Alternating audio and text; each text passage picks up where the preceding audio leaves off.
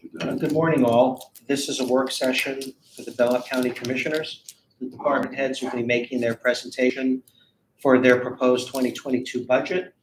And leading us off this morning is Mr. McFadden from Restorative Justice. Good morning, Mr. McFadden. Nice to see you, sir. Good What do you morning. have for us here? Thank you. Please begin. Okay. So I have, as you know, my budget is a relatively small budget, under 200,000.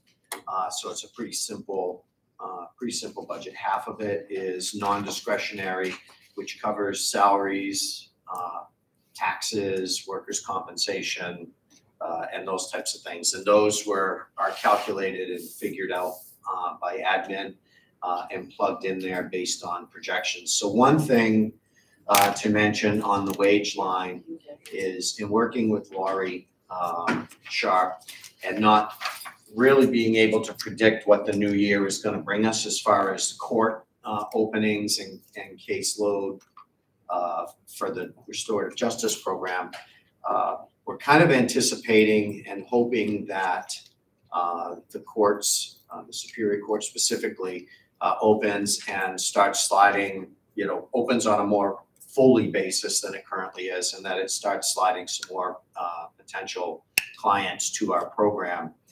One of the problems, as I'm sure you guys saw on the news last week, is that there's a lack of defense counsel for defendants, which is creating the backlog, and the governor and others have asked the New Hampshire Defense Bar to start taking on more pro bono work to try and move some of these cases through. If that happens, then we should see a clearing of the dockets, and we should see those cases start coming in and picking up. So if that happens, I would be needing to be fully staffed again, which, as you know, through 2021, I was not. The third case manager, which actually is the fourth person in the office, including myself, wasn't funded for the 2021 budget.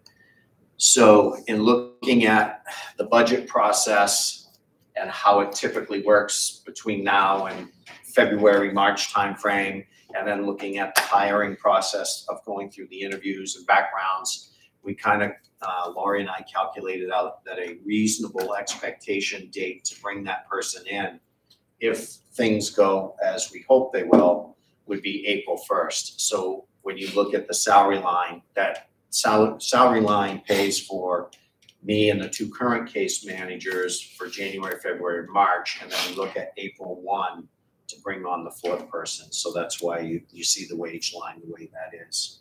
And of course that affects all the other lines like workers' comp and taxes. So for the discretionary lines, it's a difficult year trying to project what we will have next year because of not knowing what the caseload is, but also not knowing how inflation is going to affect the cost of just doing business, the cost of buying paper and pens and pencils and other office supplies and things, urine screens, those types of things. So the way I came up with those numbers for the discretionary lines is I looked at Kiplinger's, which is a good predictor of inflation, and then I also looked at the Federal Office of Management and Budget, which is also obviously a good predictor of expected inflation rates.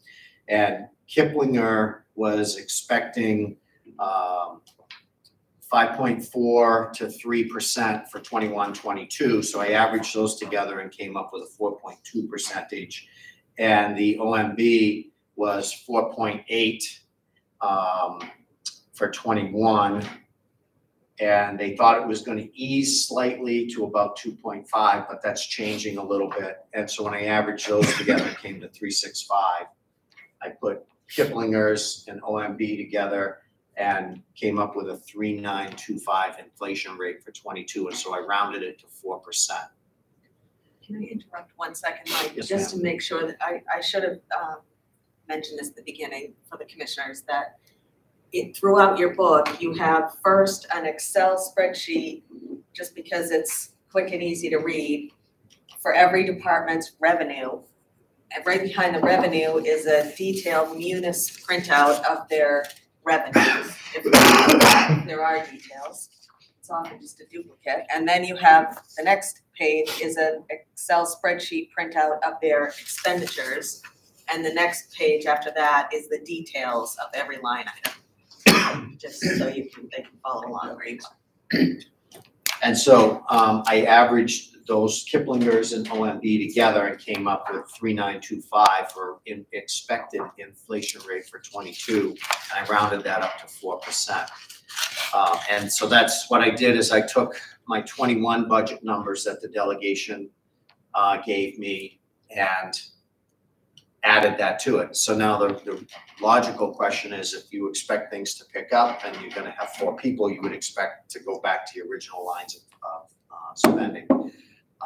When I did that and looked at bringing it back to original pre-COVID numbers, it was a very high number, and I felt that it was, instead of predicting for everything to return to normal for 22 and go back to pre-COVID numbers for expenditures for the office, it would be easier and more reasonable to stay at the 21 budget, and then if things open up, ask for increases in those other areas, and those would be smaller dollar amounts, which would, when you come in front of the delegation, and if I come in and say I need, just to throw a number out there, $40,000 to buy to get a new employee, not a new one, but to fill the previous position, and then I also need all these.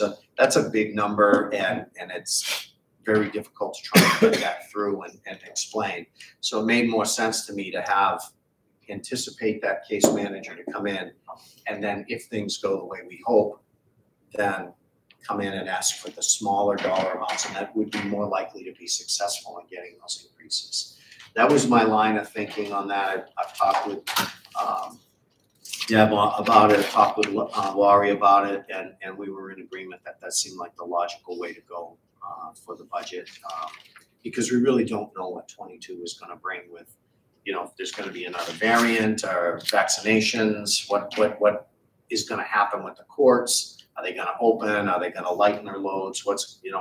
So it's difficult to anticipate that in this uncertainty. We hope that 22 we can put it behind us, but it's one of those, plan for the worst and hope for the best, and maybe somewhere in the middle it'll work out. Let me interrupt you just for a moment, Mike. Nobody knows for sure. You touched on the closure of the courts because of the pandemic. I'm sure that you hear things and see things. Probably the safest assumption is that there will be an opening of the courts, but they will perhaps even vastly reduce their workload, which would probably slightly improve the backlog, but not to the extent that we need. That's correct. Okay. That's correct, and I think we're seeing that specifically with the lack of having defense counsel for defendants to be represented. And the thing is, it makes it hard. As you know, you can't represent yourself in Superior Court. And so in order to make a deal to put somebody in diversion, there's got to be representation for the potential client. And that case just sits there waiting until they get that representation. So who knows how that's going to work out. I'm sure the New Hampshire Defense Bar will step up and pick it up. I don't know if there's enough to cover what the backlog is, because it's not just Belknap, it's all 10 counties that are facing that. So it makes it very difficult to plan a budget for the upcoming year. So that's, I hope that kind of explains the difference in the numbers when you look at discretionary versus non-discretionary, and why one is so much more than the other.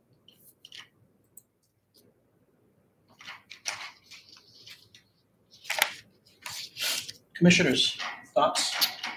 So the entire $32,000 increase is wages, right? That's kind of how I see it. Yes, for that unfilled new, it would. Right, to bring back. Correct. The other 32-hour plus the increases. And the rest of your staff, are they under collective bargaining agreement, or are they outside that because they're 32 hours? They are part-time, 32 hours. There's no benefits, it's just pay. And they are not union employees, there's no contract. The only other thing I noted was that you spent $2,400 on office supplies this year, but you think you're going to spend $500 next year. that? So, last year, actually what happened was is 2019, I had some encumbered funds from 2019 that came forward because I had I had to purchase 2 desks. Okay. And so that was what that $1,900 was for the 2 desks. Okay.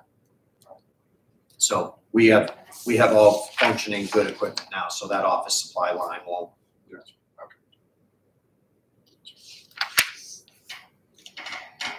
Commissioner Taylor? I mean, when I look at the actuals from 18 and 19, I mean, the amount being requested this year is pretty much the same. I mean, it's a little bit higher. And I mean, it looks like to me that this is a very, very fair request. And I'll just add at the beginning, I looked at the appropriations from the other counties with populations under 100,000 for last year. The budget that's being requested by our department heads will make this even lower than any of those budgets. So, I mean, I think what I'm seeing to start today is a reasonableness on the part of department heads. I mean, kind of sets us apart from a lot of the other counties. I think that, one of the things that I take into consideration is obviously being a taxpayer in the county. You try to be conservative and responsible in your budget. I don't, being former military, the way we used to do it is, at the end of the fiscal year, which always was in June, right? We get winter boots and coats and because you either use it or lose it. And I really don't think that's a responsible way to budget. So the numbers I present, those are the actual numbers that I expect I'm going to need. They're not overinflated. I don't want to play the game of a $2,500 car being for sale and put it out for $5,000, and then when someone offers you $3,500, they think they got a deal and I made more than the thing's worth. I don't want to budget that way. I want to have an honest, upfront request, and that's what I tried to present. In the short time I've been here, Mike, I found you to be very forthright and candid with your numbers. I suspect that without the pandemic, this request would probably be much closer to a level fund request, if not a level funded request. That's not the reality of the situation. So forgive me for being a neophyte here. We are going to hear testimony from all the department heads, and then we will decide later what we want to present as a delegation, or are we?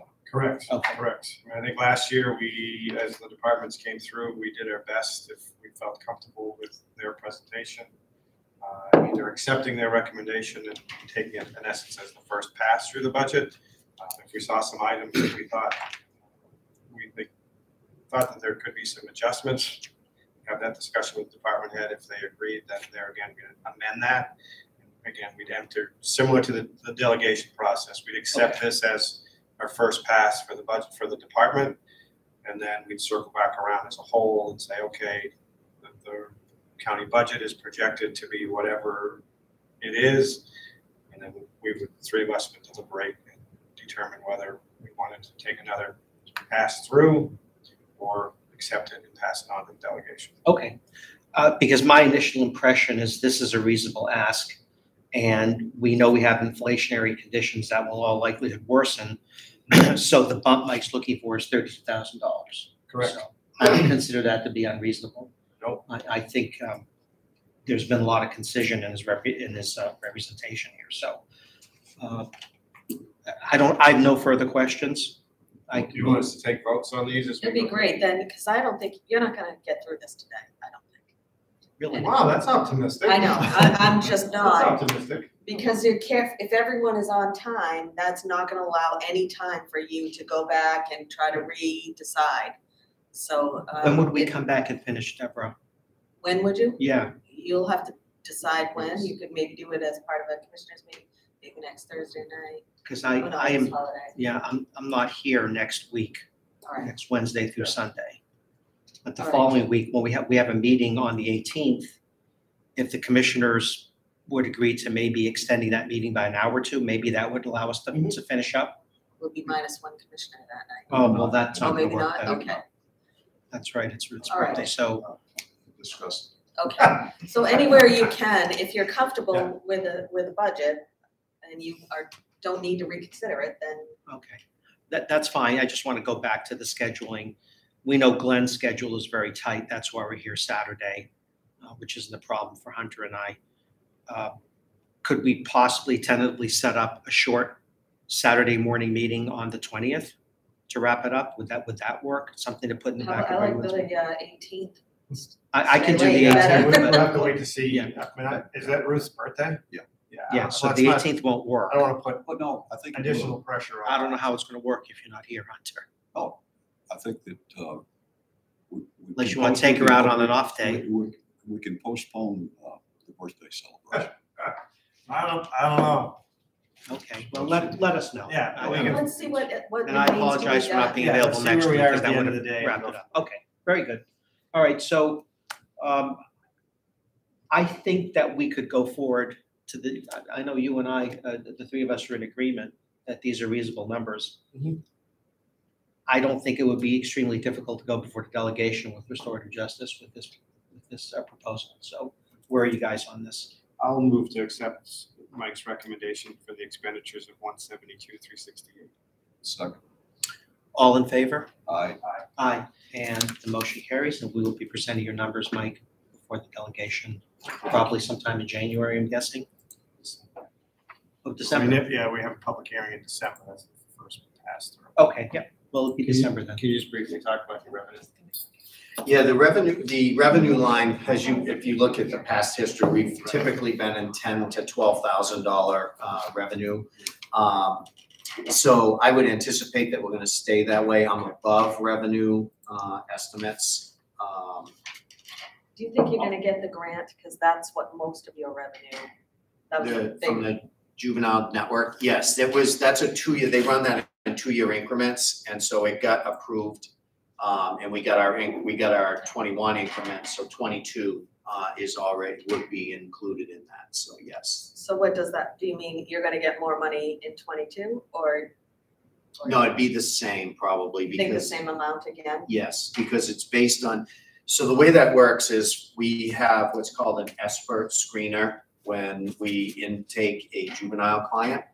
And we get $250 for each expert screener that we do as part of that grant. And so our juvenile numbers over the last 2 to 3 years have been pretty steady. So I'm pretty comfortable in saying that we would accept or expect to see that same grant number in 22 from the network as we saw in 21. So we could add 5250 to the, Oh, thank you, JP. Yeah. Yes. so that becomes 15,250.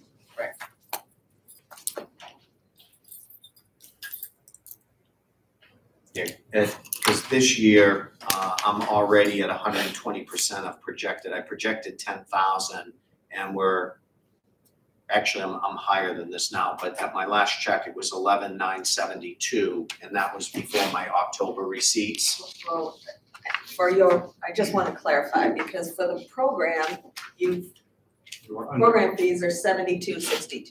Right. And the grant is 52.50. Right. So we're expecting you might receive 8,000 in program fees this year. It sounds I reasonable. think that's reasonable, and Yes. so next year, do you still think you could get 10, or you think 8 is a better number? No, I think 10 is reasonable, because I really am expecting to see our caseload increase. And so that, would bring that 10 to be more reasonable. Plus, with COVID, it kind of drew the numbers down originally. And then when we got everybody back in, then we saw that big spike of people catching up. So I think the 10,000 in program fees has been fairly consistent when we're having regular client numbers. So I really believe 10,000 is reasonable plus the grant.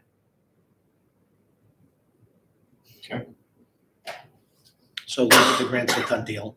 I don't think there's any ambiguity there, but a good ask anyway, just to be sure. So accept the recommendation of revenues of 15,250 for restorative justice. Yes. All in favor? Aye. Aye. Motion carries. And that is accepted. There, one down. I'm gonna make my same request that I've made probably for multiple years, that I think it makes sense to have a narrative memo from the department heads in front of each of this, explaining some of the big additional asks. And I say that because if we're gonna give a similar book to the delegation, I think it's easier for them to read the narrative than to look at the numbers and say, well, his budget's $30,000 off, so we gotta find where we're gonna cut 30,000 off. If we can tell the story why it makes sense, why we need that, I think it's easier in a narrative in the front. Okay. I'll get that typed up and get it forwarded to Deb and Jamie next week, and then that way you'll have that for the We'll add book. it to the book. Thanks, Mike. Thank you, I appreciate it. Yes, thanks, Mike. Good presentation.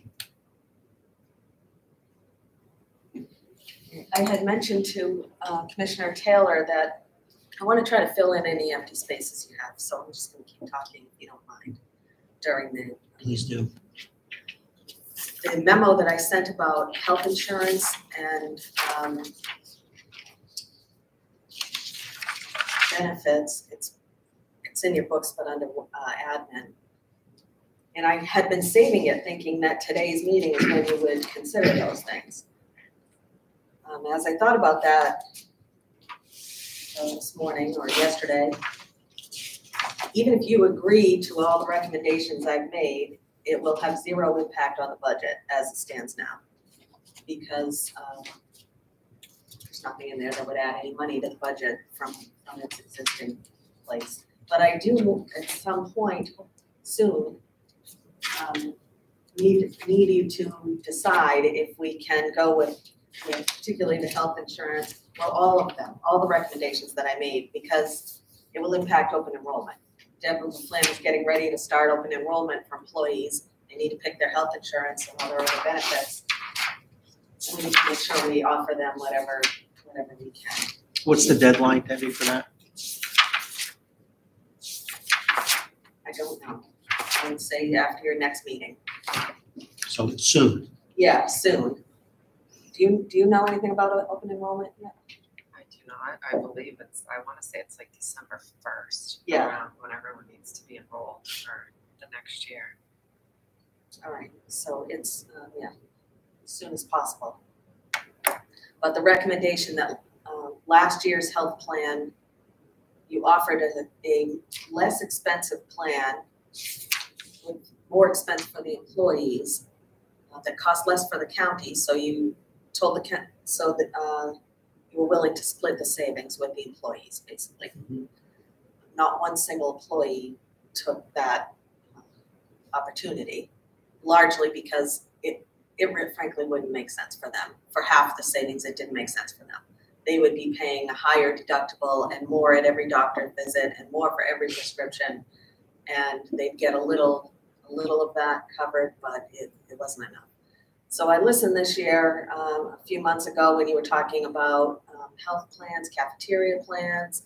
Could we not offer employees the ability to not have health insurance if they wanted the cash instead? I don't feel good about that. It is legal, but it would cost the county a lot of money to do, because in essence, what you'd be doing is just increasing the cost of the opt-off benefit to the full cost of the health plan. And I don't think you'd want to do that. It's a lot of money. But if we went back and looked at that less expensive plan and gave the employees all of the savings, so the county doesn't spend any more than it's spending anyway, give the savings to the employees for taking additional risk and spending more money, frankly. I guess the thing that accomplishes is it's a way to give employees more money in their paychecks, which we keep hearing from Shelley is what they want.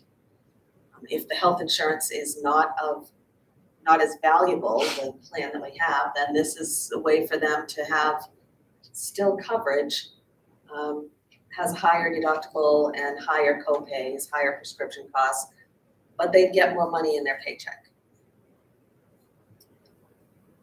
I guess that's, my recommendation is to do that, So offer it. are you making a case that the greater the open enrollment, the better it is for the county? I'm making the case that the greater the options we can provide employees, the better for the county. And what do you base that on? Because there are some employees who just want more money. And, you know, if you're young, single, or old and healthy, and you don't rely on the health insurance, but you want more, the way we lure and retain our employees really is through our benefits. That's where we have the advantage over a lot of privates. When employees are saying, we don't really care about your benefits, I want more money.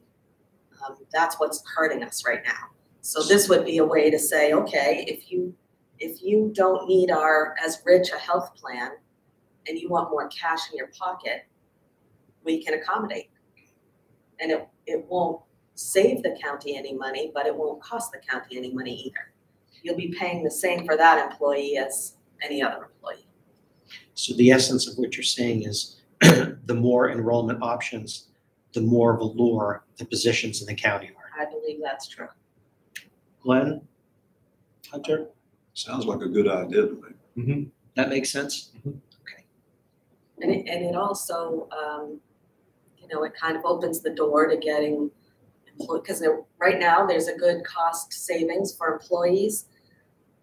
That will narrow over time. You know, next year our plans are going to become more expensive in all likelihood, although they've gone down a few years, but we took a significant increase this year, which is going to hurt a lot of employees.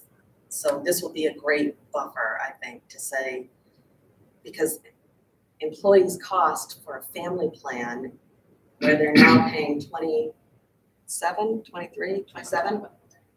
a week is going to go to $65 a week. And I think that's a big jump for a lot of employees. So if we can offer another option that they'll still be paying 10% of that lower plan, but then the savings. So things, you know, when I joined the delegation 6 years ago, the overarching concern was the spiraling cost of the insurance that we were providing for the county employees. In the last 18 months now, that concern has been vastly superseded by just trying to attract and retain the staffing we have. So it's been a total shift in priority. Yeah, it's interesting. I put, I'm looking back at this memo. Our insurance rate changes over time. You know, back in 2010, 11, we had 15% rate increase, 18, 9, 7, 6, 0.6, -3, -12, up 8, up 2, up 0.8, up 4, and now up 16 and a half. It's a big jump.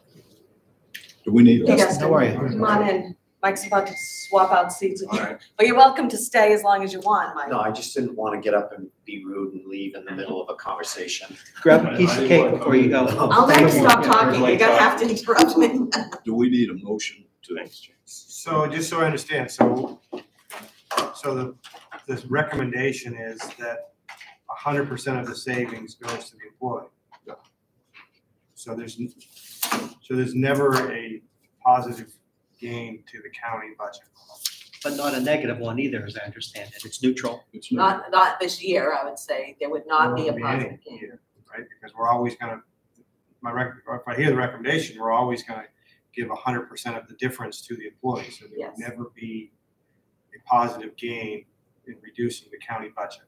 Well, I get, when you say never reducing the budget, it makes me nervous. So I would say this year, that's true. 2022, you will not save 1 penny for any employee who opts out. I'm just suggesting if the plan, you could do something different next year. Right, but so status quo, if we kept this going forward, the budget would never see any reduction of this. So Only if, I don't Well, understand the reasoning or the gain to do that. to me, the reasonableness of the gain is that you save money in the long run by having a more stable labor force. I mean, that stabilization. Right, and it's actually gonna cost the county more money.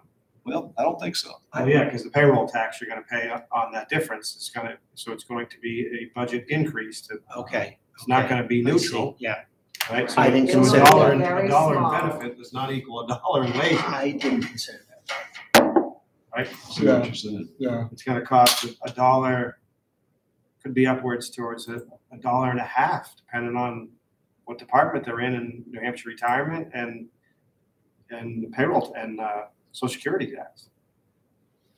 So now it becomes a Right, so- conundrum, Debbie. Well, I think you have to So- weigh that small expense relative. Or maybe I can calculate an average payroll tax amount and reduce their savings by it. I mean, I'm not opposed With to giving them advantage. some of the savings, but I think it has to be a win-win for both. Is it- And it has to be, we have to show that there's a gain or a positive to reducing our overall compensation costs. Is there a percentage that, That won't off the work. top of your head? They won't do it. All right, then let's not do it. Yeah, I mean, that's what's happening I now. mean, You had that philosophy last year, nobody. okay, so took you up on it. 50% didn't do it, so would 75? I don't think so. I think Okay. all of the savings is required to cover their That's a good additional catch on the expense. payroll tax. I don't Yeah, see that. I didn't consider that, Glenn. I- Thank you for that. Yeah, I didn't consider that.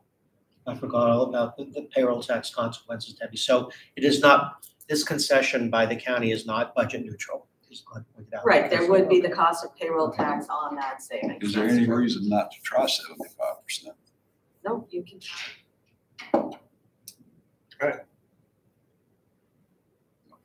I'll make that motion then. I'd second that. All in favor of the 75% bump? Aye. Aye, the motion carries. All right, very good. I'm not gonna try to fit any more in. You heard the last No, time. that Did you was- read the 10 memos? minutes behind Oh, schedule. that's good stuff. So, Yeah. Dustin, why don't you begin? Oh, thank Please. you very much. Thank you, good morning. Lord. Good.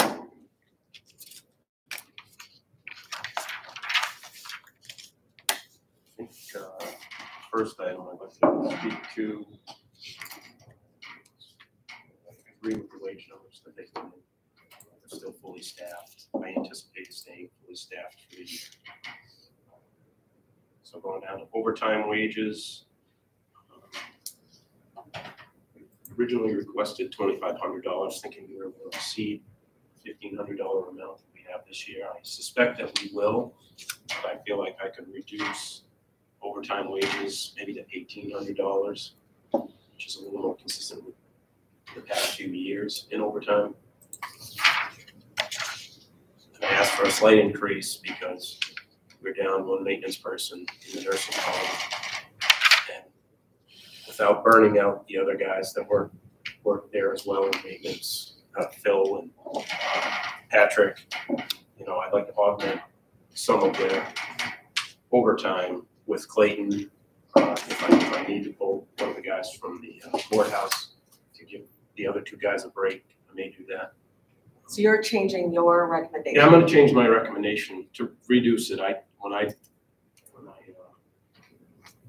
wrote it, I figured we'd be further along by now in overtime, but I see that we still have about $300 left. We haven't started the plow season. I expect we'll meet that or slightly exceed it, but I think going into next year, I'd like to have a little more money in there so that I can have the guys do a little more if what we foresee as a vacancy in the position. So you don't think you're gonna spend 2,000 this year? I don't think I will spend 2,000. What do you think you're gonna spend? $1,800. All right.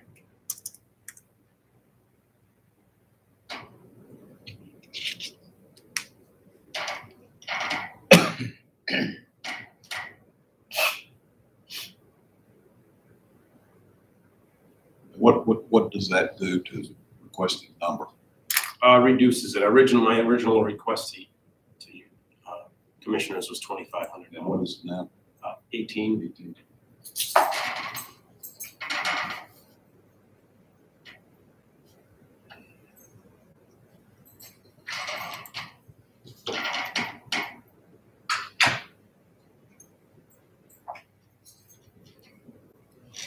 And the other numbers, I essentially agree with all came from finance until we get down to cleaning services.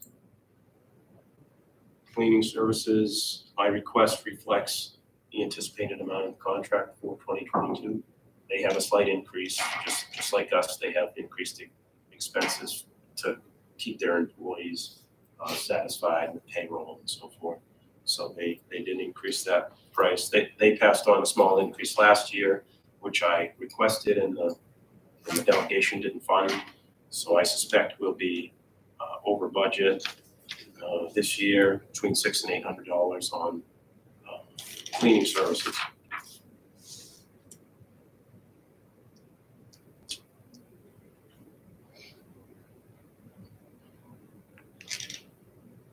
Telecommunications is slightly higher, just because we're paying a little bit more for our maintenance phone lines. I think I averaged $105 per month. Last year was just a little less than that. I don't think the new dialing should have any effect on that. I went ahead and considered that. Now we have to dial 10 digits, and for us, we have to dial 1 in front of all the numbers that we're dialing, even local exchanges, but I don't expect to be any long distance on that.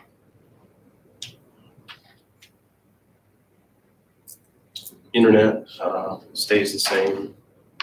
Contracted services, that is up in a couple of places. Biggest increase being $835 for a 5-year inspection, internal inspection of 2 of the sprinkler systems here. Only happens once every 5 years, so I increased that amount there. It's about a 2% increase in HVAC preventive maintenance mechanical contract.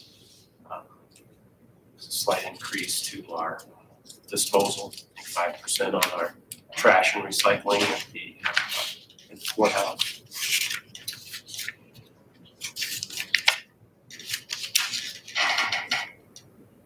Custodial supplies, I left the same. I think we'll expend the $4,000 this year, and that's a comfortable number for next year for me. Electricity, I increased by about 0.5% on the delivery side.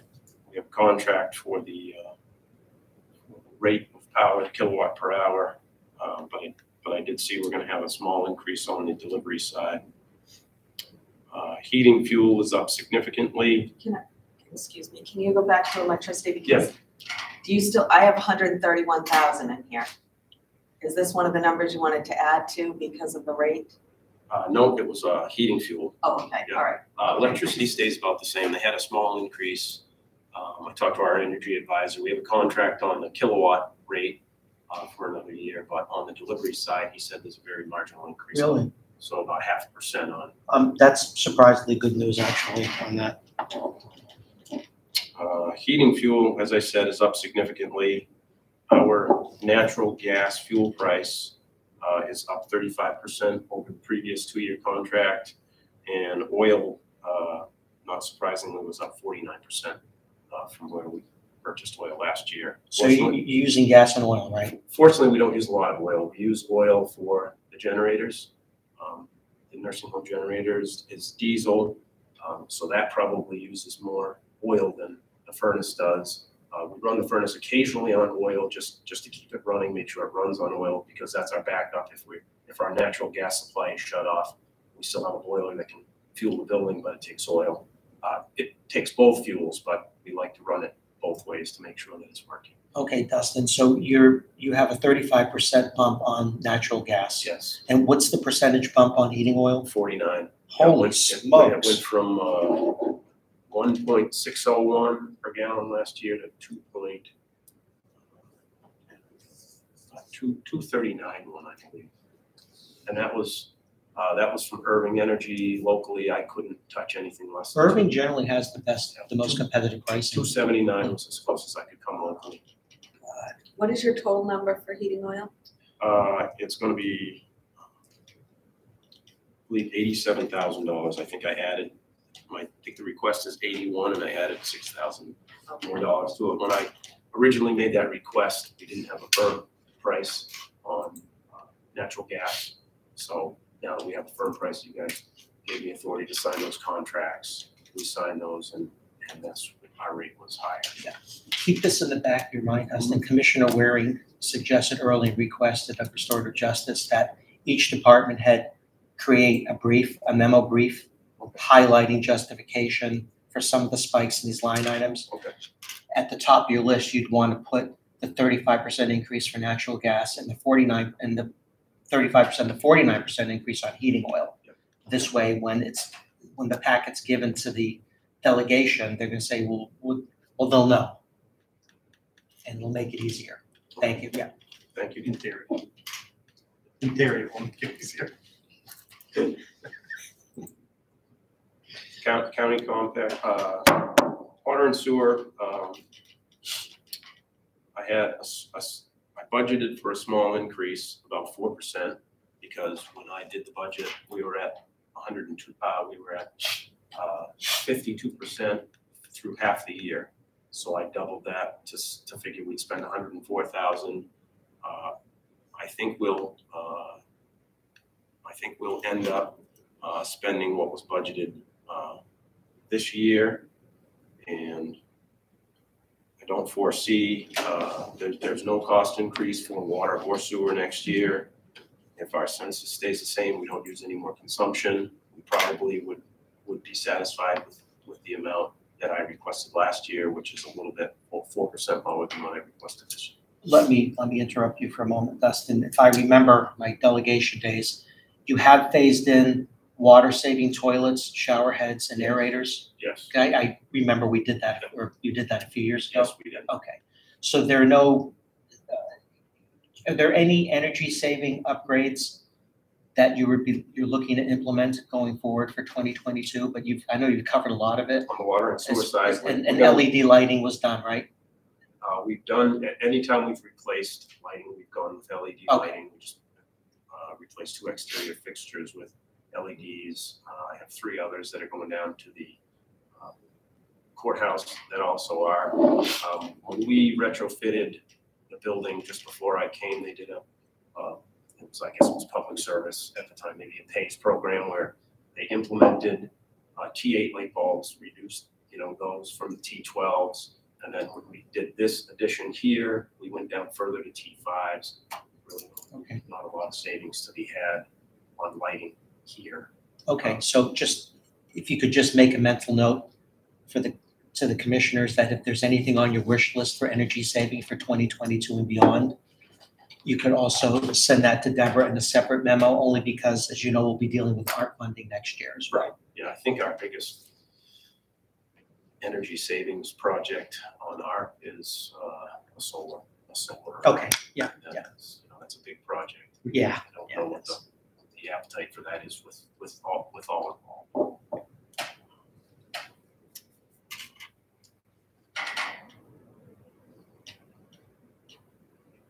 Repairs and maintenance both at the county complex and courthouse. I've left level funded.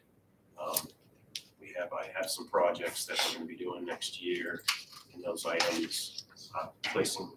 Replacing some doors at the some rusted out doors at the jail, replacing lighting down at the courthouse, canopy lighting, which is failing now. It's metal halide lighting. We're going to change that to LED lighting. We have to do something with the doors and administration that don't look. They were not new doors when we did this renovation in 2012. They sanded the doors down, recoated them, and they look kind of shabby. They're starting to peel. So I think we're going to look at either redoing those with a natural finish or maybe even painting them. Dustin, and this is something I discussed with Debbie, I think last January, February. What did you decide on the pillars in front of the nursing home? I know there's been some delamination and chipping. There was talk about doing some kind of a stucco collar, or is that on your list for next year? It's on, part of it is on the list for this year, and part I think we may either put in ARPA or in an operating budget for next year. But we've had difficulty getting pricing for that. I contacted the company, MCNE, Masonry Concepts New England, that did the masonry work at the Community Correction Center. We want to do a similar natural stone face product on that. It handles the salt better than this masonry out here. I was told earlier this week, I think Thursday, they said they were emailing me a quotation for that. I didn't get it. I left a message in their office yesterday. I told them I didn't get it, left my email address. So I suspect to have that probably Monday. If I don't have it Monday, I'll call them and ask them. I think I speak for the board in that we'd be very pleased to see that completed by next spring. That part of the complex presents very well, other than those pillars. They kind of stick out like sore thumbs. So thank you. Thank you. Grounds and landscaping, I left it at $6,500. I will mention that ice control salt has gone up significantly in price. Went from $50, around $50 a ton. Now it's up around $70,000 or $72,000.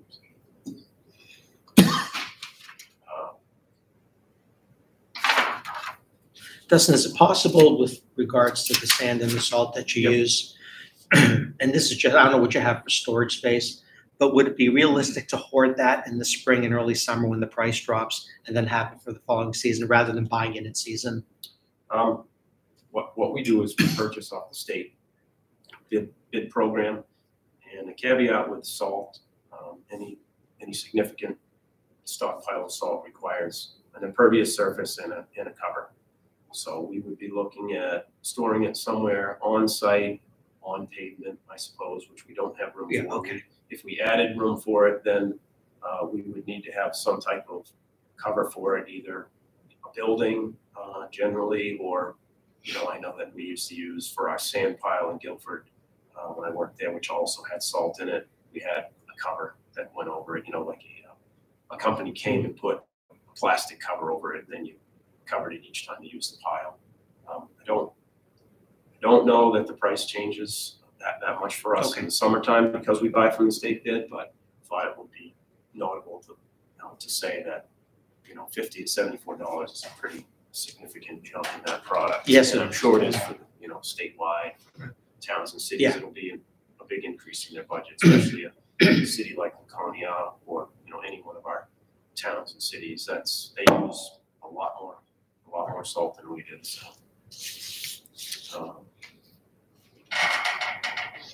So, general operating, I asked for an additional $500. Right now, I am almost fully expended on that line, and we still have a little more than 6 weeks to go. We have supply increases for the filters that we use for HVAC. We have anticipated increases for paint supplies. Sherwin-Williams has had a lot of price increases to go with short supply of paint, light bulbs, just about anything you can think of is increased in price, any of those supply lines. Vehicle maintenance, $2,600. I think that's a slight reduction from my request from last year. Just skip training and travel? No, I did skip over those. I left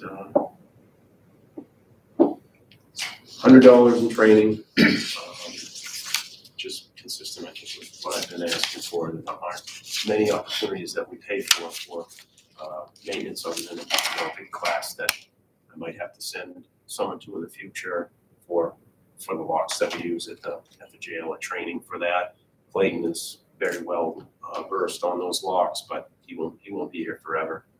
So I haven't sent him to that training, but I suspect the next guy that comes along will. But for now, I have $100 in there in case there's something that I can go to, or one of the guys. A lot of the training that we see goes through Primex or NHMA, New Hampshire Municipal. Travel, that basically covers expenses, mostly for me when I use my personal vehicle to get supplies and attend meetings and so forth. Building improvements. We have a couple of projects in there. One is to repipe all the copper plumbing for water storage tanks next door in the nursing home. It's large, 3.5 inch copper. What it does is it connects all the hot water storage tanks that we have. We have 3 200-gallon hot water storage tanks, and that plumbing now is severely corroded. We have had some small leaks, but where we've pulled off insulation, we can see that it's corroded around all the solder joints under there. So this is a price to replace that. The other projects, and my hope is that it's one big project, but I've got separate estimates in case it gets scaled down for each location. But that makes up the balance of my request, which I'm asking to increase by $22,000 because we added some more coverage at the courthouse on the second floor. But that is to replace some pretty worn carpeting and some of the carpet that we remove, we're going to try and install luxury vinyl tile, easier for us to clean and a little more durable than in high traffic areas in the corridor around the second floor where people are often, walking through there with dirty feet or with, jurors with coffee or what have you. And then some carpeting in the county attorney's office, which is, I estimate, 20 plus years old. It's pretty bad. We've replaced some over the years. Most recently, we had a leak at the courthouse last year. We had to replace all the carpeting in Andrew's office. And this will extend out into the other areas of his office, with the exception of one office, which we had done about 5 years ago. The vinyl tiling per square foot charge is obviously significantly more than carpeting. What is it? Is it twice the money? Is it 3 times the money? And LVT $465 square foot For carpeting? And carpet is $325.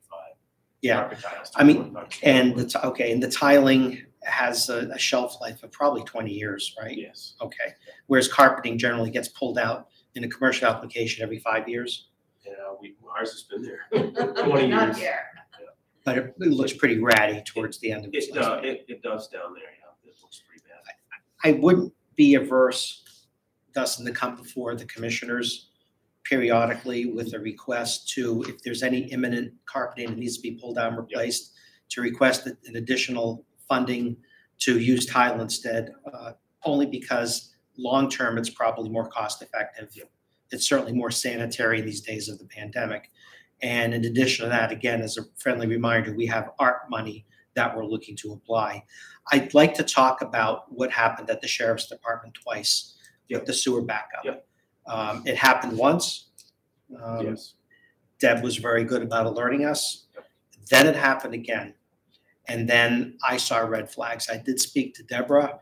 I did speak to the sheriff. I had requested of Deborah and Sheriff Wright to have a conversation with Rowells to find out why it happened a second time and can we prevent it from happening a third time. So I don't know if it is old piping. I don't know if there's a 90-degree there that keeps getting blocked with sludge from the laundry over at the nursing home. But what do we know as far as taking preventative measures to try and avoid this disaster in the future?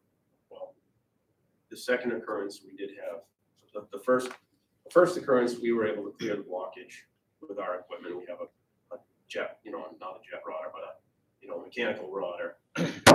We got through the blockage. Everything ran fine. We thought we had the problem resolved. That was the first time it had happened really in memory. I've been here 10 years and we haven't had any flooding like that.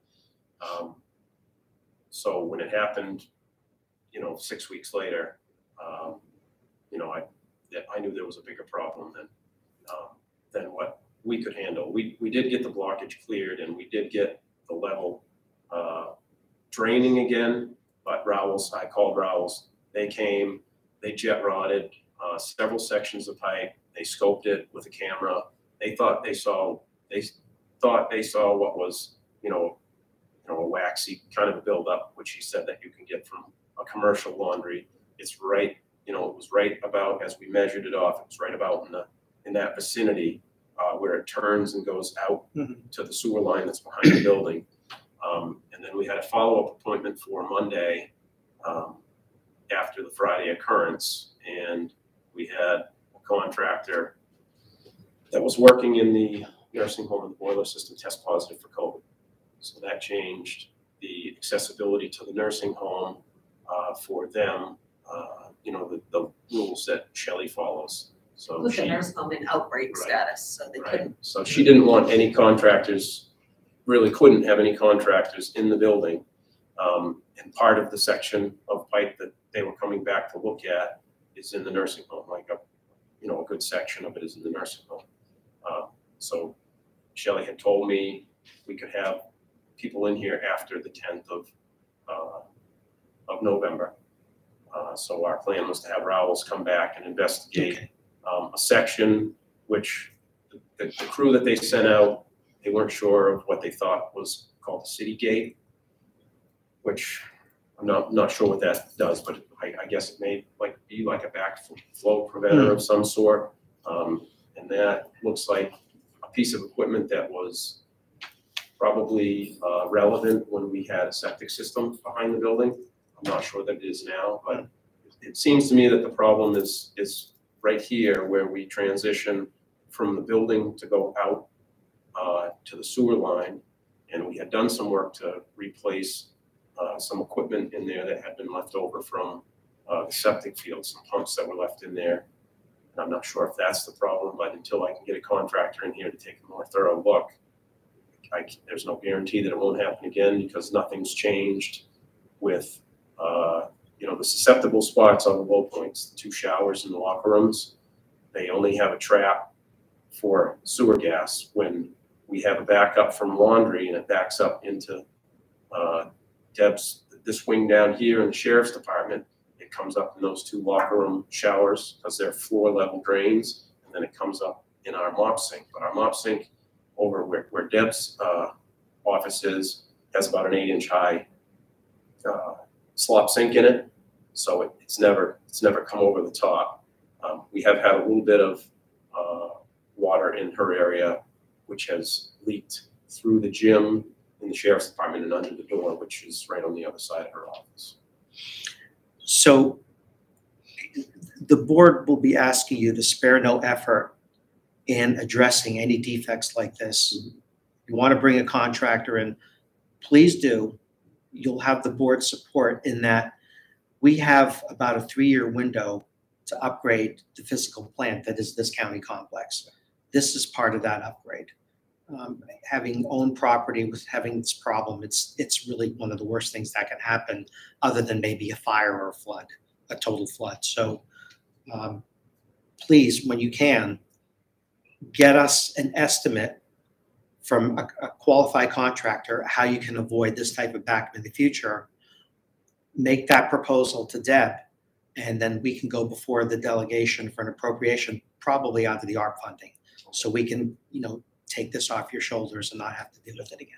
Okay. Yeah, I appreciate that. So do you have 15,000 in building improvements for replacing the carpet in the county attorney's offices? Yes. And then And 13,000? then 22, another 13 for, there was 3 different estimates in there. I have 3 numbers in there, 39,000, 15, and 13 for carpeting in courtroom 1. Okay. And Deborah, tiling, any type of tiling is not an option for the courtroom. It has to be carpet. I don't know that. The issue that was raised about the courtroom, it had previously had originally a wood floor. They've They put plywood over the original floor and put carpet over that. I talked to Home Beautiful about LVT in there, and their biggest concern was noise because of the hard surface in there. It's, you know, since its original state, we've also put a drop ceiling in there, so the acoustics in there are terrible. On a bare floor. On a bare floor. I suspect they would be Judge much them worse like on the that. bare floor. Right now, there's a carpet floor in there, so that dampens the noise a little bit. Yes, and then I had an additional $22,000 in addition to the courtroom one. We had expanded out beyond courtroom one around the perimeter of the second floor with LVT, and then carpeting in a couple of the conference rooms off to the side. All right, so that's what's not in here. That is You what's have to not add in there. That's the 22,000. additional 22,000, yes. And at some point, these things are, this is where you'll have to talk about this a little, because these are projects that could be covered with ARP funds. So a decision's gonna have to be made. Do we take it out of this budget and leave it in the ARP funds, or take it out of the ARP money and leave it in Dustin's budget? So that's gonna need to happen at some point. I don't want to speak prematurely to the commissioners, but I would say my first instinct is to leave it in Dustin's budget and submit it and try and get that process next year. Failing that, then we can fall back on the ARP option. Agree. But I think it's good maybe to pretend we don't have that slush fund right now and see where we go with it. I think I skipped over a new equipment line. I had originally budgeted $4,000 in that line for a piece of, for a mini split, which provides heat and cooling to the office, maintenance office over at the courthouse. That's a Sanyo unit that has, motherboard for the unit is gone. Sanyo no longer making those parts, so we can't get the part to repair the condensing unit outside the control for it. So I put in a new unit for next year, but what I'd like to do is see if you would consider letting me use money that I did not spend for a culvert on the end of the road. We could not get culvert pipes this year. The supply chain, 12-inch, 15-inch, 18-inch culvert was Not available. not available. Shocking. Like the old Soviet Union. Shocking. And I spoke to a couple different contractors, which told me the same. You're not going to be able to get the pipe.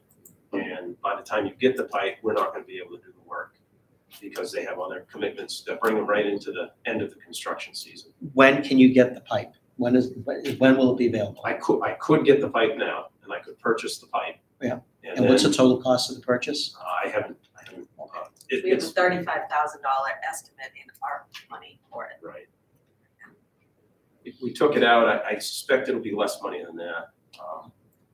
But we put $35,000 in the project in case we have to run the drainage further up the side of the road here towards this wet area next to the apartment building. That's originally where the request for the culvert came from the city of Laconia. It's because they complained that they have too much water from our property on their property. And so we included extra money in the ARP program when we knew that we couldn't do this program to have, the swale fixed or to have drainage put up the edge of the road. If you ordered the pipe Monday, Dustin, when would it arrive and when would you have to pay for it? We could pay for it this year and store it. It's plastic pipe, so it's fine to be stored outside. And you'd start the project in the spring? We could probably rebid the project and do it in the spring. How long does it take from start to finish to complete the project? Oh, just a few days, Okay. probably 3 days. Once the excavator's here, he'll close off half the road so that we have access up and down County Drive. He'll replace the lower end of the pipe, and then once that's covered and drivable, he'll uncover the other side of the road, put his structure and his pipe on the other side. Deborah, if the commissioners authorize the purchase of this pipe, how would Dustin pay for the pipe between now and the end of the year when the pipe arrives? I have money in the project, which I haven't spent. Wait a minute. How much do you have This year's budget for that project. I think we had budgeted $20,000 and let's see. There's $12,452 left. And your bottom line of your budget projection?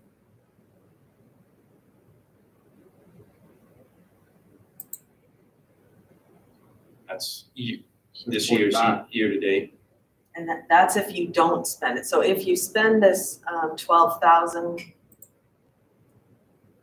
okay, you've spent the 6780 in there. If you spend the 12,452 in addition,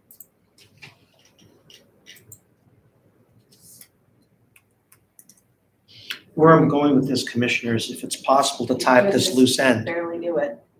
But now if you have to pay any money for the repairs in the sheriff's department, you're likely gonna go over Right. budget. Yeah, I've already got about $1,900 worth of bills for that. I think we've paid one.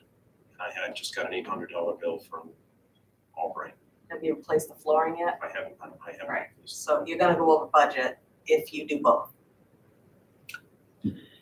So maybe it's better than Deborah to wait until January, February and request a supplemental appropriation out of ARP if we go before the delegation, so we can order the piping, have it in storage over the winter or late winter, early spring, and then commence the project in April or May and knock it off in a couple of days. Does that make any sense? Is that doable? Well, I think this is part of a bigger discussion about the ARP money. Okay. Because in this budget, you have, in addition to continuing the premium pay stipends, there's a line for $8 million.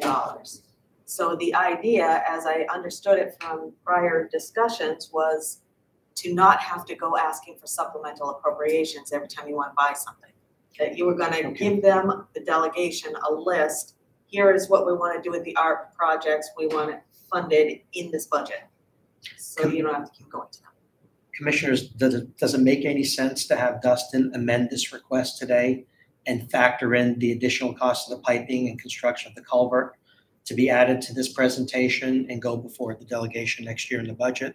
Maybe we get it, and then he can go ahead and get the pipe in the winter, and then it's one thing we can check off the box. Is that prudent at all? Or should we just put this on the back burner? Let me throw this out there. Would the repair costs associated with a sewer backup be considered as unanticipated and an unexpected expense for 2021? Absolutely. It is.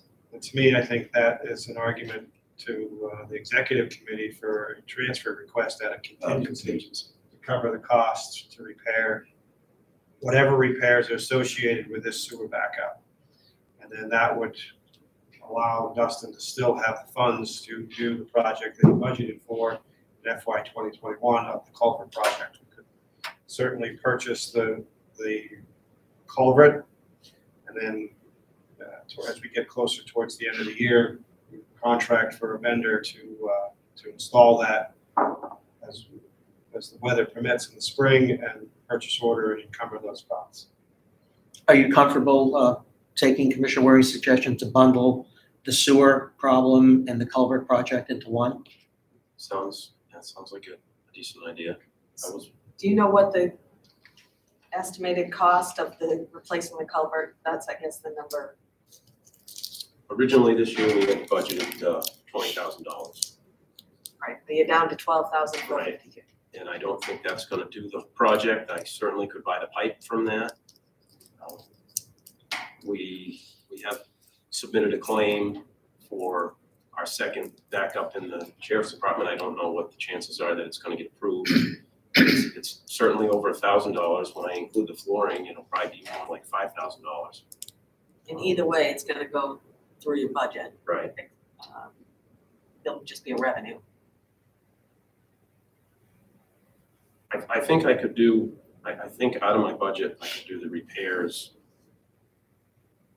for the sheriff's department, pay those bills, and probably purchase the pipe and have it here on site.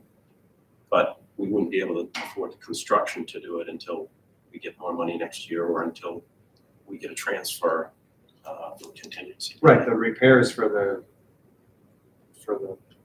sheriff's department, we had a contingency wouldn't be coming out of the budget. Right. Yeah, so we could purchase the pipe, we couldn't do the construction. Out of the 12,000, I think we could purchase the pipe. He's not thinking that we were not gonna be doing that project. We have spent a little bit of money from there because I overexpended the line item in county complex maintenance and repairs, or from another project that we had. It wasn't from that line, it was from, I think from building improvements for the toilets over at the midsection of the jail. We had enough money to do like 2.5, and it didn't make sense to do just 2. If we weren't going to do that project, I overexpended it by $2,000 so that we could do three units over there. Well, based on the supply chain crisis and the fact that everything we buy, especially PVC piping, is inflationary, I think the board might be in agreement that Dustin can go forward and at least get the pipe on site and in storage and ready, and then we'll finance the project closer to late winter, early spring through whatever means we have at our disposal. Does that make sense, commissioners, or how do you want to play it? Hunter? Okay. And then keeping track of the sewer repairs and then requesting a transfer from contingency to cover those costs. I mean, any request for the sewer repair cost is justified because that really is an environmental emergency. And as far as the culvert construction goes, that is something that was requested by the city of Laconia, which is of course the seat of county government, which means we really should snap to attention and get that done if they have a water accumulation problem there. And that's been demonstrated. Okay, very good. Deborah? I'm just not really, I understand the request for a transfer for the cost of the sewer backup to come out of contingency. That's no problem. This culvert project, I don't know how to, if you're just gonna buy the culvert out of this year's budget, then that should be fine. But if you're gonna try to do the job and we don't know what that's gonna cost and we won't have the money unless you wanna go ask for another transfer maybe when you get to that point. Because right now it won't be in either budget. Yeah, I think we should follow the sequence. Get the material for the job, and then Dustin can get us hard numbers next year, early next year, as to what it's gonna cost to construct the culvert. And then we figure out where we're gonna get the money. Are we going before the executive committee? But at least it's on track to get done. I think it's something Get that, the cost and add it to the budget right now, like you're in the process of creating the 2022 budget. What, I mean, obviously we budgeted 20,000 last year. Yep. If perfect world, do you think 20,000 would cover the project today? Buy the material and install. It would probably cover just the end of the road. It wouldn't do anything for coming up the swale that's along the edge of the road. When you pull out, if you look to the right, you'll see the wetland, which is right behind where Deb parks. I think I've seen it. And then all along that, the water would have to get from that point all the way down to the culverts at the end of the road, where it adjacent to 106. $20,000 wouldn't take us back to this wetland area out here to regrade or put any sort of piping or drainage pipe in there to carry it down to the corner of the road. Is that how you came up with the 35? That's how I came up with the 35. The request for last year was just to do the bare minimum at the end of the road. And the 35 is in the ARP. That's in the ARP, yes. That was Okay. assuming we didn't do any of this project. Now, if we purchase the pipe out of this year's budget, which will consume some bit of that $12,000, and certainly not all of it, we will still need something less than $35,000 next year for the construction to go out to the corner of the road. Deborah, can we safely get the pipe before the end of the year and then worry about how to pay for the job next year? Is that a sensible But do approach? we know how much pipe we're gonna get, right? So is that the pipe from all the way down? No, that's just the culvert pipe at the end. Right. if we put any drainage pipe along the edge of the road, it's much smaller corrugated pipe. It comes in rolls. I haven't asked about the availability of that, but when I talked to EJ Prescott the other day, they did have 15 and 18-inch culvert pipe in stock now. They didn't when I was trying to get prices on the job, but they have it now. And the 35,000 is the entire project. Yeah, that's correct. Okay. I guess my 2 cents and thought process would be to kind of circle back to where this discussion all started and to give Dustin the go-ahead to purchase this HVAC unit this year and leave the culvert project in the ARP project budget that I'm sure we're going to get to at some point. And then it's one complete project. It's completely funded. It's certainly infrastructure for the county, a one-time expense that, you know. Falls under the criteria. Yeah, it's gonna be there for 20 years, right? So I mean, I think that's my 2 cents. Yeah. I'm in If I agreement do with that, then I can take that money out of the 2022 request. Right, just take this 4,000. That's correct. Okay, so you'll buy the 4,000 out of this 2021 budget? That's correct, and take it out of 2022. And not request. order the culvert pipe right now? Right. I will Do order the it whole right now. project Yeah. together when you're ready to spend the ARP money? Or we could That's my suggestion.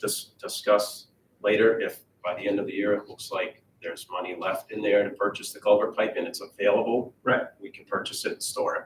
safer And that then, way. and then the $35,000 request would be something less to spend from ARPA because we have the pipe.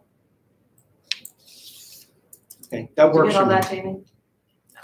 Sorry. I'm trying to follow along. I don't want to be We're too doing anything impatient with this these year. types of projects, Debbie, but once they're done, they're done. They're permanent, and then we move Right. on to other challenges, or the county does. Okay.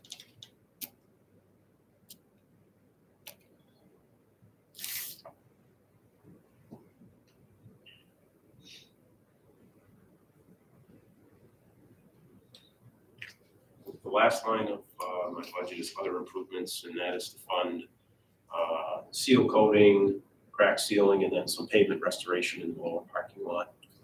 It's been about 7 years since we had that seal coated. We have not a lot of damaged pavement down there. We have some cracks, but we do have some sections around the lighting areas down there, which we do need a little pavement restoration around that before the seal coat. Is that gonna cover the striping too? That'll cover the striping as well. So that number, other improvements, you have $9,700? Yes. All right, okay. Yeah, you moved building improvements back to 39, but I thought we added 22,000 to that. Yes, you did add 22,000 to that. Oh, It should be 89.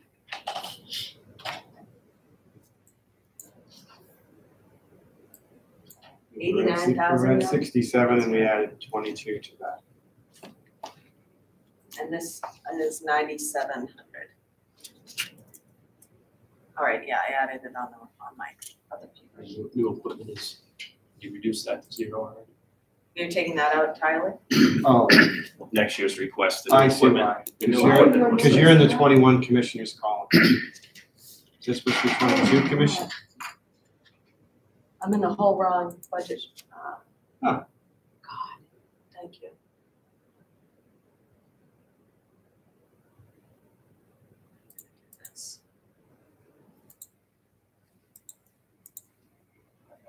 I like having the information there, but I do the same thing Deb does. I get looking at these columns and I'm Right. Okay, talking this about looks much 21 better. actuals and not 22 requested. So Deborah, the revised budget for 2021 was $760.86. And this year for 2022, it's only $10,000 higher? Well, we've added to that number. You've now made it 798,246.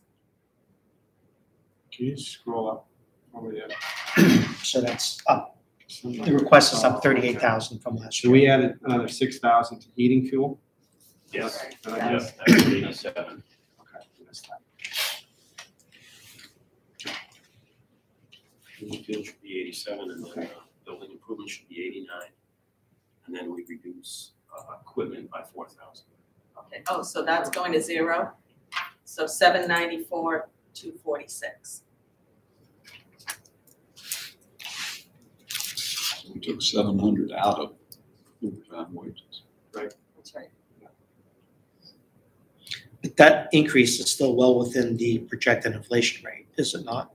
Yeah, it's 4% increase in his total budget. Yeah. It's really, All right, Which line does the 22 get added to? building improvements, Which is, which one? account number 57,200. So that is now 89. That's right.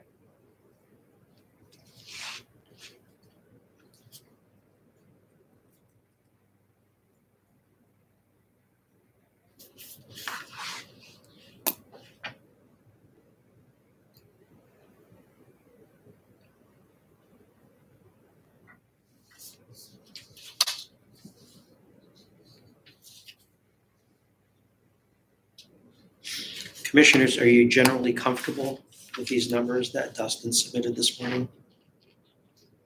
Yes. Likewise. Same here. I don't really see where any long knives need to be brought out here. Deborah, Yeah, no, this is a good one, 4%. Yeah. We should be so lucky throughout. so I think we're right where we should be.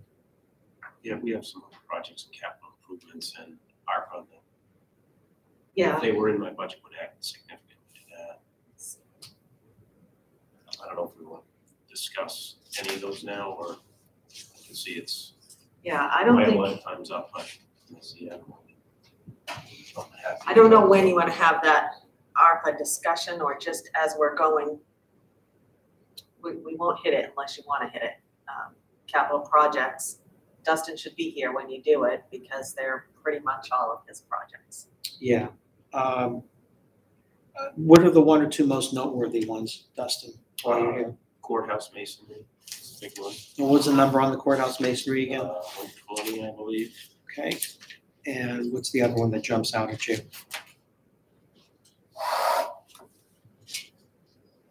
Well, windows, but I think we've moved those to ARPA. Well, we're, oh, sorry. We're on the list of the $8 million. Yeah, that's what I thought you were doing. We don't have a list of that. No, I mean, I see the $8 million in here, but I don't, we don't have a list of what that makes up that. What was the cost of the window replacement again? No, I mean, I have it, I have to print it for you. I don't know, what did we have for the window? For the project? We windows, had that Devin? in- we put that in ARPA, and I think Can we. you go get them off the printer? I got it. Oh, thank you. Thank you, Adam. Adam. 350,000 is what's in there for the windows. Those are very old windows, are they not? 96, 1996. So this would result in a much warmer courthouse in the winter and ostensibly a much cooler courthouse in the summer, would it not? It's for Windows this are for this complex. complex. Not for the courthouse. Oh, okay. For the whole place. We were gonna just ask for, well, you did ask last year for That's phase one to do Right. some of the windows. starting with the entrance to your wing, right? Right. I don't remember, yeah. It was Deb's and as well as the sheriff's department. And now we just said with ARPA, we could do the whole thing. Yeah, I think we All agreed of we're gonna go windows. They after don't that work. hard with the ARPA Nursing funds. home windows don't go up and down, our windows don't go up and down. That's why we started here, because these windows get utilized as windows more often than picture frame. Over at the nursing home, they don't typically have open windows just because of. Thanks, Adam. Thank you. Absolutely.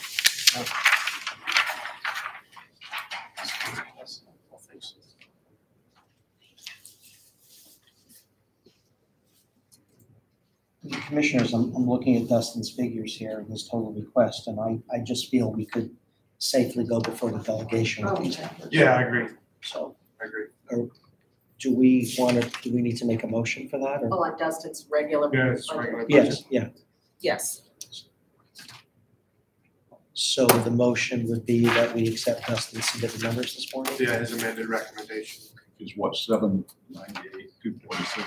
798,246. Oh, wait a minute, I have 794,246. I have 798. Why do I have The 798? new equipment Took the line, 4,000. Oh, you took the 4,000 out. Yeah. So it went up 7, yes, Okay.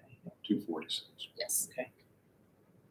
So the motion is that we accept these amended numbers to county maintenance for 794,246. And is there a second? Second. All in favor? Aye. Aye. The motion carries. All right, Dustin, you're gonna be busy between now and the end of the year and into next year. Yeah. A lot of stuff going on, but it's all good stuff. It'd be great to have, the company, sewer company Rowell's come back and, TV those lines if, I'll get a price. I'd like to have all the lines cambered on this side of the building Yeah, and and probably cleaned as well, and hopefully they find something obvious that is causing the problem. if at all possible, could you let Ian know that it is a polite request by the Board of Commissioners that he attend the examination with the contractor so they can be on the same page? Yep. Okay, thank you. Thank you all very much. Thank you. Approve his bottom line, 794,246.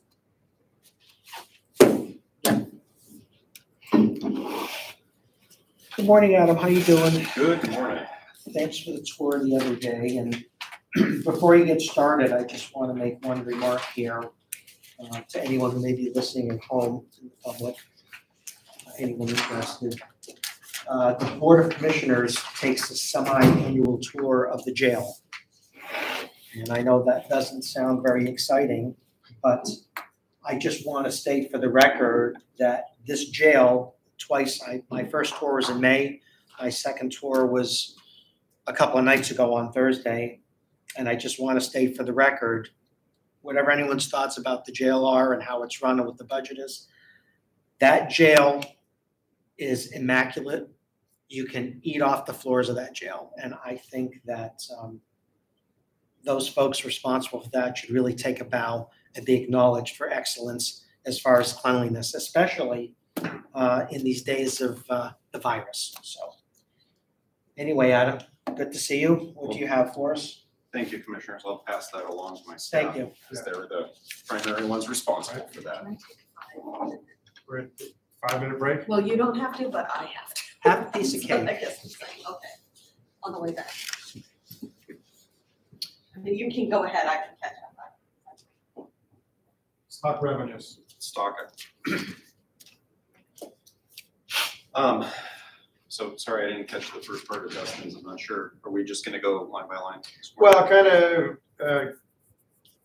for those departments that have revenue stock, if there's a specific line that we need to, our attention needs to be brought to, bring it to our attention. Yeah, they're fairly straightforward. Obviously, Yeah. these are always a shot in the dark of what we're expecting in terms of inmate population, what type of, how many people we're gonna be able to have out on work release, how many people we're gonna be able to have out on electronic monitoring. Right.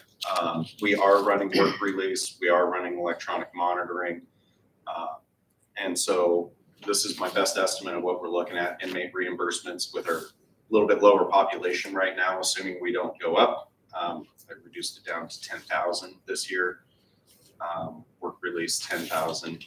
Telephone commission, the contract, it's very small. We do get a little bit. Just in very odd circumstances do we actually get telephone commission. Most of that has been contracted away over the years for in lieu of paying for the equipment. We just have taken a reduced commission. Inmate garden program, I have a nominal amount there that we're hoping to make this year. With the program starting up this last year, we are confident that we're going to be able to get onto the ball and get things planted a lot sooner this year. We're not waiting for our greenhouse recovered. Electronic monitoring, that's pretty straightforward. Commissary income, commissary prices have gone up. I imagine we'll be close to this number next year. They had a very significant increase due to the supply chain issues. And even though the prices went up, the demand hasn't gone down. So, and miscellaneous income, this is just a category of, sometimes we have 91A requests and we get Social Security payments for inmates in custody. That one's kind of hard to predict. It just depends on the year. And the grants? Currently there are no grants. No grants available. Are there any in the pipeline, Adam? Not that I've seen. There are a couple of like opioid type grants that float out there, but they're usually for new initiatives. It's not to support programs that are already existing. And we have quite a few programs that are, the core program is something that we already do. No, we haven't seen it.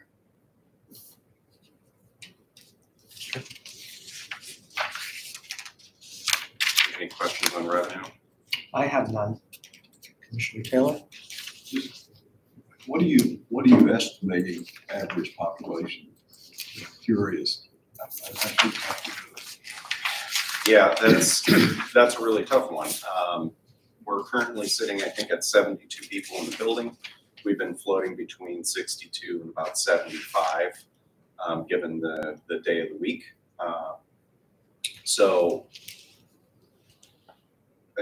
For budget calculations this year, I used 70 people. We just have not seen the movement in the courts yet, and I haven't gotten any, great news, next month we're gonna be rolling again. So 70 is what I use to kind of calculate this out.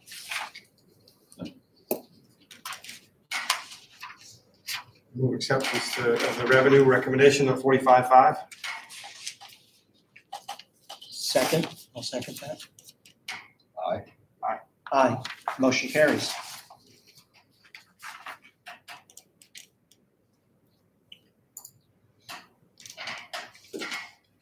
Okay, so full-time wages, the county administration calculates out for our full-time wages. Obviously, the big reduction this year is because we don't have the nursing staff is now part of Prime Care, so that money came out of that budget. And we had a little reduction because our program director is now a correctional lieutenant, which was at a lower rate. The one thing about my one request this year in terms of positions is I am requesting a new correctional officer position. And the reason I'm requesting that position is currently the way our schedule is set and is that we rely upon about 60 hours a week of part-time help. Those are holes that are in our schedule when we're fully staffed and no one's on vacation. So we're actually short about, if we were to replace those positions, it would take us a little over 2 full-time positions to cover that with vacations and sick leave. The problem with relying upon part-time employees, as we all know, is they don't have to do those schedules. And I very much appreciate the commissioners recognizing our part-time correctional officers at the last meeting and making it easier to retain those people to hold these positions. But it does create our schedule is short on those 2 positions. So instead of asking for both of those positions this year, what I'd like to do is incrementally get us up to a staffing level that we should be, where our schedule is filled with full-time people and we're using part-time people to lower our overtime and fill holes when we have vacations or extended sick leaves or those types of situations. So this is for one full-time correctional officer to help supplement that schedule. Adam, what's the net cost increase to your budget annually if this hire were to be made? For one person? Including the benefit package. Okay, the wage number is,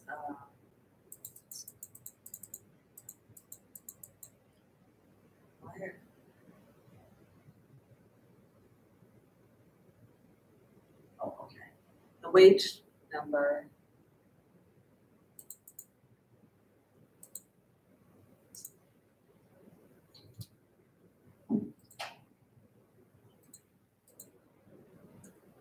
Is $39,035.13.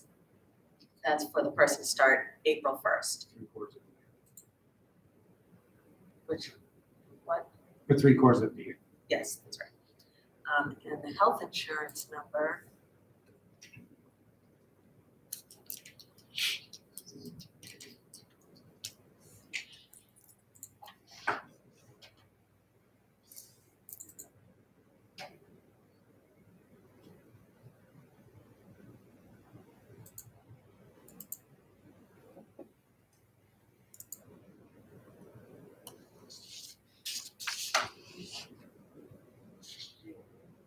It's 28,000.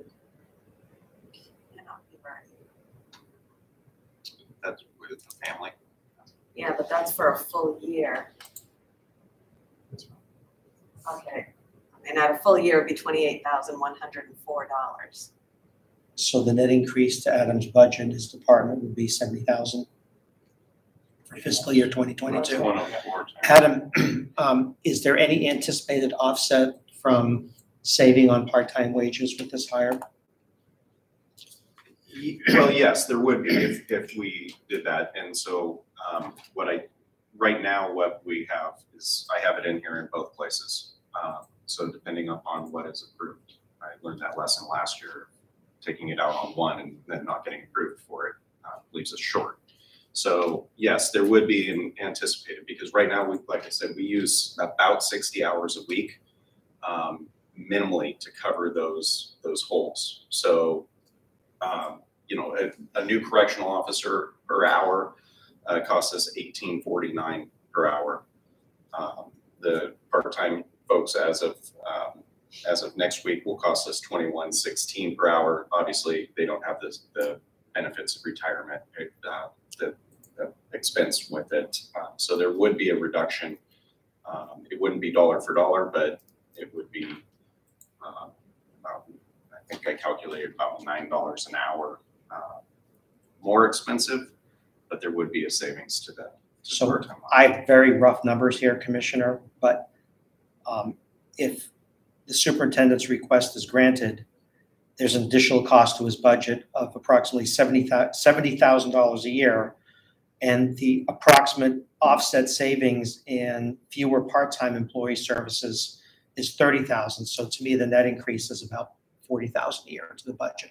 These are very rough numbers, and I could be wrong, Deborah, and always check my arithmetic.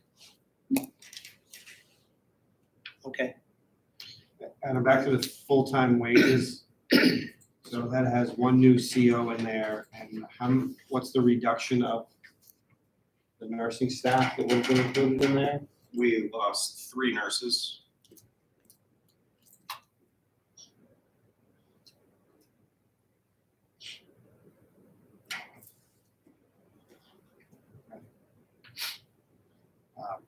Before we go too deep into this, I mentioned at the first department meeting, and Commissioner Spanos mentioned it to Dustin, is we're going to need a narrative to explain a lot of this.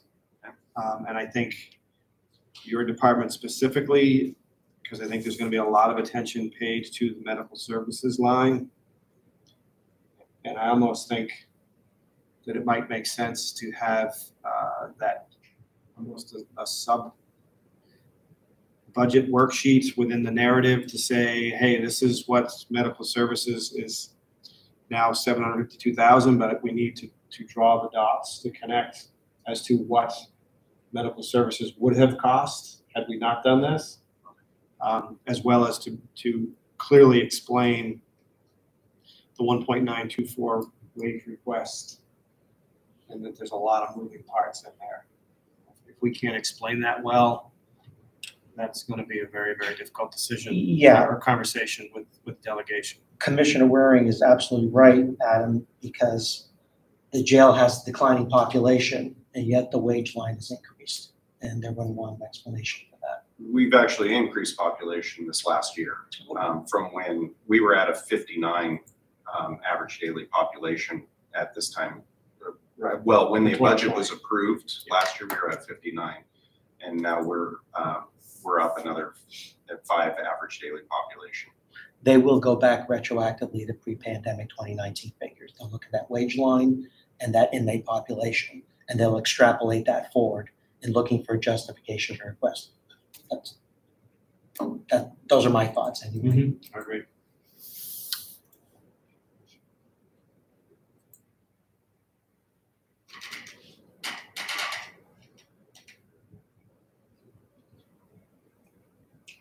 If I could suggest. Please, I think Commissioner. this narrative idea is a great idea. It is. And It what I is. would do is I would start each section with the narrative, where they read the narrative before they even look at the numbers. Absolutely. And the narrative tells the tale. Right, because when medical services was contracted into one group, we pulled from probably 8 different budget line items. So, And you did this work already, you have 2022 yes, projected. which I did for the Correct. commissioners. Correct. When I did that, so I can update the numbers and show that.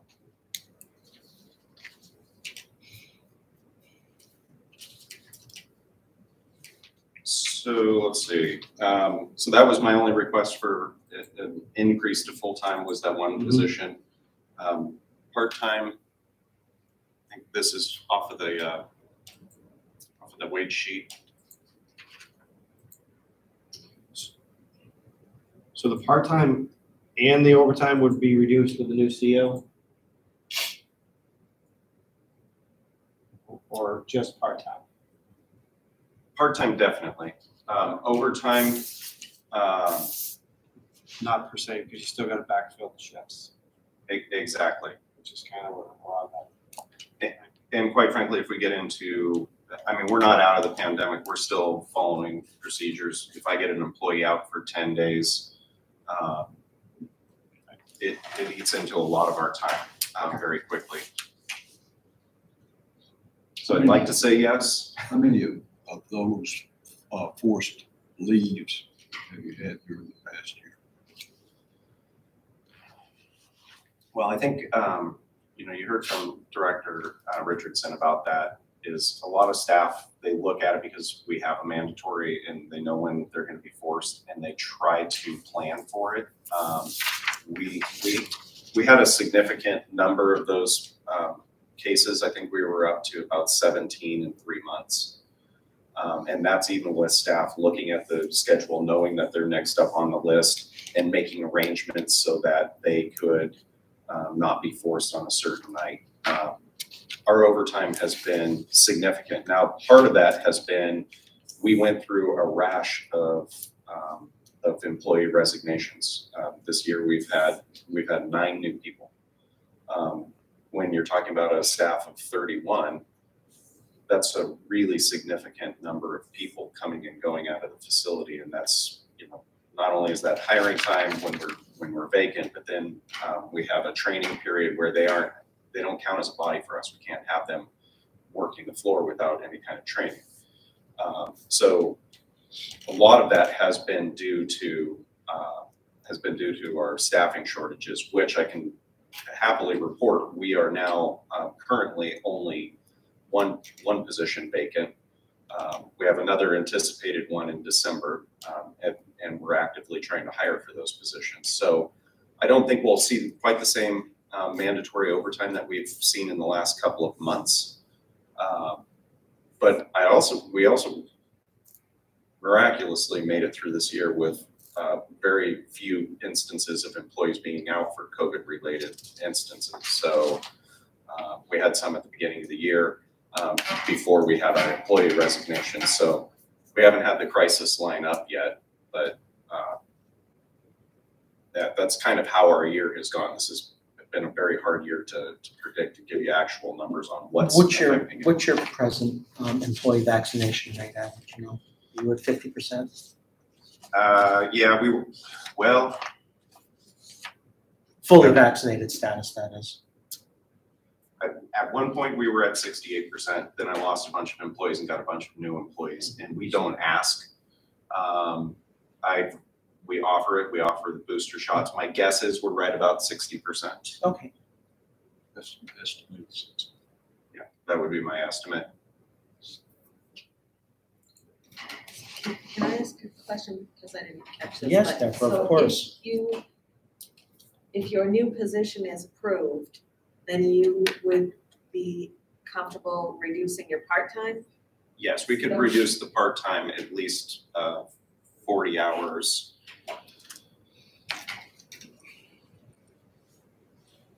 You sure it's part-time or would it be overtime?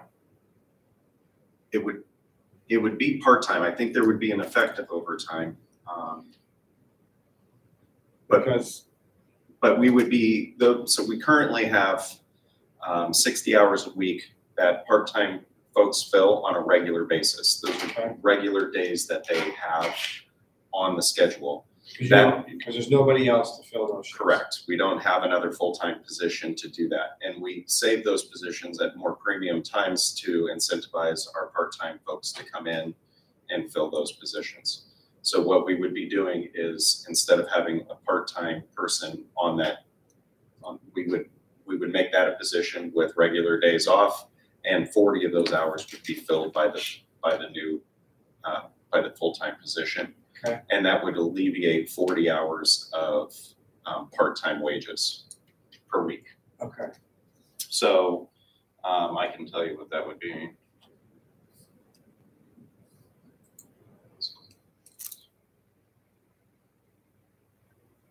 Yeah, roughly 40,000 hours, or $40,000 of our part-time wage line would be converted to Okay. a full-time position. Adam, apart from the monetary aspect of a new hire and the commissioners accepting a proposal, submitting it to delegation, and going through that process, if I put my superintendent's hat on just for a moment, I'm playing devil's advocate here. You make a new hire, full-time hire in your department, and you do away with probably 2 part-time employees. They would have reduced hours because we still would have holes. We'd still have 20 hours a week of holes. So our part-time employees wouldn't go away. They just would go from 16 to, say, they'd pick up 1 shift a week instead of 2. One consideration I would have is if you reduce their hours to the point where they probably seek other employment, you make a new hire, you get up to a really good start. But as you know, there's really high turnover in your department, obviously. After 6 months, the new hire washes out. To staff temporarily until you find an adequate replacement, then you have to bring 2 more part-timers aboard. It could leave you even more short-staffed than you are now. I'm just playing devil's advocate here. It could. The other aspect of opening up a full-time position that is beneficial to the organization as a whole is, like I said, we currently leave those positions open at a premium time, which means that the current staff doesn't have an opportunity to come to day shift with decent days off. And by opening that up to full-time staff, it actually benefits the full-time employees. They have a new opportunity. There's movement within the organization, which breathes a little bit of life back into what can be stagnant at times. This year has not been stagnant. That has not been our problem. We have had movement all over the place. But in the past, with so few positions and so few employees, people can end up on a graveyard shift for years and years and years with no hope of changing to a more regular sleep pattern. So yes, we run the risk on the part-timers not being available, but I do think that it would be beneficial to employee morale and the movement within the organization. So right now, we are presenting a budget with the full-time position in there and leaving the part-time also. Well, we're taking 40,000 off. I feel we should take some amount out of that part-time line, just to say, this is what I want. And I realize if they don't give it to you, then you need to ask to add it Then back. we'll need to ask to add it back. And whichever way the commissioners feel I put it in there in both aspects because, like I said, that was my experience last year, is if you don't ask, then one gets cut and then you're in. Right. They were good at taking out, but not adding back. So you're talking optics here, Deborah. Yeah, I don't know what's worse because then are you gonna say if it's going well and they're approving the part-time, full-time guy, okay, now you can take the money out of part-time? I don't have a problem with doing that at all. This goes back, Adam, to how carefully worded your memo at the suggestion of Commissioner Waring needs to be. And it has to be very, very, you have to make a very convincing case. Not just for us, but obviously for the delegation at large. Just because that $40,000 is a big number. Leave in here. I think we should take it out. That would be 194 I think we over. should take it out of this presentation. I think there has been suspicion in the past of us, quote unquote, padding our budget, and we've been pretty straightforward and forthcoming that we don't do that. And I don't think, in the spirit of things, we should leave it in both places. It should be one or the other. So I think With the superintendent saying that he thinks he can save 40,000 out of that line, I mean, I think we should take the 40,000 out. You seem pretty confident on this, Adam. Yes, and like I said, this is just going off of my experience last year, and I don't want to leave us short, because if we don't get approved it, we will be short. your observation of the experience is correct. Yeah, that's agreed, Deborah. Yeah. Unfortunately, I don't think we can change that, but.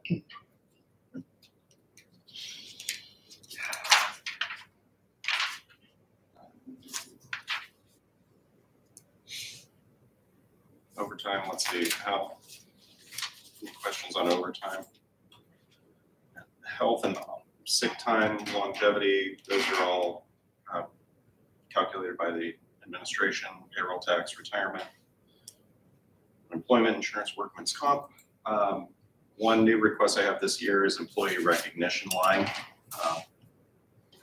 And the reason I'm asking for that is this year we've had several significant events that employees have had some just outstanding work.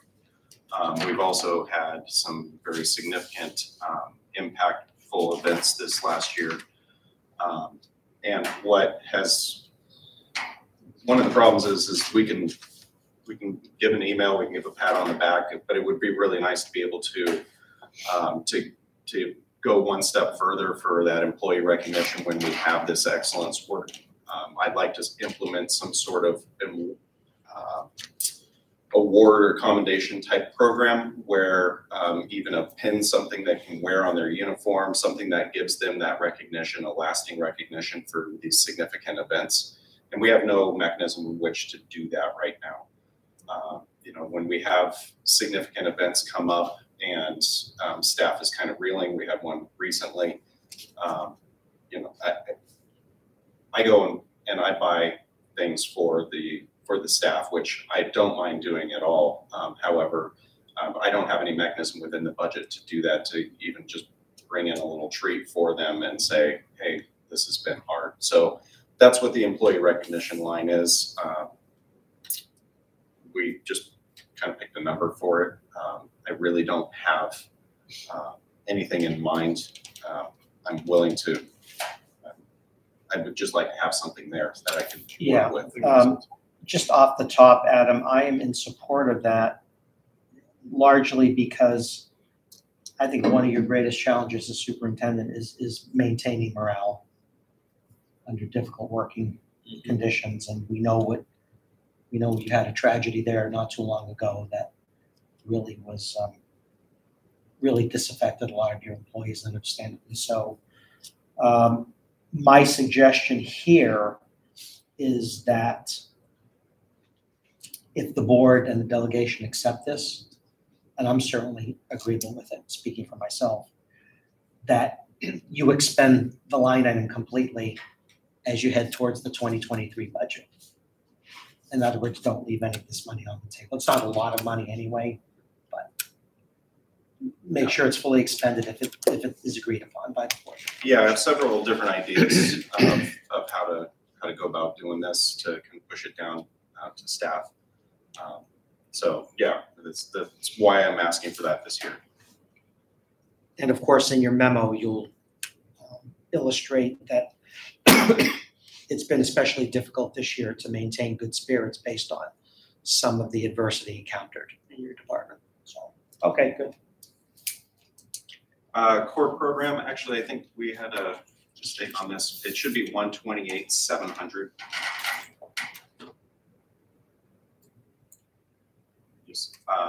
That's the contract that you just approved this last Thursday. The first year of that contract would be 128,700.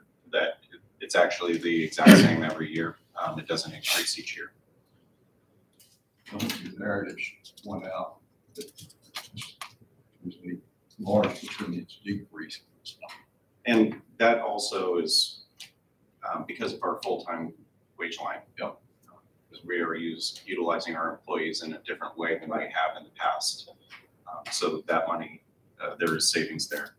And just to bolster Commissioner Taylor's remarks, you're likely to get blowback on the efficacy of this program next year, in which case, in your memo, my recommendation is that it be a pretty firm rebuttal to any criticism of this program, and in your own words, a justification of why the program is effective and necessary.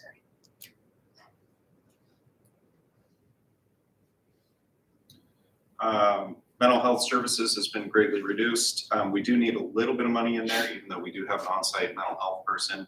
And this is for IEAs. Our mental health folks can't do that. It's a conflict of interest. These come up rarely where we have to contract with Lakes Region Mental Health to do the assessment. So this should be more than enough to, well, assuming we don't get 5 or 6 of them, this should handle our need there. Chaplain services hasn't changed in 26 years. $3,900 is the stipend for the chaplain. Barber services is a new line item. This used to be included in medical services. That's where I don't know. The barber has to come in. It has to be a licensed barber that comes in to cut hair. That was paid and was done through the medical services line. So I broke that out of the medical services line because we do not have that line item anymore. A lot of these are reimbursed via inmate reimbursements. Okay. So if they're indigent, obviously we provide the service, but if they have money on their account, we charge back the full amount. And that is in the revenue line. That one is the under inmate reimbursements. Haircuts fall under that. Commissioner Waring, would it be possible to not have that as a separate line item for maybe obvious reasons and put that under a different column, or is that not doable? Yeah, I mean, I don't hear it Because I suspect that would be a lightning rod. Yeah, I mean, but I certainly understand why he's pulled it out. And I don't understand why it was part of medical services before. But that's just an odd thing. And I really think, I realize the frustration the delegation expresses, but I think we have a higher calling, which is to have correct accounting and better descriptive accounting for the public. And I think sometimes, and quite often the delegation has recently asked us to add new line items for things. Okay. So I do think we shouldn't hold back doing the right thing because they don't like it. I guess that's all I would say about that. Then put that line about a higher calling in your memory bank for when the time comes. I mean, the only other place that it could possibly go is in inmate supplies, right? Because that's lines up with, that's where your commissary supplies go, right? So there's revenue offsets to inmate supplies. There's revenue offsets to. No, inmate supplies is more toilet paper. Okay. So where would To purchase the commissary goods, where's that? We don't purchase commissary, so commissary is ordered directly by them, and then we receive a Okay. commission. So in essence, that's outsourced and we just. Yeah, and this is a contracted service. There's a licensed barber who's been doing it for probably 10, 15 years. He charges $6 a haircut. You know, and I think probably the thought behind putting it under medical services is it does boil down to health and sanitation. You know, making sure that they it reduces the chance of lice and. Oh, it's perfectly, eminently sensible. We're just trying to Yeah, and so. put you on the defensive as little as possible. So clearly this year, it made no sense to have $2,700 left in the medical services line that is no longer exists. I'm wondering, I mean, it historically has been part of medical services. And if you stick the, what is it? 2745. Yeah, put that under what is now a blank line next to the medical services contract. You could indicate that this is historically a medical service that is not covered by the contract. This is all that's left. So that line is still alive. I mean, I don't think that's a dishonest. In fact, in some ways, it's a better explanation of why it's there. I mean, it is a hygiene issue. Look, it's a small thing, Adam. Yeah. I mean, we've got a million things to go through here, but it could potentially set the wrong tone going forward in your presentation, your end of the budget. That's all I really have on it. So it's just something to keep in the back of your mind. Deborah. Yeah, and there are many accounts you'll see, because we're thinking, what is the best way to explain what the county spends its money on when we prepare the chart of accounts, conforming with the state recommended chart of accounts, and not necessarily, usually the guideline is $500. If he's spending less than $500 on something, then it probably doesn't warrant its own account. If it's gonna be an ongoing expense that is more significant, then it might be worth identifying it clearly going forward. But if it turns into a political discussion, then honestly, say the word, we'll do what we need to do. But we're presenting it, I think, the way it really is best presented.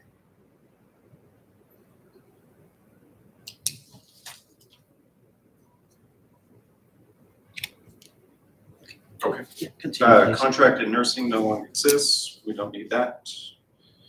Telecommunications, these are the cell phones for pretrial services, community corrections, the stipend for myself, and then the phone service for the jail. Cable services, it's our portion of it. I believe we piggyback off of the nursing home cable bill. Postage meter and fax, we haven't put any money into this. There's a surplus in that account from many years back. Software support is a new line item, as we never had anything like this, but pretrial services was using, it was being paid for via Restorative Justice's software. And the long story short is, when they were using their program, that it didn't suit our needs, because they were unable to customize it without messing up Restorative Justice's data. So we moved that over to our budget, and so software supports a new line. It's an online based $50 a month program where they track all the offenders. Medical services and supplies is now zero. Contracted medical services, this is the Prime Care medical contract, and that includes all of our nursing, doctor services, mental health services, medications. This is an all-inclusive number. It's almost doubling. Why? It actually is. Because we started this year in June. All right, okay. Makes sense. MAT is zeroed out because we do not pay for MAT clinical services separately. It is part of our medical contract. Custodial supplies, this is what keeps our floors shiny. This is so far we've been doing pretty good. We haven't seen a huge increase in this cleaning supplies line item. Jail planning and inmate labor, ones we have not used for many years. Temporary inmate housing, this is when our facility gets full and we have to contract out with Carroll County, Rockingham. We have gotten a reduced rate. I haven't asked for a while, but typically we pay about $40 a day per inmate when they go to one of these other facilities.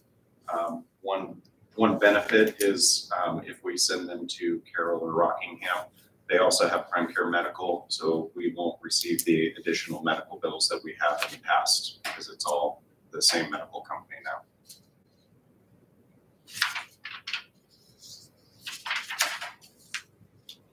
Laundry services hasn't increased. Dietary services, the dietary meal rate has gone up. I think we're paying $2.65 meals. What this is calculated, we're basing this on a 70 inmate population. And then a little bit extra for training events, staff coffee, that kind of thing, staff goods, coffee machine. Electrical equipment repairs, this is a line item that we use for maintenance of the radios, our portable radios. When one breaks and it's repairable, this is where this comes out of. A lot of times we don't use this line item. Sometimes with those electronics, it's not real common that they break in a way that we can repair them, unfortunately. One request I have this year for something new is the electrical equipment repairs and maintenance. This line item is for our video surveillance system. We have two needs that are needed this year. One is our door lock server, that all the door locks are electronically controlled by a computer. That server is not being supported anymore as it isn't a Windows 10 based. We can no longer get updates. There is only one server. If it goes down, we can't open the doors of the facility. So unfortunately, this is going to need to be a server upgrade to Windows 10. They are going to be able to utilize our existing equipment and give it an upgrade as a backup. So if we do have the server go down, we can plug and play a new server and get our system back up in a matter of a couple of minutes versus having to wait for a tech to come out. So that's a $7,526 server upgrade to the door locks. My other request this year is to put in some additional monitors for our video surveillance system. One thing that we rely upon heavily in that jail, because we do not have any direct supervision, they're all very small units, we rely heavily upon those video cameras within the units to, in between our rounds, to monitor for medical issues, fights, those types of things. And currently, there's master control, and then we have one monitor. We have an additional monitor in the sergeant's office. This would be to increase the number of monitors in the shift supervisor's office so that as employees are in these offices, we have the ability to monitor more people monitoring the cameras more of the time. It will help us just having more eyes on people that, you know, and the goings on versus the master control, which you've all been into, where there's 4 screens with 45 cameras on them. It's very difficult to pick up everything that's going on. So this would be to put strategically placed monitors in these staff areas so we have more monitors. Adam, how old is the present video camera system? Do you know? It was redone when they built the community correction system. So that was 2017. 75, 4 years? Okay.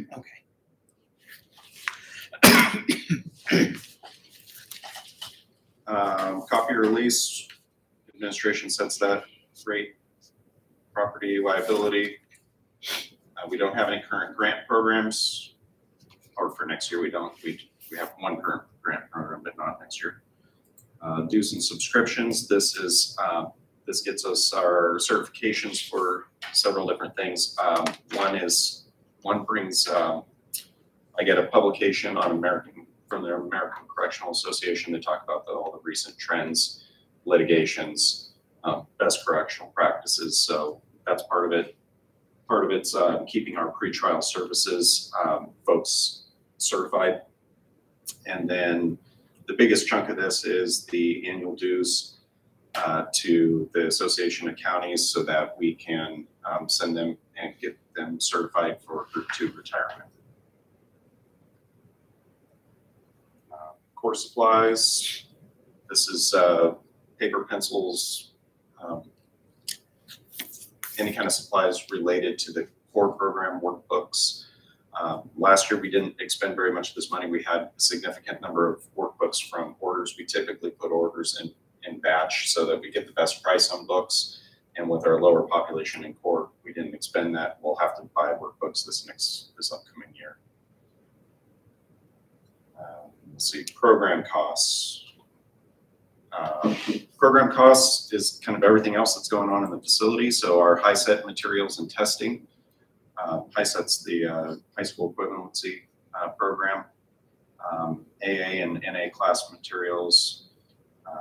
We would like to restart the parenting classes. We think that's a valuable program to help these folks with their parenting skills. We have a little bit in for work release expenses occasionally. Inmates need work gloves or work tools to go out on work release. And what this was added for was the ability for us to purchase that item ahead of time so that they could get out on work release. They have the proper tools and then they reimburse us via inmate reimbursements. Lead paint removal and ServSafe, those are certifications to try to get people some basic job skills so that when they leave the facility, they're more employable. Employment is one of the very, very large things that we can do to help reduce recidivism. If they have a job when they go out, they're less likely to come back to us. It's too bad we can't offer an LNA class. I'm pretty sure they won't qualify for the license. But, And am I correct in that in the past, some of these programs were covered by the grant? Grant funding for some of these? We had a grant for, there was a technology grant when I first came in that had just expired. There was a long running grant that that no longer exists. Yes, some of them, yes. The current grant we have that we're spending money was a poetry grant. And that none of these classes would have fallen into the, actually, I take that back because we got creative with the poetry grant to use that money this year, and we combined the arts with the AA and NA classes. So as part of their group sessions, that they're also utilizing they're utilizing that methodology in those programs. So, but yes, some of these were. This is significantly reduced from the request from last year. And those were state programs that, for whatever reason, the state decided not to continue. The Department of Education. Yes, right? That's the ones I'm thinking of. Yeah. Yeah. That are just discontinued. Yeah, I think we had been getting it for I think a long time, and then they just discontinued the programs. Okay. Contracted physician services is no longer there because that's what we used to pay our doctors under. General operating supplies, this is kind of the catch-all for all the other stuff that we have. This is our urine screening devices, gloves, housekeeping supplies. This is where our medical evaluations and drug testing for new hires comes in. I do have a request for a new intoximeter this year. We have one, and what that is it's an alcohol screening device so that pretrial services, when they're meeting with people, because they're primarily meeting with people in the field, that they can especially when they have somebody who has no alcohol clause, they, instead of having to bring them all the way back to the jail, which kind of we have to voluntarily ask them to do, they can tell us no. They can say, hey, here's the meter. So this is a handheld meter. How much is that meter, Adam? The Intoxilaser, the new one, oh, I'm sorry. I put that under new equipment. Say, shouldn't I? It's Getting under all new uptight about equipment. that. I apologize. This is for the mouthpieces and calibration. So we, like I said, we currently have them. We buy the mouthpieces in bulk. They're a single use. And then we have to calibrate those machines every year. So that's what this is in here. Is compliance to the test compulsory or is it voluntary? Yes, it's part of the program. So for pretrial services, work release, electronic monitoring, we also test everybody who comes in who's brought in on protective custody holds for intoxication. That way we know when they're safe to be released. So that's what those devices are used for. It's likely the 9 other counties have this device? Oh, yeah. Yeah, okay. Yeah.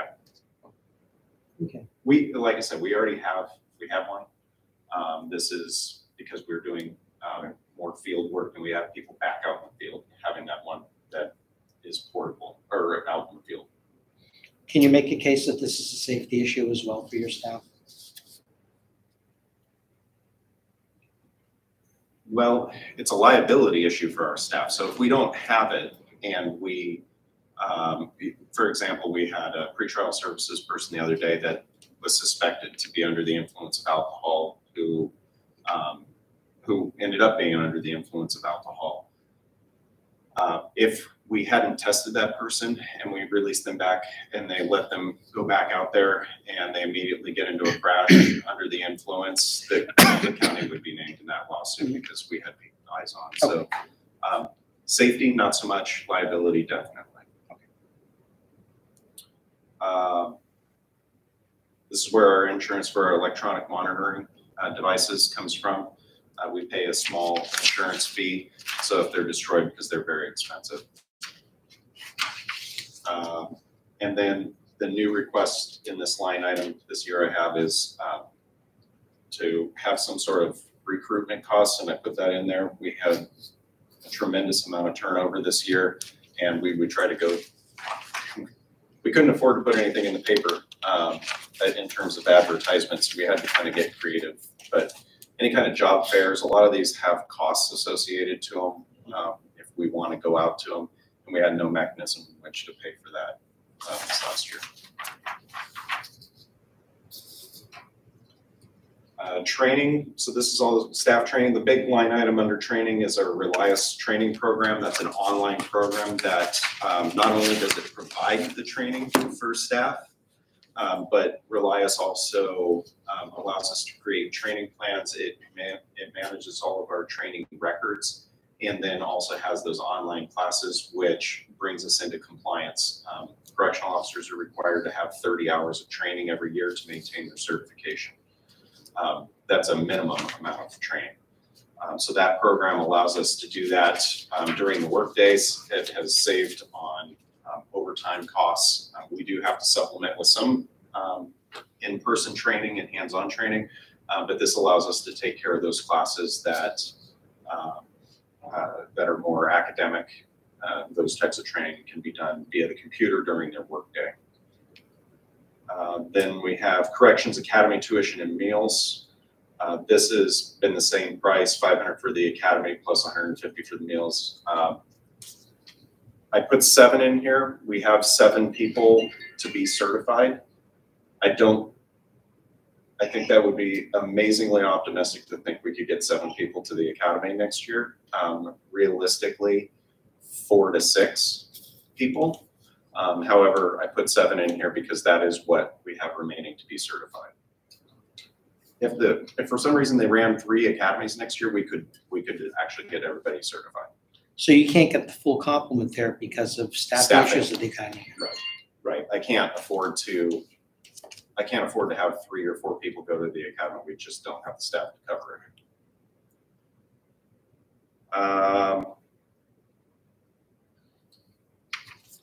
So with the next kind of block of trainings, these are, I And I realize training is not something that's popular to be funded. And what I said last year when I was here asking for training money was, I have no idea what some of these training courses will entail. I have no intention of sending anyone to training that I don't feel is valuable. And certainly I have no intention of sending somebody to training as a vacation or at a high dollar amount. We always look for free trainings through Primex and those types of courses. However, there are training conferences that come out, but again, I don't know what they are. So these are best estimates of ones that may or may not come up during the year. And so I'm asking for the money to be available for these conferences, should they come up and should they be valuable. This year, we did not send anybody to any of those courses. Quite frankly, I looked at the schedules and I didn't see any value to them. CPR certification, it's a biannual certification, and this is the year to do that. It's $32 a person to send everybody through. Taser instructor course. If we have our own Taser instructor, we do. Our Taser instructor needs to be pre-certified. That prevents us from having to pay an instructor from another county to come in and teach the Taser courses. So that keeps our in-house Taser certified instructor. And then the last one is the addiction studies. This is to maintain CCO Irving's LADAC certification. I put it on here, but she has received a scholarship for this every year, and we have not paid for it. However, I can't count on that. Any questions about training? Uniforms, that's pretty straightforward. We provide uniforms for the correctional officers, boots, pants, their polo shirt, the Class A when necessary. This is sufficient to get us through the year, even with how much staff turnover we've had. It didn't change from last year. Safety and ammunition supplies. This is our OC spray or pepper spray, and our Taser cartridges and training supplies for Taser. We have to annually train with the Taser, and those cartridges do expire. OC does expire over time, plus we do occasionally use it. Actually, we use both of them occasionally. So this is our replenishing our supply. Don't believe there was any change to that this year. Travel reimbursements, there was no change to this one. We're down to one vehicle. So anytime we send somebody to the academy, they have to use their personal car and the county reimburses. That's where this reimbursement comes out of for those travel costs related to training. Office supplies hasn't changed from last year. This is our just papers and pencils and that types of thing for the jail. The postage is the postage meter rental and ink cartridges for the meter, not the actual postage. That just keeps our machine. Gasoline line item didn't change from last year. Inmate supplies. Inmate supplies is everything that goes towards the inmates. So their footwear, their bedding, mattresses. You can see the laundry list of things here. Laundry bags, shower mats, coats, hats, blankets.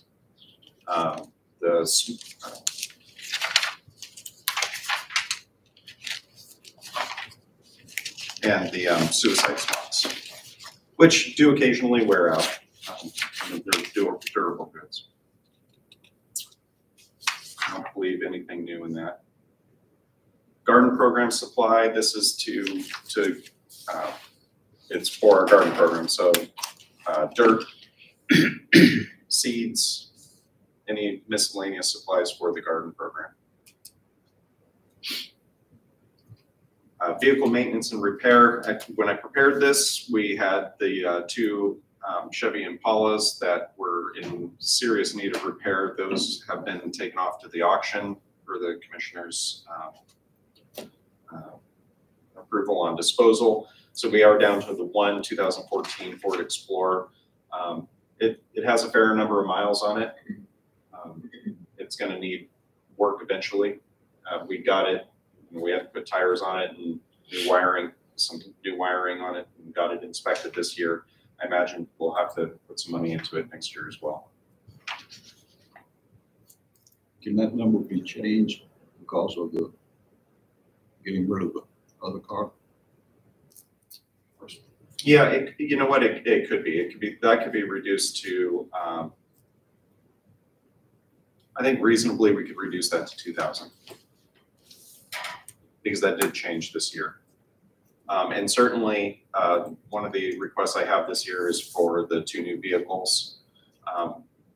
You know, my thought was from the ARPA money, and if that's the case, we would need a minimal amount of money because they would be new vehicles that shouldn't need any sort of repair other than your basic maintenance. So yes, I think that could be reduced to 2,000.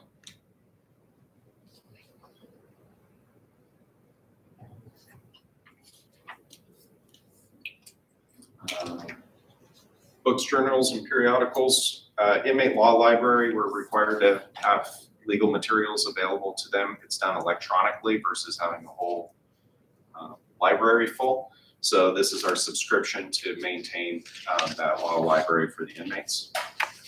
And then there's a subscription to the law reporter, which again actually provides much more in-depth legal opinions and the case laws that are coming out regarding corrections across the nation.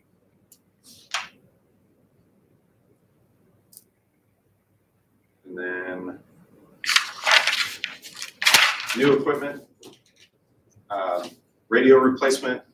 I'm asking for 4 portable radios. They're quite expensive. They're about $900 a piece. We do our best to take care of our equipment. But they do occasionally fall, drop, break, or just stop working. And so on average, we lose about 3 to 4 a year currently. They are getting kind of old, so that's a replacement for that. Inmate food trays. This is a purchase that we make every couple of years, and we buy in bulk, so we get the best possible price on them.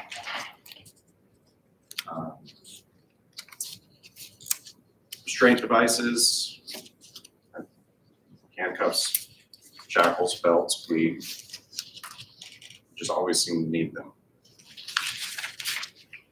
Duty belts. Let's see. One new request this year is the additional. I'm asking for 3 additional tasers. Currently, we have 3 tasers within the facility.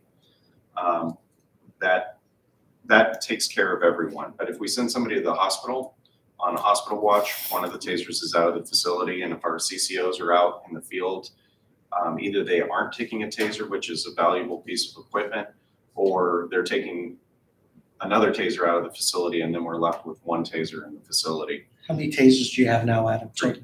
3. 3. And you're requesting 3 more? Correct. And so then we can outfit. In pretrial services doesn't carry a taser, but it doesn't mean that they don't come across people that aren't happy to see them.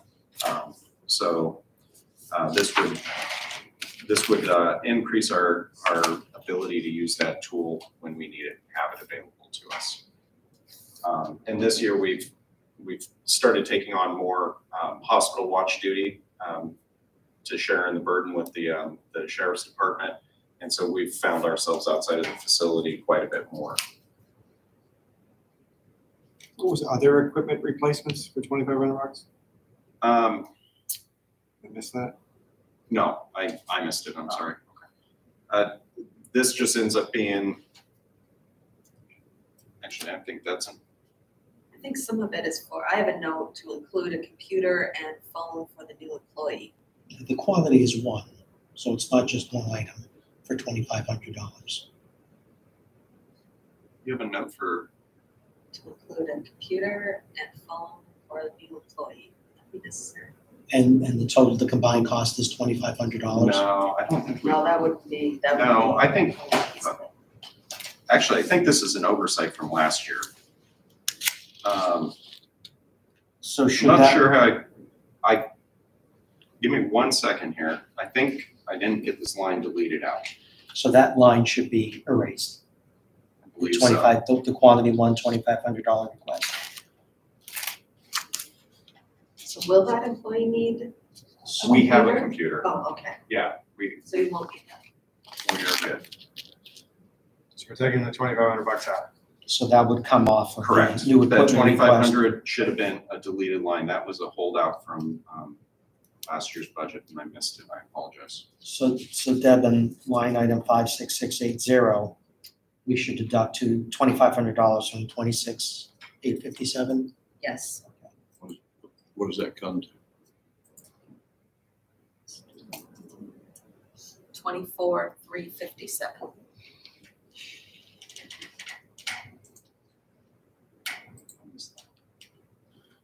Inmate chairs. It's exactly what they are. They're chairs for the inmates. These are kind of a hard, supposed to be durable, non-breakable chairs. They do break over the years. Every couple of years, we have to buy a supply of these chairs. And we buy them in bulk so we get the best possible price, and then we store them until one breaks. So that's 40 chairs you need? Yeah, 40 chairs is like one of the bulk pricing rates. It's the lower bulk pricing rates, and that'll last us probably 3-4 years. So you must break 5 or 6 a year, right? Yeah, Maybe more. we have some large inmates, and then we have angry inmates Yeah. occasionally. And we do, when the inmates actively destroy them, if they break something in the facility, we charge restitution for that. So we do regain some of that money, but they do wear out over time, just like any other good. And like I said, we have some large inmates that we've watched them sit in the chair. Adam, when an inmate breaks any equipment or property at the jail, Mhm. and you request restitution, I'm guessing the collection rate is what, 50%? I mean, is it even that high?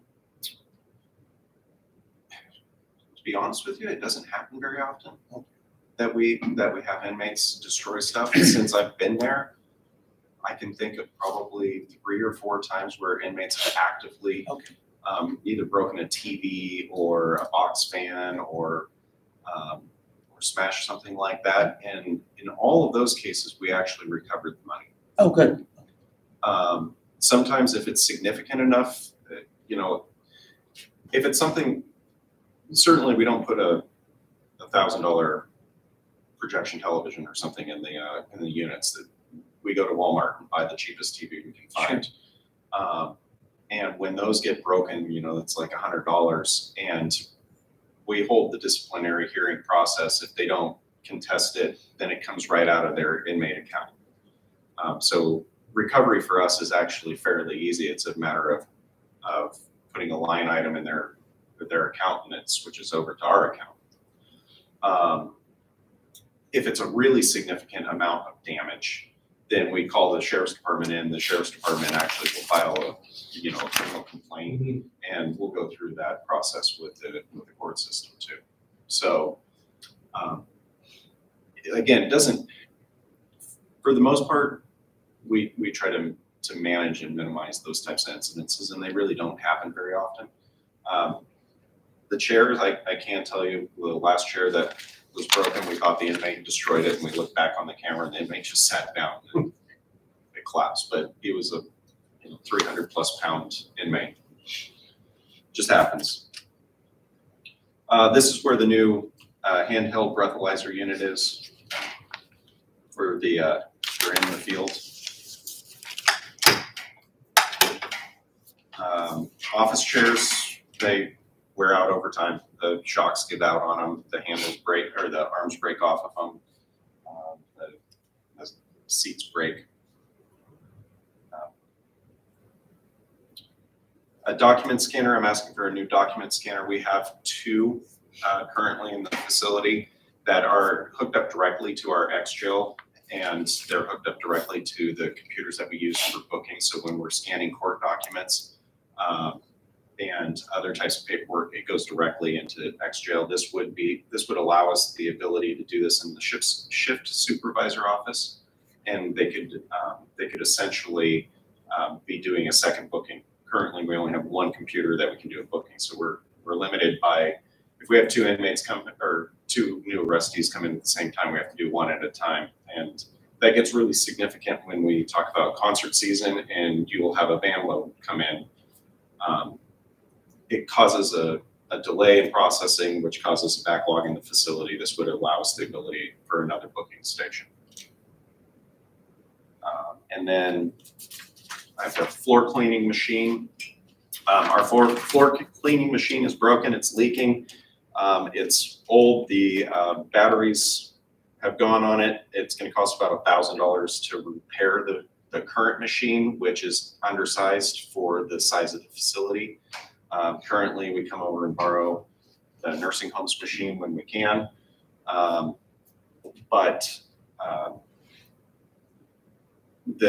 We need a new machine. Do we know how old this machine is? From what I understand, it was purchased with the upgrade to the facility. So it's 4 years, 3 years? Yeah, they're coming up on 5. It's 4 years. It's at least 4 years old, coming up on 5. And its purchase price was probably a few $1,000s, at least $3,000. Correct. Yeah, so it's gonna, it was estimated about $1,000 to repair the current machine. But you can see the difference when they use the old machine and they do the floors, and then they would come and grab the size machine that's necessary for that facility. It is a world of difference.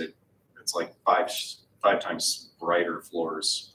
So this was something that I put on the ARPA requests because this is a one-time purchase. And then my last request for new equipment was a work crew trailer. So this is something that I would like to do in this upcoming years. I would like to, if I get more sentenced inmates, because I can only do this with sentenced inmates, what I'd really like to do is I would like to start kind of a daily work crew that goes out into the community and helps do some of the, just trash pickup on the side of the road, maybe some weed abatement. I mean, we were able to go and do that on the Saturday and help clean up and beautify the WOW Trail to the benefit of the community. What I'd like to start doing is I'd like to do that on a more regular basis, and then to have the equipment and ability to do this. So by the work crew trailer, it would be a small landscape type trailer that we would have a porta potty attached to so that there's proper sanitation facilities while we're out working. It'd be a place where it could hold the equipment like weed whackers and then trash bags once we're done with our project. It's something that could be pulled by the county van. It's not very heavy, but it would give us that ability. And I thought this would be a good use of ARPA funding, as it would be a one-time purchase that would not only benefit, quite frankly, it benefits the people that are in custody too, because it gets people out productive. You feel better about yourself when you actually do some work and make that positive community impact. Adam, have you factored in the cost of the maintenance for the portable potty, the portable toilet? No, actually, I have not. That's something you may want to calculate going Yeah. forward, because that's a fixed permanent cost.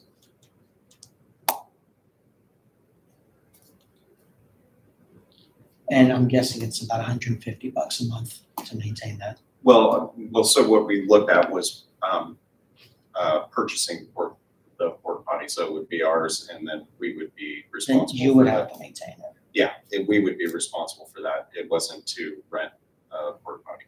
A job for the inmates, perhaps. Maybe. Taking care of your tools is part of the, Yeah, and that is a tool. and if you have to take care of your tools, then you're less likely to abuse it.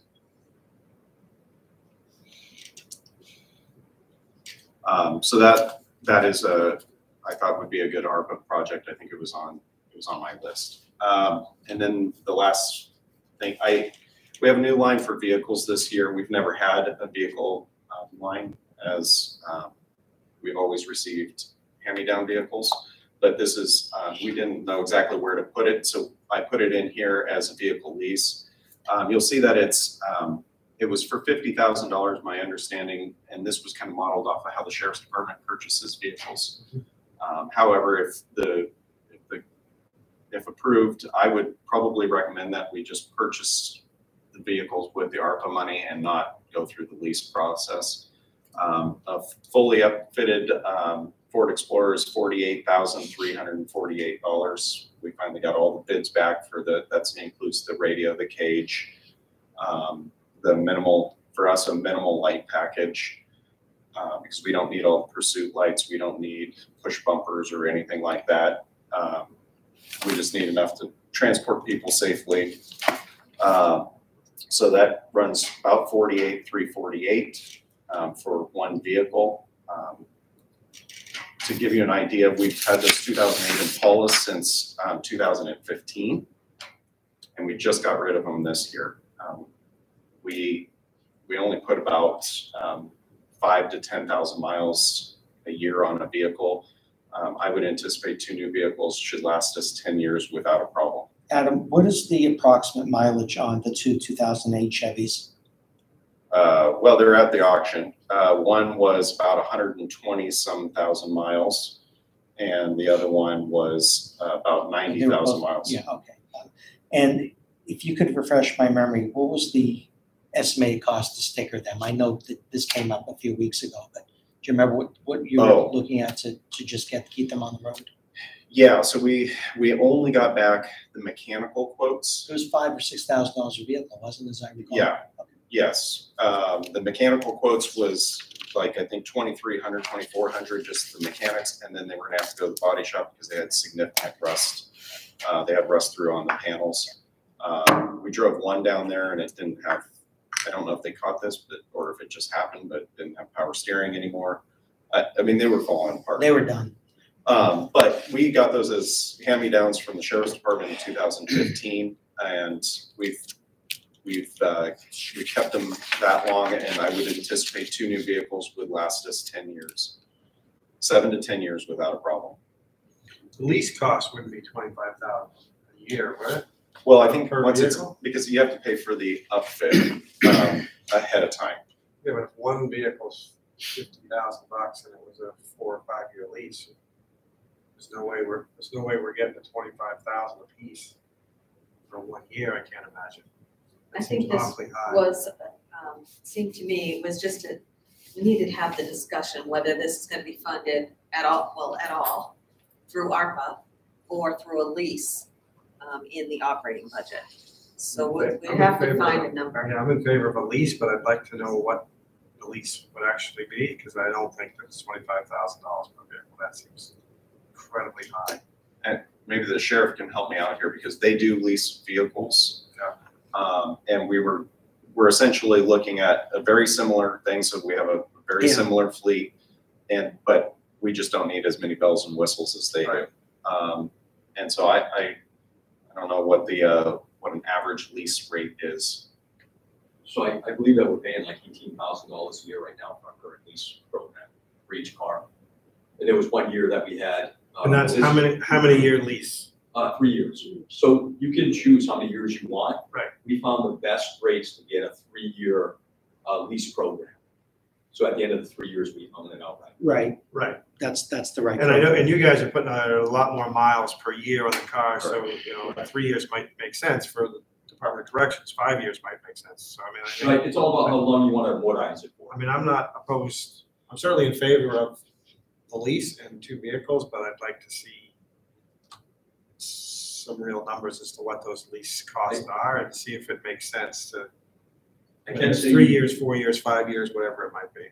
you do save the most amount of money if you purchase it outright. Problem is, you come up with it up front. Correct. So it's a bigger hit. Correct.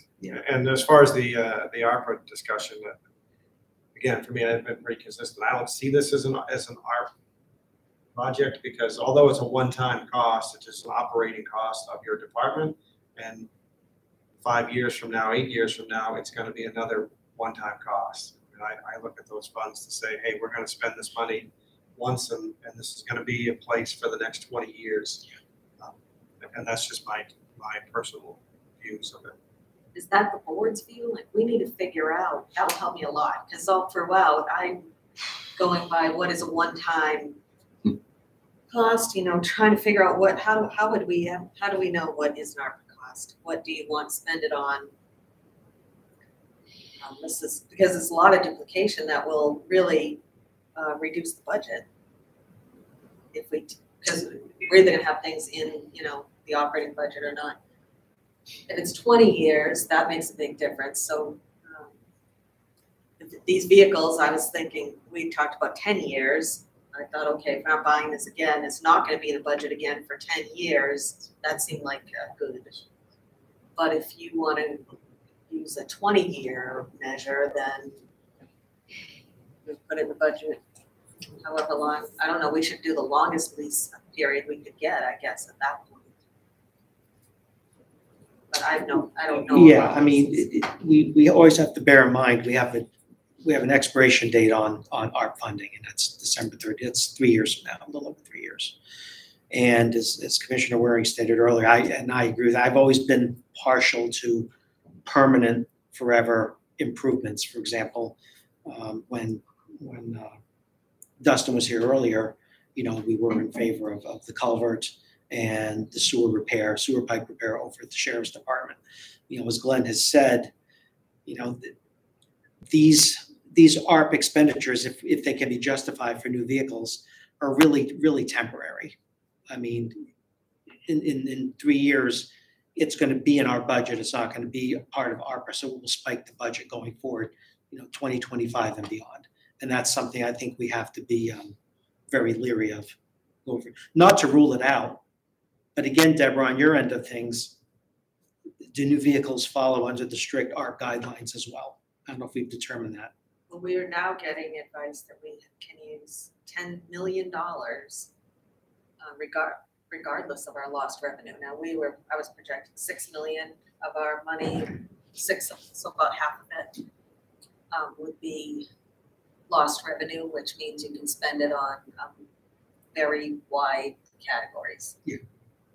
Now they're saying 10, so it that does feel gives like us they're wider- trying to loosen it up a lot. Yeah. They basically want the money spent. Yeah, well, we'll be sure and do it. What happened to the hand-me-down practice?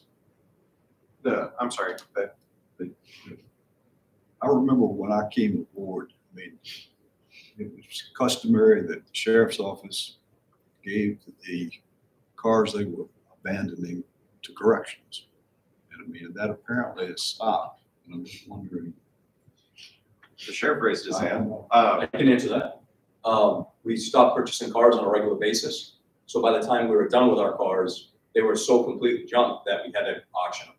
And case in point was we brought 2 Crown Victorias down to the auction this past year, was part of that. With a Joe, again, I did offer him to the superintendent. And of course, he did not want the lawn ordinance. So, but we did transfer 1 car this year to them.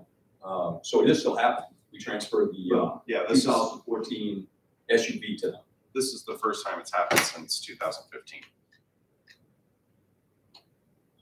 You just haven't had the cars to pass down really without. Correct. We still had Crown Vics online up until last year. I suspect that's a question that's going to get asked when this comes up. Just want there to be an answer for it. So how many vehicles will your department have if you get 2 new? We would have 2, or we'd have 3 total. But the one that was handed down from the sheriff's department's already at almost 130,000 miles. It's not long in your fleet. So that's your only vehicle right now? Our only vehicle right now is the 2014 that already has pretty high miles on it. Although you've given your budget due diligence, Adam, and I thank you for that, I think the board is going to need significant time to digest all of this.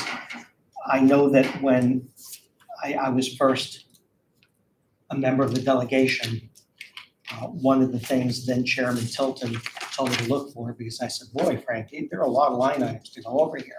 He said, Peter, look for the spikes.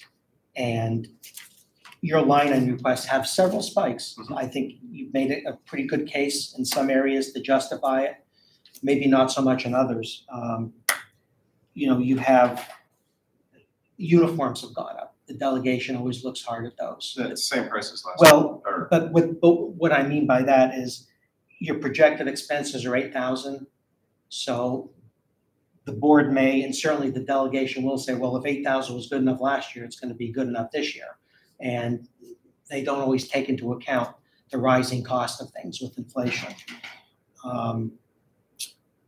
Items like, training, you're expending $10,000 for this year. That's projected anyway. It could be a little higher, a little lower. But ahead towards 2022, the training expenses request is almost 28,000. These are things that the board and certainly the delegation will take a very, very hard look at. So my guess is the commissioners want to do a much deeper dive on this before we. You are correct. Yeah, That's what okay. I was thinking myself, so And not I'm ready sure to- you expected I'm this. not ready to move. Yeah. That's all. And I don't think Commissioner Taylor is either. So, and I know you expected this. It's not unanticipated. So. No, and what I can say about training is we should be putting the money towards it. It has been historically, from my understanding, and at least from my limited, once going through this process, was decimated. So you can't spend money that you aren't allocated, but it is a necessary event. So I'm gonna put the money in there, and it might get cut back out. I realize that, but I'd be negligent if I didn't put it Sure, out of there course, saying, I absolutely. think this is what we should be doing.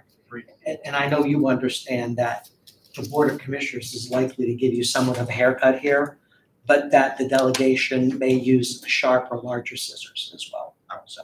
Fully aware of that. So for additional information to help you refine your numbers, Help us. I know that you're looking for the cost of leasing 2 vehicles, the first year cost of leasing 2 vehicles. And that's all I have. I don't know, there was no other. The other information that I probably would want for the next time we dive back into this department would be your narrative. Yes, very important. I mean, I'm inclined to be very supportive of everything other than I do agree with the police approach on the vehicles. And I do think you need to make a very strong case in that narrative. Right. I like what you're thinking. Selling it is going to be the problem. And just, again, just a final reminder, I don't want to be redundant with you, Adam, here, but, I was on a delegation. I know a lot of the present members. I think I have a pretty good idea of how they handle their business on that end of it. And they will look at something like, well, my uniform request is the same, it's 10,000. But they may be inclined to give you the 8,000 because that's all you needed for 2021. Please bear that in mind when you draft your memo. Yes. And some of that uniform cost because of your new people. Oh, yeah. That needs to be explained. Yeah, and we're not done yet. I still have 2 new people coming on, so we're not done spending money out of that uniform. And by new people, not new positions, Just employee turnover. employee Due turnover. to employee turnover. Which requires new uniforms. Right. Okay. And even if we didn't have employee turnover, uniforms wear out. They do, yes, they do, especially in your department. Very good. Thank you, Commissioners. Thank you. Adam, thank you. Very good presentation. Yes, it was. By the way, tell your wife how good this cake is. My God. It is excellent. Oh, It good, is- yeah. Well, It is fabulous. you know what? I mean, like I say, it's not like a diet item, but she really does, it's not from a box. She makes it from scratch. Her own mother's Well, accused her of using a box for that, and she should know better. Well, I kept looking at it and I finally had to get up and go over and get some. Enjoy it. I like a piece, but I gotta get some coffee to go with it. It won't hurt you, Hunter, I promise you. That's why we make a product go next door. Seriously, it'll take 3 minutes. Anybody else? You guys want coffee? Anybody else want more coffee? I mean, I do. I'll Okay. need more coffee, so Are thank you you. allowed over there? No. Over to the sheriff's office? Oh, sheriff's office, like Are you that. certified to run that machine, Sheriff? What's that? Are you certified to run that machine? Are you trained? Yeah, I think so. That's one of my. All right. He's just trying to get us to approve his coffee budget. The one that I cut out every year. So Deborah, we're always live here today at all times, even during the lunch break. Yes, I think, I don't know how to mess with this. It's okay, that's Okay, fine, I don't know how to turn it off, and she had such trouble starting it, I don't want to. because corrections will certainly require some additional time. Yeah. I think Shelley will, nursing may require it, probably will. Well, and they'll all, that's what I mean, how are you gonna finish today? If you weren't prepared to make decisions, then today will not be done. Well, we're good with Mike, we're I know, good you've done with some, Dustin. I think we'll probably, I don't want to jump the horse here, but Judy will probably be okay with deeds. Oh, yeah, that'll be. I think we'll probably be okay with Andrew, maybe, so we'll see what happens. We may need another Saturday. Yeah, I wish we could have done it next Saturday, but I won't be here, so. I don't know, let's see, Hunter, Saturday, this coming Saturday is the 14th, right? Maybe the 21st. Deb, do you have a calendar right there? I Our- Our next commissioners meeting, that's Thursday, the 18th or the 19th?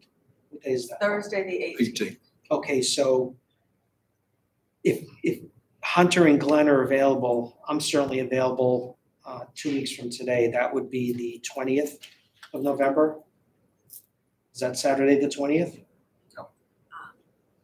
So probably we could knock off any leftover unfinished business in half a day. So we could do maybe 8 to noon, possibly, just, 9 to 1. or even 9 to 1, yeah.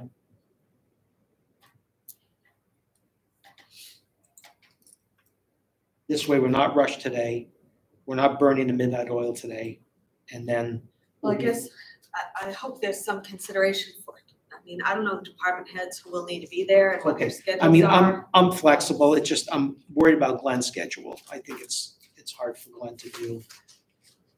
I don't know how you want to do it, unless you can fold it into Thursday's meeting, Yeah, but we'll have to go Thursday, the late. 18th, you were prepared to do that. I mean, Hunter had a problem with Yeah. that. We'll start. I don't think we'll have enough time. Oh, you think you need more I than think like we're 2 going- hours?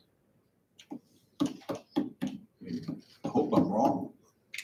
I mean, Yeah. if we could When start do we actually, we have to be done before Thanksgiving, right? Yes. before December 1st. Before Thanksgiving, because we have to produce all That's these right, copies that's and right. books and get this stuff out a week before December 1st. So, do we need the heads back to finish up, say, do we need Anna back for corrections? Can't we just decide amongst ourselves, or as a courtesy, he needs to be here? No, you can decide amongst yourselves. So why worry about the heads having to come on Saturday? If Glenn's Well, if you available, need a 4-hour meeting, I'm assuming you would, if it's just you guys deciding, if you hear everybody today, I think we have enough. I don't to know go. why you would need 4 hours to We make don't. decisions. So if Glenn's available, if Hunter's available, why can't we finish this up on 2 weeks from Saturday, on the 20th? Say 9 to 1. Okay, No, Glenn, well, you'd let us know if you can do it. I mean, I can do nights, I can do other days too, Yeah, but I know you can't. Well, I'm looking to see on the Thursday, the 18th, if I can. Start early. yeah, like obviously weekends are That's the the- least that could be a desirable. possibility. Could we start 3 or 2? Yeah, 2. I can do that on Thursday, Okay. the 18th. So Let's do that. Oh, So, wait a minute, so- start when? Start at 2 o'clock the on 18th. Thursday. Okay, So can we tentatively plan on that? And then yes. I like we'll that work so up much to, better. we'll work up to 5:15. We'll do our meeting. And then if we have to button anything up afterwards, we can, because I don't think you're gonna give us a heavy agenda Thursday, the 18th.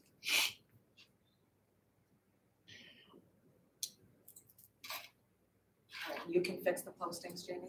So 2:00 would be budget work session. Mhm. Your regular Mhm. meeting will still be 5:15. At 5:15. And then if we don't finish up our work session, we may finish it up between two, I think we can do it in 3 hours. Yeah, good. That sounds good to me. Oh, good. I like that so much better. Yeah. Well, I know you guys, we don't want to have you guys, no one wants to get dragged in here on a Saturday. But there's precedent, thank goodness, because you did it before I got here, so that. It's always the problem doing anything once. Ever.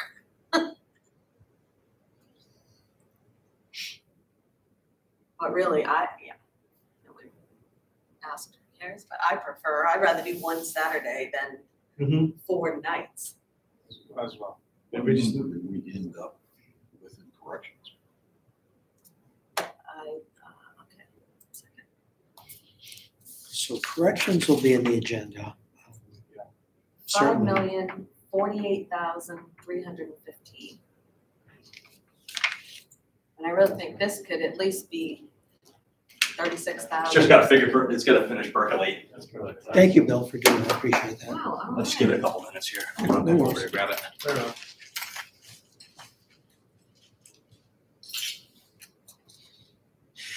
Bill, are you going south for Thanksgiving, or are you having? No, only if my daughter needs me to, because her husband got orders to Georgia.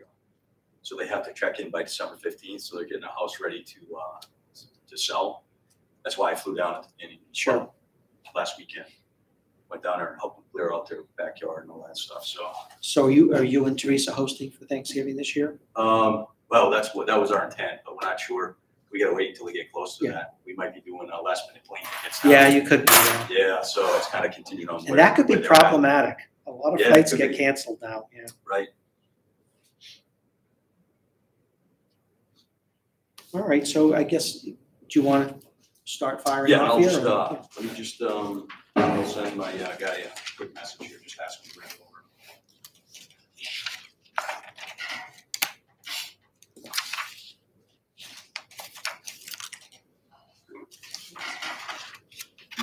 Cake's very good. Good. That's great. I'll let Sharon know. She'll be happy to hear that. I was gonna get, Trying to not eat. Hunter and I wanted those apple cider donuts from Molten Farms. Oh, that's right. And so Sharon was actually gonna get up early and pick them up, but they don't open, because she had to go over there anyway, over to Meredith. They don't open until 8 o'clock, so. Oh, right. Well, I think this is better. Yeah, it probably is. This is, What do they call them, cider belly donuts or something? Yeah, Cider belly. yeah. Yeah, it's nice. I actually like this. It works out pretty well. How are you doing? Okay. That's fun. Yeah. You look like you are. Oh, yes. No, I think So we're doing steak. this first, Bill. Okay.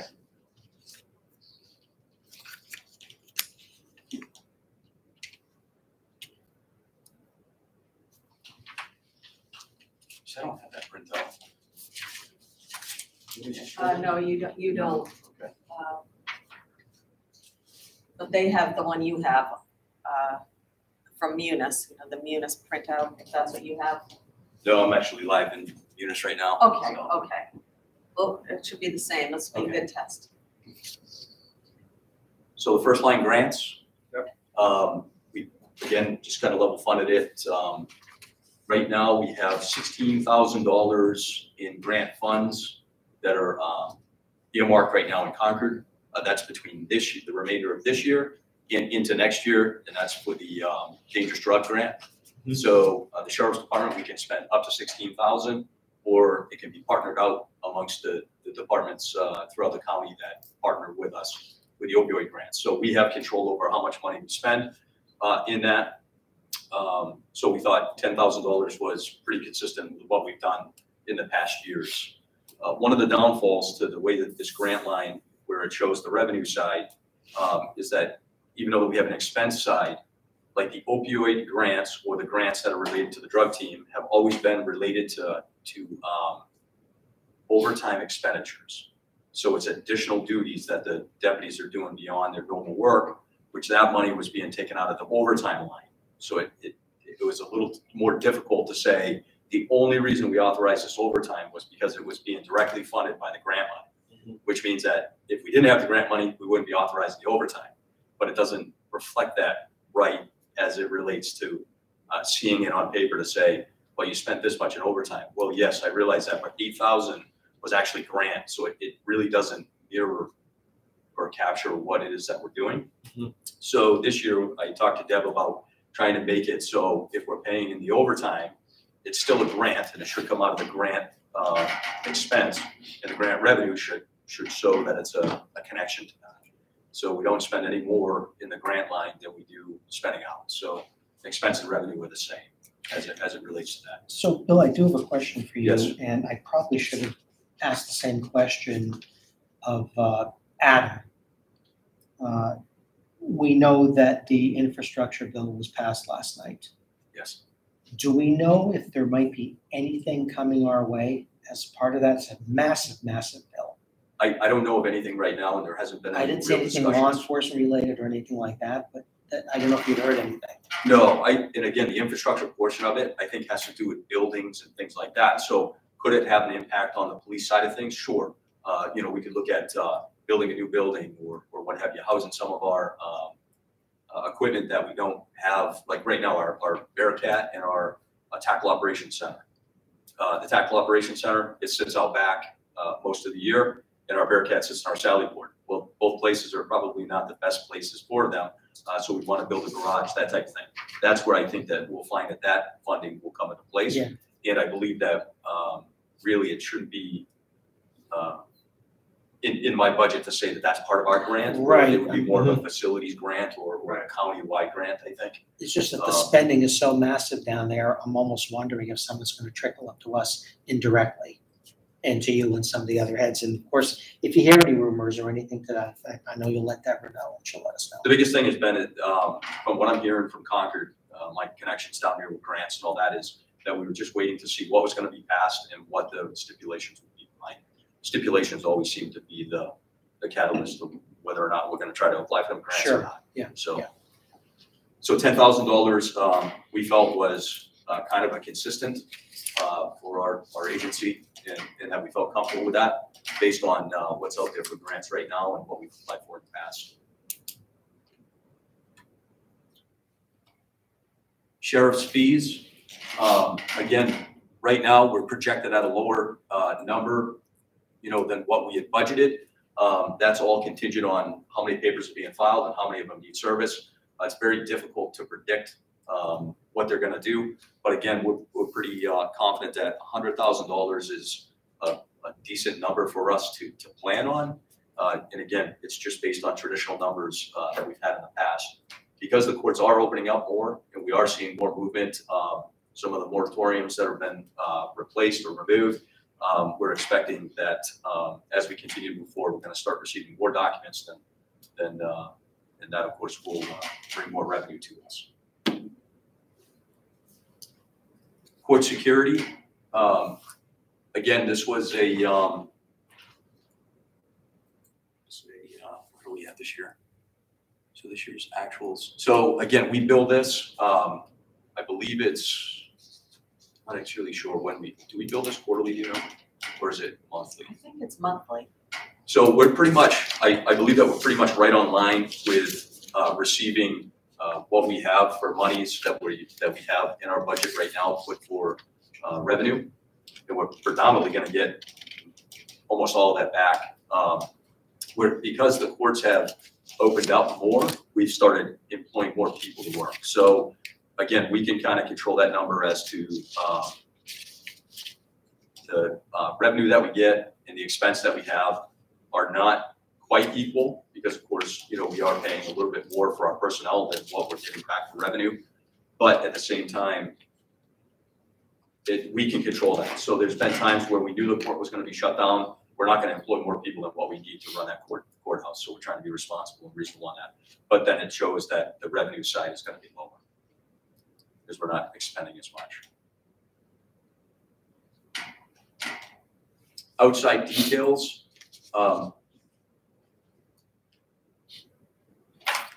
Again, we feel pretty confident with the number of 47.5. I know that year-to-date actual 60,000. Yeah, so I need to, already received more than we were projecting. Correct. So again, we always receive more than what we expend when it comes to details. So we get the additional fees as it relates to processing and admin and cruiser fees. So even though that, oh yeah, coffee's here. If you want to set a rate. Yeah. So again, when it comes to the expense line, we are expending the 47.5. That's what the deputies are being paid. But yet our revenue, of course, comes in a little higher. But this was a safe number that we felt confident, comfortable with. And again, I think this is traditionally right around the same numbers, give or take, $5,000 to $10,000. Dispatch services, we only have one agency right now that pays into us, and that's the town of Northfield. We feel very confident at charging them the $40,000 for the dispatch services. I've been in contact with the lieutenant down there, who's the number 2 in the department. They're very comfortable and confident with our services, and that they continue to they want to continue to stay with our services. So I think 40,000 is a safe number to stay at. It's definitely a number that they like, and it's a number that we think offsets our service for them adequately. Joint operations, I did zero that out. That has to do with the U.S. Marshals. Again, the U.S. Marshals provided us with basically 2 things. One was a loaned lease vehicle. The second was $18,000 in overtime revenue, and that would be for the expense that was, of course, taken or done by our deputy that was assigned to them. Having him not part of that reduces the revenue by $18,000. But again, we can control when our person is actually working overtime and not controlled by the U.S. Marshals. So it was not always a benefit to us to have this expense. So I zeroed that one out.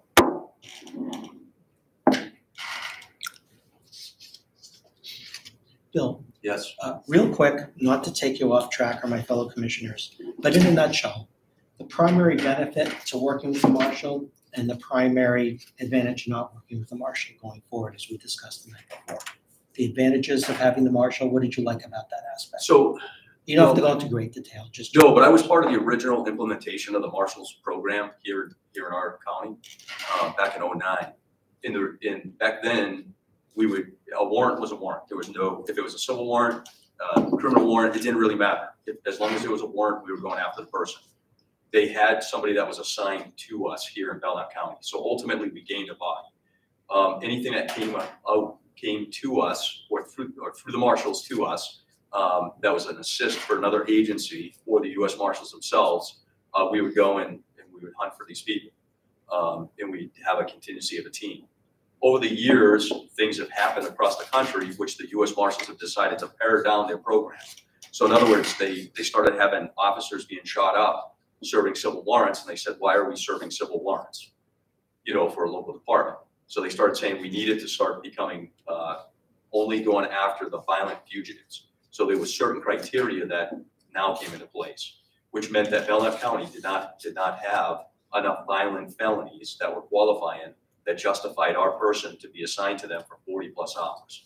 So for the vehicle that we were loaned and the $18,000 a year in overtime expenses did not equal to me good common business practice, where I want my person to be back here. I just don't have the personnel to do his job while he's off doing other things. That's why at one point when I had a conversation with the Marshal Service saying, we're not happy with what's going on right now, we need to see your presence more in Belknap County. It lasted a week, and then they started coming back again. Again, if there was a major case, so with the homicide suspect that happened down here on Blueberry Lane, they sent a contingency of personnel up here. They will still send a contingency of personnel up here if we make the request. We are just not obligated to dedicate a person to them for 40 hours plus. So again, I just brought our person back to our house here so we could do our work in Belknap County. So that the benefit is we have our person back now for 40 hours. And he doesn't answer to 2 people. And then when I say, no, I want you here, I'm the sheriff, and then they say, well, no, you have to sign an MOU saying he's assigned to us for 40 hours a week. So it just got to a point where it just was not beneficial to our county at that point. But if the demand for that service had remained high, you would have been inclined to leave things as they were. So Stratford County enjoys the benefit of them spending a lot of time in Stratford County. So they have people who stay down in Stratford County quite frequently. We don't have that. We don't have them types of crimes that are associated to what their criteria is for them to send a team to deal with. So I'd say I'm thankful for that. But at the same time, we have a business to run here, and I have people that want their warrants served. And even though that they're low caliber as criminal matters or even civil matters, we need to pay attention to that. We have customers here that we need to take care of, and this is the way that we do it. We bring our people back to work for Belknap County, where they're drawing their check from. So that's what we've done. And, this decision did not come lightly either, because again, I was one of the first people to be on that program. So they just couldn't provide any more of the services that we felt we needed. And I did bring in my staff to talk about this. So the supervisors, between the chief deputy, the sergeants, and even the employee working for the Marshal Service, and said, how will this affect our operation here? The operations actually run a little better when a person reports here 40 hours than elsewhere. So for what little we lost, I think we gained a lot more in this particular time frame. Now we're one out of 3 other counties that have withdrawn their people this year. Just so you're aware, Hillsborough County and Rockingham County are 2 counties that also withdrew their people. Hillsborough and the Rock are the 2 biggest counties, correct? Yes, And they're out. they're out. Yep. So if the demand was low, what did our deputy do for 40 hours a week? He was, so I asked that, and at the beginning of the year, when I took over as sheriff, I asked for him to start generating reports as to the statuses of the things that he was working on. So he was still working on warrants, but he was doing surveillance operations and things like that in Stratford County, Rock County, and all over the state on behalf of the Marshal Service. So he was still doing warrant work, still working, just working other cases outside of our jurisdiction. So I basically just asked him to come back to our jurisdiction. But again, we have warrants for people all over the place. So if he went to Manchester for the day, I'd say, don't forget to grab the warrants for the people that we have here that live in Manchester. But so his 40 hours were, in essence, being directed by the Marshal Service and providing Correct. services for them. His day was dictated by the Marshals. He worked for the Marshals. Okay. It was a very tough decision, honestly. And it's not, and when you start looking at, these processes and resources, I mean, they provide a great resource in the need, but on your normal day, it's just, we're not getting what we needed for our department. I'm just curious, you said the other night that something about promises made and promises not kept. Correct. When I have somebody that tells me that they're gonna start sending their people up here and start paying more attention to Belknap County, I give them that fair advantage to show me that they're gonna do that. And when they don't produce that, that's a promise not kept. So they basically told you that they were going to do something that they didn't. Correct. They showed up for a week, and then after that, they ran out of gas. So again, I'm not in the business of kicking the can down the road. Either they're going to participate, to the satisfactory level or not. And I did not find it to be at that level. And again, some of that is contingent on what qualifies. They have their own rules as well. If their rules say that we don't have qualifying warrants, then they can't justify their people being here. So the rules changed between 2009 and Correct. now.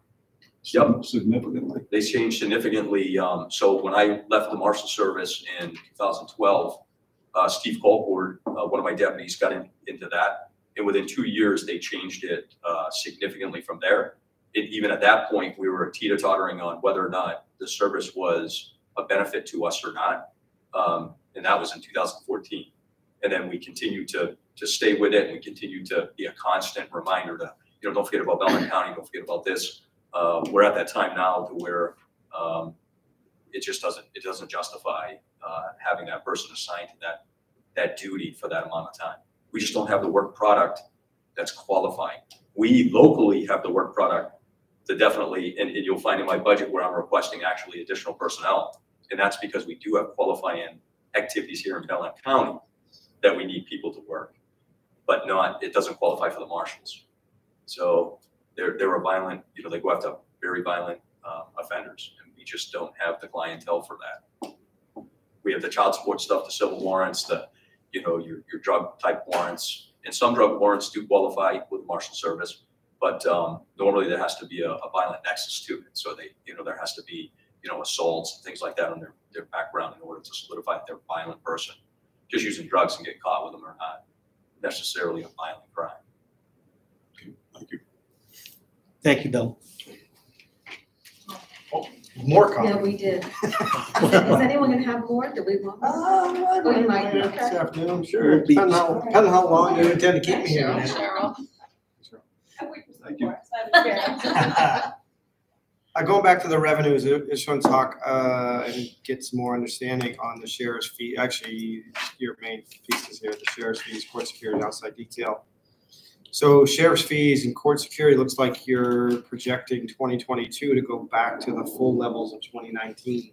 Correct. That's based And I on. just want to know how realistic that is, because I don't think the courts are going to be fully open come January 1, 2022, and I'm not one that wants to overinflate our revenues just Sure. because they look that way. And I wonder if these revenues that are in the 2021 budget were actually bumped by the delegation.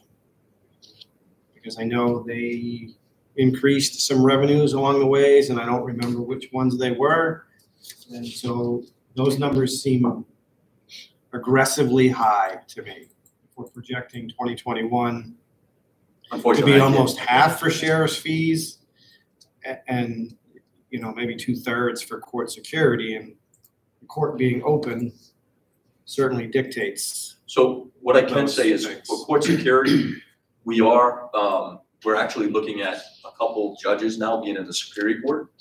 So instead of just having the one judge, now that Judge O'Neill is retiring, they're actually bringing in 2 and 3 judges to start hearing cases and start really rushing through, some of the backlog that they have. Mhm. So I know that for the remainder of this year, I'm trying to beef up our staff down there because we are seeing a lot more activity in the courts. And when they run, we need to provide security in each courtroom when they're running. So that's 2 deputies within that courtroom anytime a judge is sitting in that courtroom. So that already, for every courtroom that's open more, I need 2 additional people. So, which means more expense. So I can anticipate that if we continue the way that we're going right now, and the courts continue with this backlog and the more pushback from the people that are talking about these cases that are backlogged, I think that you're going to find that they're going to have more associate judges coming in, and we're going to have a lot more activity within the court. So I'm very optimistic at saying that it should be lower. I'm really thinking that I think if they continue the way they're going, we're not going to necessarily increase, but I think that we're going to be right around where they had elected to put for last year for the court security portions. Now for the fees, the sheriff's fees, again, sheriff's fees are all civil paperwork. So it's evictions, it's any type of writs and things that, and I have no way to predict that at all. Zero. I couldn't forecast it at all. But you are seeing more physical foot traffic going in and out of the courthouse. Correct. To the Definitely. extent where they felt like Judge O'Neill had to be replaced, at least temporarily, with up to 3 judges. Correct. It's just everything's starting to open back up and cases are starting. So anytime you start a case, you start having timelines associated with those cases in order to get them in front of the judge and start the process. So that's some of the pushback that we're getting from the courts. And I don't know if the county attorney had come in already, but that should have been part of this topic as well. He's coming Just later. come that- later. That they're pushing that, that they're pushing that we need to be better at getting speedy trials done. His request for 2 attorneys, I think, lends to that. Yeah, it does. So I just want to make sure we feel comfortable that we're going to collect $280,000 between those 2 lots. Because it doesn't do us any good if we're. Yeah, I think the 100,000 is We're high for the We're sheriff's. projecting those numbers. It does not Jumps out. help us. So what would the more realistic number be, Glenn?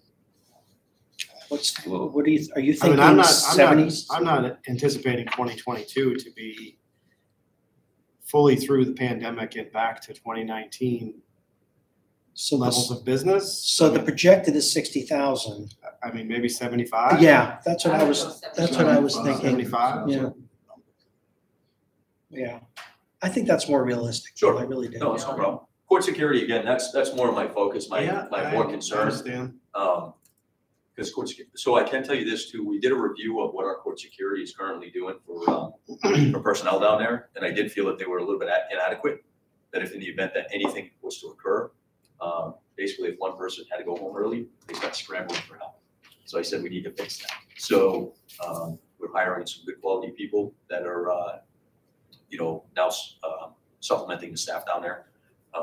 But one of the concerns that I did have, reading through the legislation and conversation pieces, the sheriff is responsible for all the security at all the courts within its county, with the exceptions of the Supreme Court, which we don't have a Supreme Court here, so we're not too concerned about that. But if the blue shirt, the blue jacket, AOC personnel who supplement the court security, so those are the ones that typically greet you when you come in through the district court, if those people did not show up to work, I would ultimately be responsible to supply people for that. So I need to, and we bill, so for the hours that we work, we bill. So again, I prefer to keep that current court security, expense and revenue kind of at the same levels that we're at. If not, or at least the, what we're looking at for billing the AOC. And we can control that. So again, that's another controlled number to where if I feel that we need more personnel, then we can fill that. We've been very conservative this past year. And that was just based on the happenings in the court.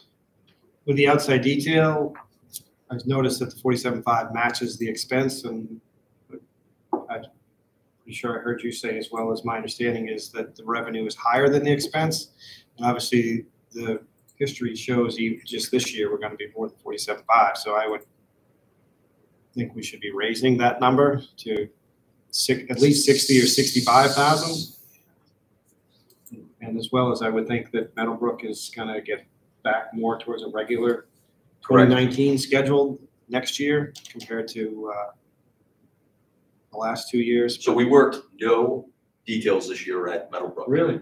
We, What we do they do inherited for security. We inherited Guilford Police handle all of that? well, they spread it out amongst the other departments. We declined.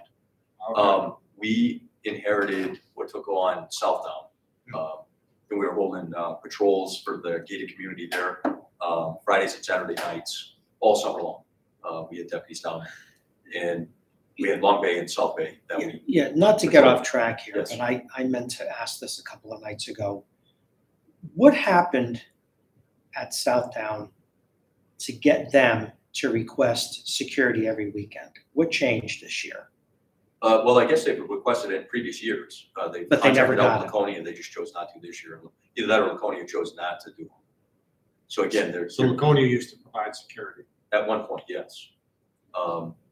So So- again, it's a mutual thing. So it's you can elect to take on a detail or not. We turn down details quite frequent just because we either don't want to get in that business or we just don't have the personnel. But you accepted the Southdown contract, Correct.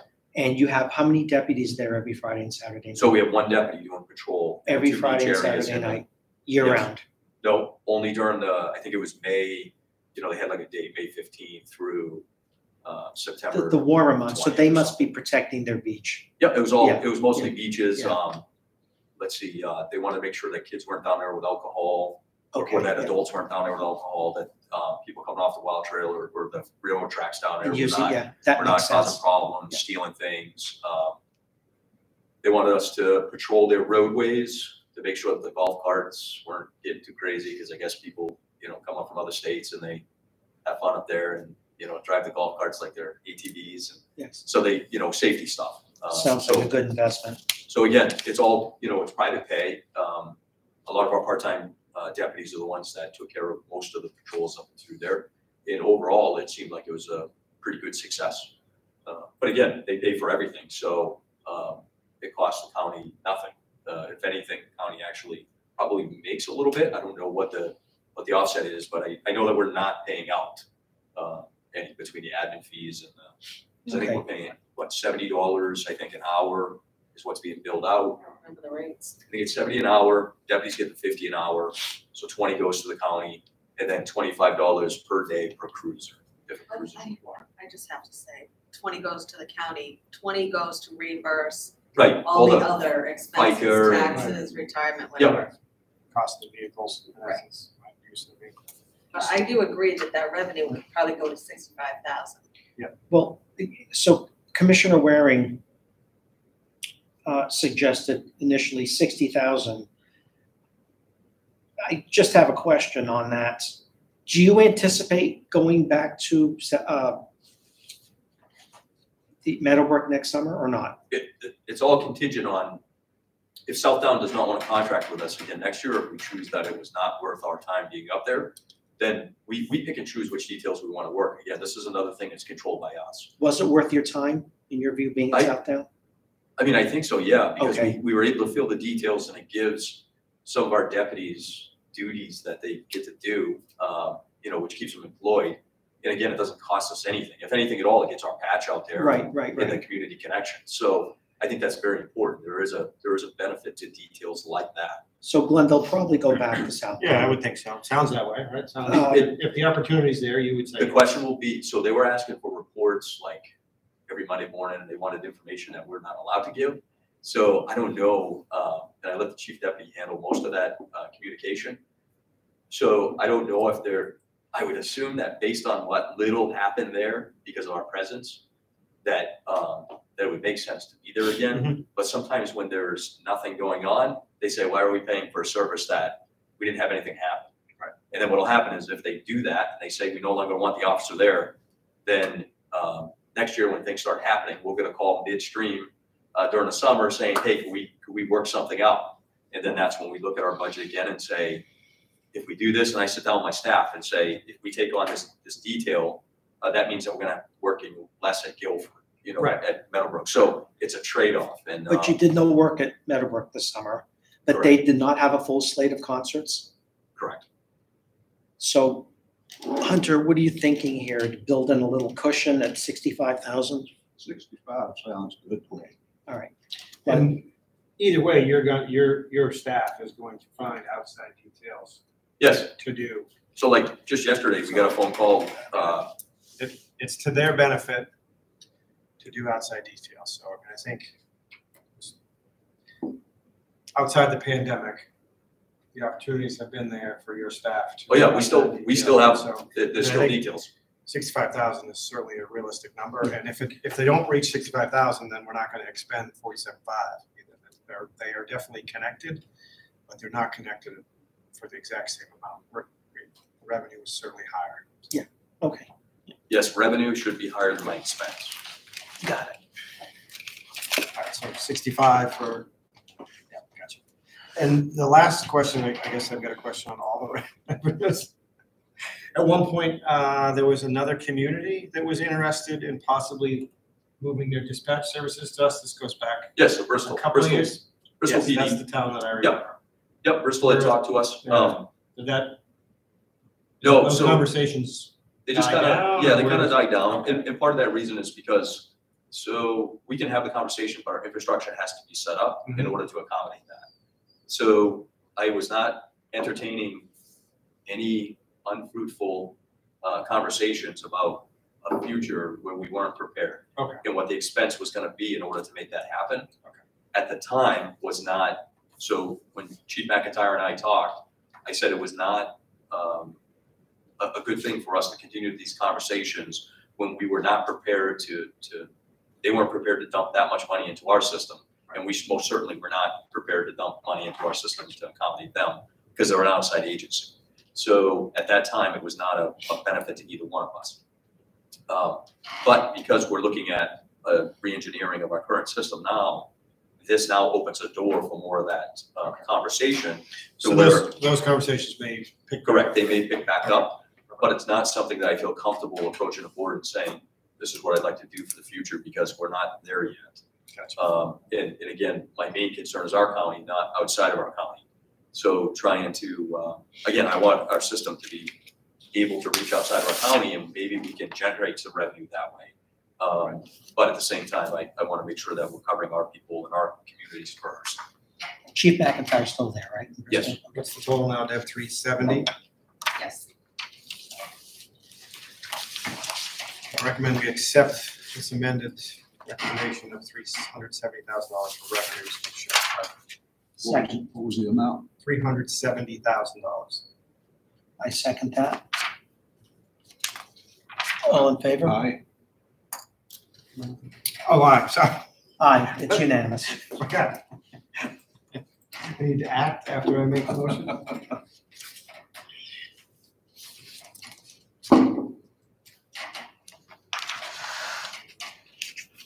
Okay, full-time wages. So you'll find that I've asked for an increase in the full-time wages line. This full-time wages line covers my deputies, my full-time deputies, and my admin staff. I have 2 admin staff. So in that, I've asked for 2 additional deputies to be added to this. One of them specific to be assigned to warrants. So they'll have 2 warrant personnel that will travel amongst the county and amongst the state to find the fugitives that we have. Another deputy I'd like to assign as another utility deputy, what I call a utility deputy. So they have a mixture of doing the various works. They'll be assigned to the civil division, but they'll be doing civil process, so serving paperwork, doing transports. But I've also wanted to add that deputy to work Sundays and then Monday, Tuesdays, the evening shift. So we have basically we have deputies that cover from 8 a.m. until 10 p.m. Monday through Friday. And then Saturday, it's a day shift coverage, and Sunday will be a day shift coverage. So in essence, I'll have a deputy on duty 7 days a week that's available for the public. Also, as relation to that, I also want to open up the opportunity for some of our people for their ability to come to our office and deliver paperwork and deal with the deputy directly. So for the intake of paperwork, that will expand I won't say expand our office hours, but in essence, it will be. So it'll be more like an on-call thing to where if somebody has paperwork that they've received from the court, but they couldn't get here by 4 p.m. during the weekday. So anytime 4 p.m. till 10 p.m. or anytime during Saturday or Sunday, they can come here to the office. They can push the button and say, hey, I'm out front. I have some paperwork for a deputy to intake. Our deputy can be called in from off the road and intake that paperwork. So again, increasing our ability to have contact with these people and get this paperwork served. What I've seen over the years, we say our hours are 8 to 4. We see people at 4:15 as we're leaving the driveway. They're running up the parking lot, hoping to catch somebody in the office, and there's not. So they have to wait till the next day.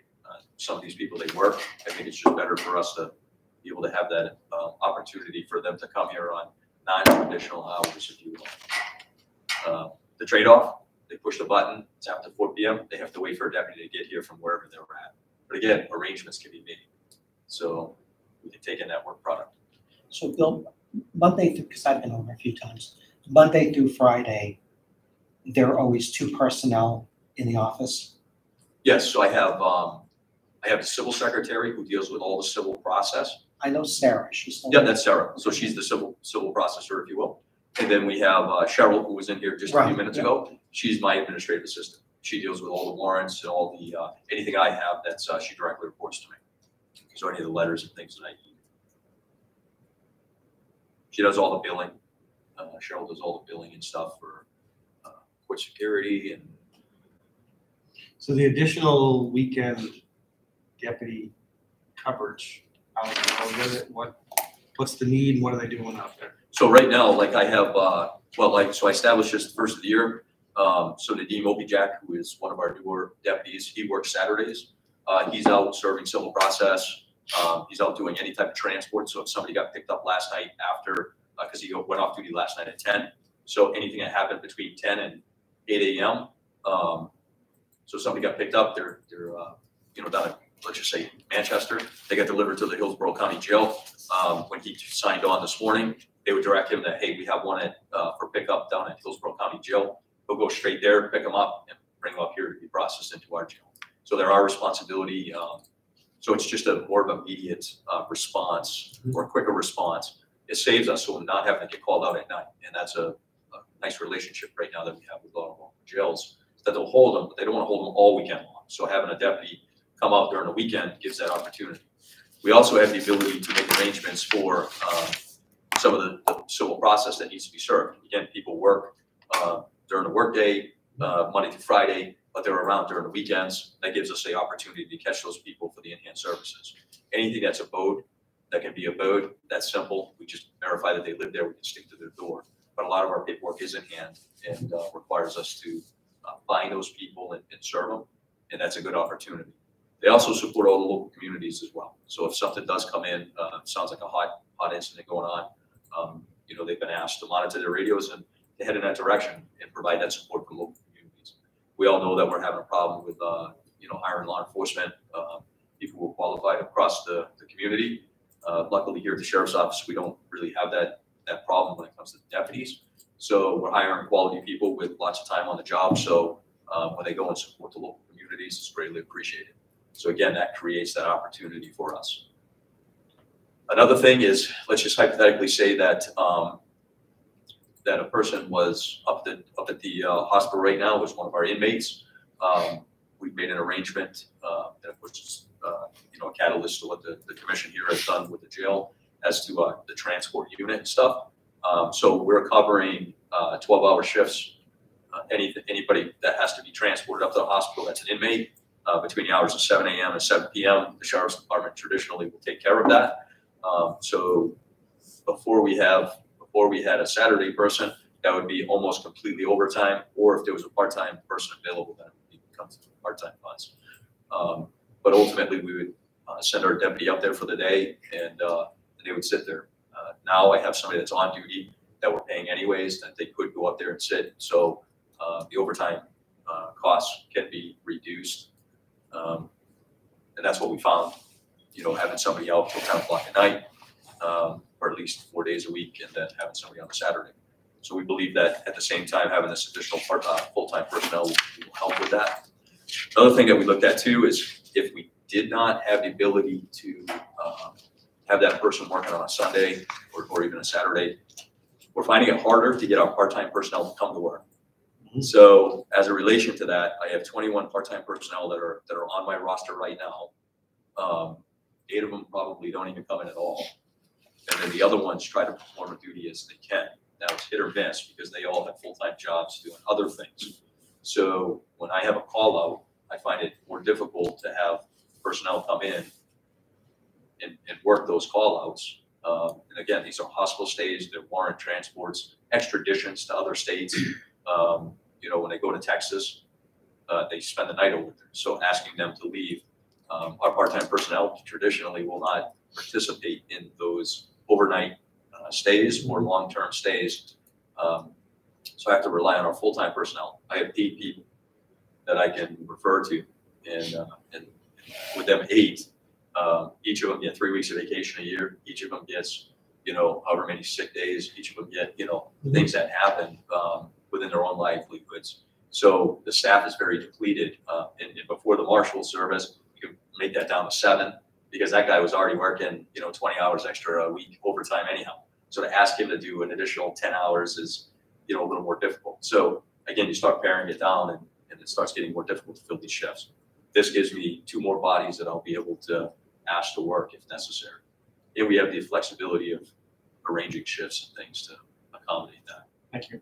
So it sounds like the justification for some of these 2 new deputies is that it's going to, there's some level of cost savings because they're covering shifts that normally would have been paid in overtime by having to call somebody in. Correct. Is that correct? That is correct. Yep. Okay. But I don't want to leave the illusion either that this is a complete cost savings. That's going to lead me to my next question. This is, I don't want to, because it does cost us, no matter how you. So that's going to lead me to my next us. question.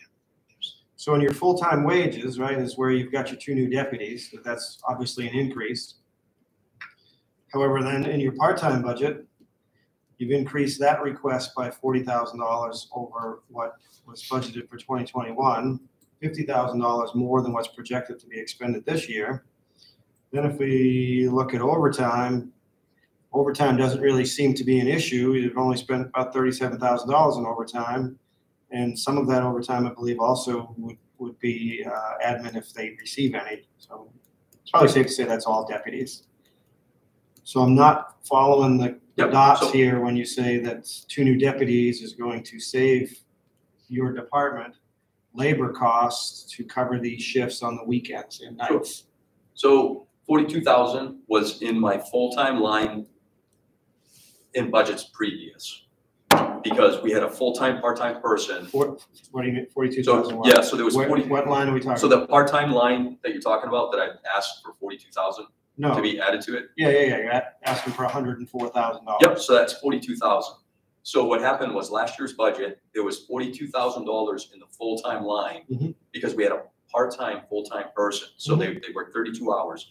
That was included in that full-time line. Mhm. The delegation asked for that 42,000 to be separated from that because they said that person was a part-time person, even though they work in their, their permanent part-time person.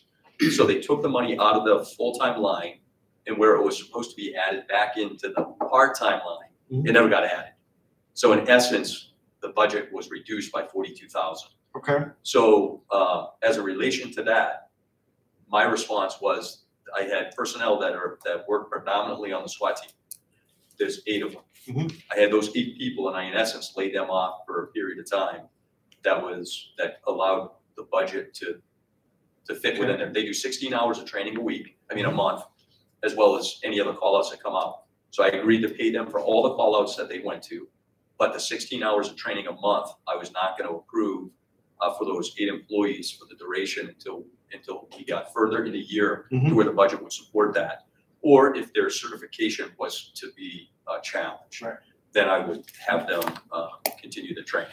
So those savings with them layoffs are what allowed that buffering for that $42,000 loss, if you will, in the okay. budget. And then through employee and then I had a 20-hour, no, that's dispatch line, sorry, I don't want to mess it up. So that should have been 42,000 right there.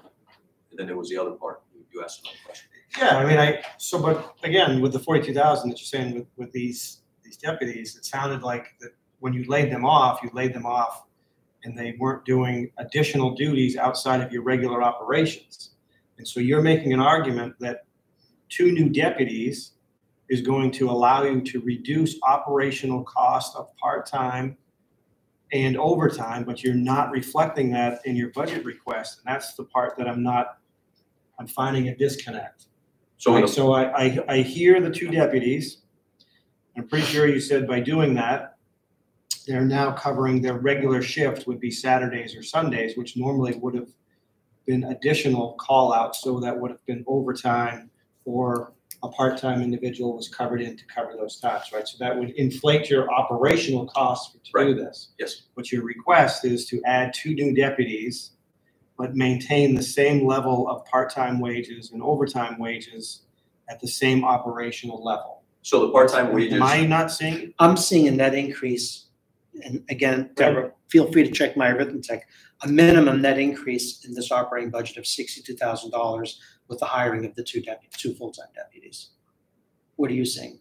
A lot more I than know you're that. seeing an increase, Yeah. maybe more than me, okay.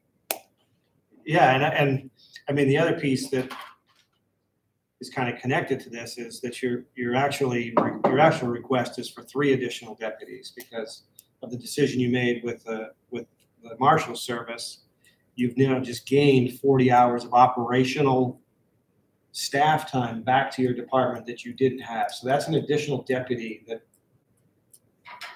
based off of the decision with the Marshals, immediately adds your full-time staff by 1.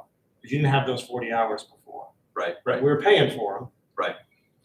But for the actual work to be done, you now have 40 hours of Continuity labor with our service, department. labor work to get that work done. So the request here is actually for 120 hours a week of additional deputy labor hours to perform the duties of the sheriff's department. Okay. Right? You follow me Yeah, there? I'm understanding. Right? So, And what I want you to understand, right, so I'm asking this question not necessarily because I disagree with the request. Sure. But I'm asking the questions because when we sit in front of the delegation in December, we're gonna have to defend all this. And Right, and we need to be 100% upfront and transparent with what we're doing, and the piece of the Marshal Services, to me, that's the first piece that, because Representative Sylvia was in the audience, and I gotta assume that he picked up on that as well. I know that they're very in tune to, hey, you've added an FTE. Right. So in my, And so we just need to be sure that the numbers are gonna match the request and the verbiage of why the request, right? So if we say we're gonna add 2 full-time deputies, really 3 full-time deputies, then there should absolutely be some savings in part-time wages and overtime, because we're covering the same shift, same labor hours now, but we're doing it at a regular rate opposed to we're bringing somebody in. So it just kind of feels like similar to back to the superintendent and the corrections, that we've got wages in both places. And I'm not one that wants to quote unquote be accused of padding a budget. I want to be able to stand and say, this is what it costs. And I'm not seeing it. so I don't want to, so when it comes to warrant service, we should always have 2 deputies, a minimum of 2 deputies to serve warrants. That's one to take control of the person, and then one to take control of the environment. So the intent was to hire a person that will be with our deputy that's actually out serving warrants. They'll be serving warrants locally. Those 2 people are also the ones that are going to be ultimately responsible for the extradition processes. Right. So But we got to remember, one of those could be. one of them is the one that we're already paying. Just Right, the one of them difference is the one, working right, here. So he's just working right, so we here. need to explain what 3 new deputies are gonna do for the sheriff's department. Operations for the sheriff's department, 120 hours a week. Well, you say 3, we're already paying that. So I understand that, but you did not have the benefit of his 40 hours a week. so His 40 hours a week were off in other counties for the Marshal Service. Right. Based on the decision you made, that the deputy is now 40 hours, 100% for Belknap County. Right. Right? So we've added 40 hours of workforce available to you and your county. Your request is for 2 more. That's 120 hours of available Gotcha. labor time to perform the duties of the Belknap County Sheriff's Department. Okay. Right? Yes. Yep. So we need to make sure that, 1, that's what we need, be able to defend that's what we need, and 2, make sure that we're accurately anticipating the correct part-time and overtime wages for all that. So I mean, I Right. think it's gonna be a pretty hard sell to say, hey, we're adding 120 hours of full-time service back to this county. And by the way, I still need the same amount of part-time labor and overtime labor that I've needed for the last 5 years. That's gonna be a very, very oh, difficult yeah. argument to make. So I want to continue to support the SWAT team and have those qualified personnel be able to attend all the trainings and be part of that whole process. 'Cause But it's you've been necessary. doing that now, But I right? know, I mean, because that's all I still laid them been off done now. for a duration of time. That's the thing. I don't want to have to lay those people off. I would like to bring it back to Okay. whole. So that's why the budget was generated and created, to be able to support that. So the Okay. increase was to replace that money back into that line. So I don't have to say, okay, either you go to training 1 day a week, one day a month for the year, or instead of the 16 hours a month that they're required to do. Yeah. How to maintain that standard. So I prefer not to do that in this upcoming budget. I prefer to have them, make them whole again and say, you no longer have to worry about being laid off for a period of time, that this is exactly what we're gonna do. You're gonna continue to maintain that training and that availability. So what are the other, what did the 50,000 of part-time wages do that was not part of the additional SWAT duties training that you said you were paying for? So the 50,000, that's what we have right now? That's what you're projected to expend. Yes, so those are, so I have one, like my 10th, the person who drives the 10th car, it's 3 deputies that are part-time that fill a 40-hour position. So those people work a full-time, they perform a full-time slot. Right. And then any But other are you still call-outs. going to need them with 3 new full-time Yes. positions? Absolutely. Okay. We have work, we have work You at our gotta be office. prepared to defend that, 'cause we might tell you no. So- The problem is, we have work at our office that has not been getting done I'm gonna because tell we you don't now, have the personnel. I got a hard time sitting here thinking that that's gonna be true. I mean, I'm just Please frank. pay careful attention to what Commissioner Waring is saying here. One of the things Commissioner Waring suggested earlier in our first meeting with the first department head is each department head should have a clearly enunciated memo justifying all the increased line items in their budget. And, you know, the essence of what Commissioner Waring is saying, I think, is 3 deputies with no offsetting layoffs or cut hours from part-time is an enormous ask in any budget year. Yeah, and you're asking for an increase, right? And I hear why you're asking for an increase. And I'm but not saying just it's look on not a paper. legitimate request, Bill. No, no, I get that, yep. I got a suggestion. Yeah. I mean, I've said here, both of these guys are better with numbers than I am. And I mean, I'm not following anything. This sounds, it's beyond my ability to grasp. But I mean, I hear what the sheriff is saying. And I mean, I hear the argument. The argument, I think, has merit. The numbers don't seem to me to add up. I mean, I'd be more than willing to largely support this, but to say that the sheriff is going to, I mean, he's in charge of the sheriff's department, and the sheriff's going to explain to you, you know, why it's this way. And I don't want to try to justify it, but I mean, if you feel like you can, I mean, Well, no, I think this is a good opportunity for us to discuss this, and again, I'm here for success, so, Right. you know, it's our department, so regardless of how you look at it, this is the county department, and, you know, we're trying to move this forward, so. I'm trying to understand it, and all I can tell you is I've listened carefully to the last 30 minutes, 40 minutes, and I'm more confused now than I was when we started. Sorry. And I think that's a bad sign. And what you'll have to do, Bill, and Hunter's right, what you're gonna have to do in your memo is to distill the exact net operating increase to your budget in hiring those 2/3 deputies. You know, is it an extra $100,000 a year in your budget with benefits, always include the benefits? Is it in excess of that? And I think what Commissioner Waring is saying, and he's really good with numbers, is that it is going to be in excess of 6 figures when all is said and done. And that needs to be recorded in that memo, I think, Glenn. I agree. It's $148,135. Thank you, Deborah. Is the cost of the Two. 2 full-time deputies who start April 1st, if they both take family plans. Okay. That And would for- be, I'd say, the And for a maximum full year would be another quarter, 13,000, another $26,000 on top of the 148, right, thereabouts, right? yes, something close. Which again, we would control when they get hired, So so we can, Right, but once they're hired, you're gonna have them for a full year the following year, right? So that's Right, kind of, right. right, so, And then just another observation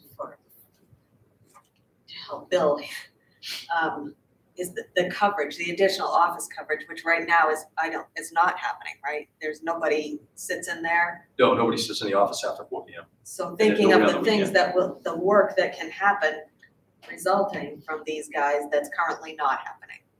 So that's an extra service that'll be provided. Yes, that will So, give the yeah, opportunity that's for kind people of to come in, so. justifying why you need them. Correct. So the revenue will not change. Like, once a court document is issued to somebody, they have it. It's when they come to Correct. the office. It's whether or not we collect it immediate and get that kind of immediate service, or they have to wait. So for me, I think it's a benefit for the public to be able to have that availability. No different than when you pick up the phone, you want a cop to show up to your house. You make that phone call, and depending on the code type of the call, you know, depends on how they get there. Kind of the same methods. At the same time, you know, our part-time personnel, like I wanted to get that money moved back into the line to 42,000, so I didn't have to lay people off from that training. Again, there's 8 people, 16 hours a month. You know, at $22 an hour, you know, you start multiplying that up, you come up with that figure. So the 42,000 would just be putting that back into that spot. But it's possible that you might not need the 50,000, the 52,000 underneath it. You know, if you have you got pulled back your guy from the marshal's office, hired 2 more guys, maybe you don't rely on part-time as Correct. much as Like you it's- are now. It is getting to the point where we're not relying on part-time as much as we were because it just not working as much. So again, I'm not against reducing that if that's what the board thinks is beneficial. I mean, I don't want to make changes just to make changes. I want your request, your narrative, and the numbers to back that up. And I don't think that we're there. I mean, I think that there needs to be a little bit closer look at full-time, the addition of 120 labor hours per week back to your department, and see whether you still need, in essence, $62,000 worth of part-time regular deputy shift coverage, which was what last year's budget was. I understand the 42. To me, it's that 62,000 as, hey, is that still needed? And then as well, at 35,000, is that still going to be needed? Because now you've got officers or deputies that are working those late hours as well as weekends that normally would have been called in and paid overtime.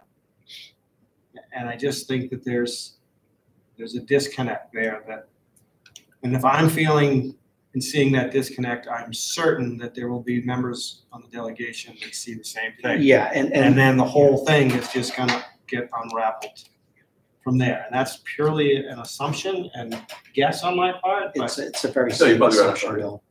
no, That's that's a good. safe That's assumption. good. I'll work on that.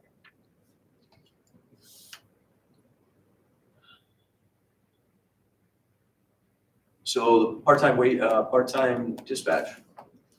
So we're at a you're full-time. cruising through this Part-time department. dispatch. Well, you know, Cruising through this department.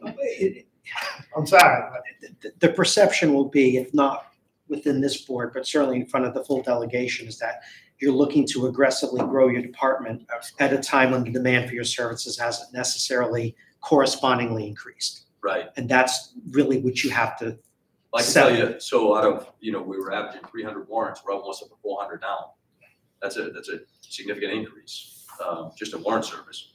So, that needs to be represented in your numbers, memo, Bill. the numbers in my department have not gone down. Revenue, now if we're trying to base how much revenue I get for that service, then that's a whole different topic, because I can say, sure, our civil process has gone down, but our transports and our, calls for service, those have increased. Our criminal investigations, those have increased.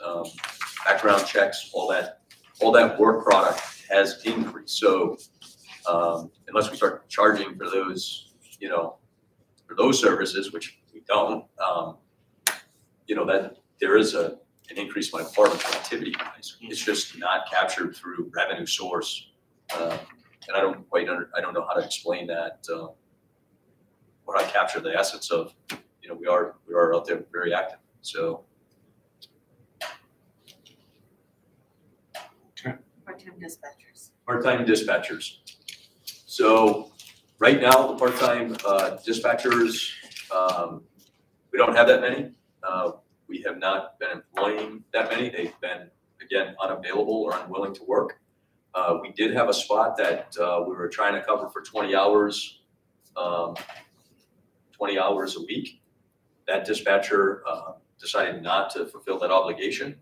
That's what was budgeted, but they decided not to do that. So we have not been able to get somebody into that 20-hour position since that person has not worked. We've had some turnover, and our trainers have been basically training our full-time people. So so that budget right there, that the request was consistent with what it was last year, even though that our current actual year-to-date is significantly lower.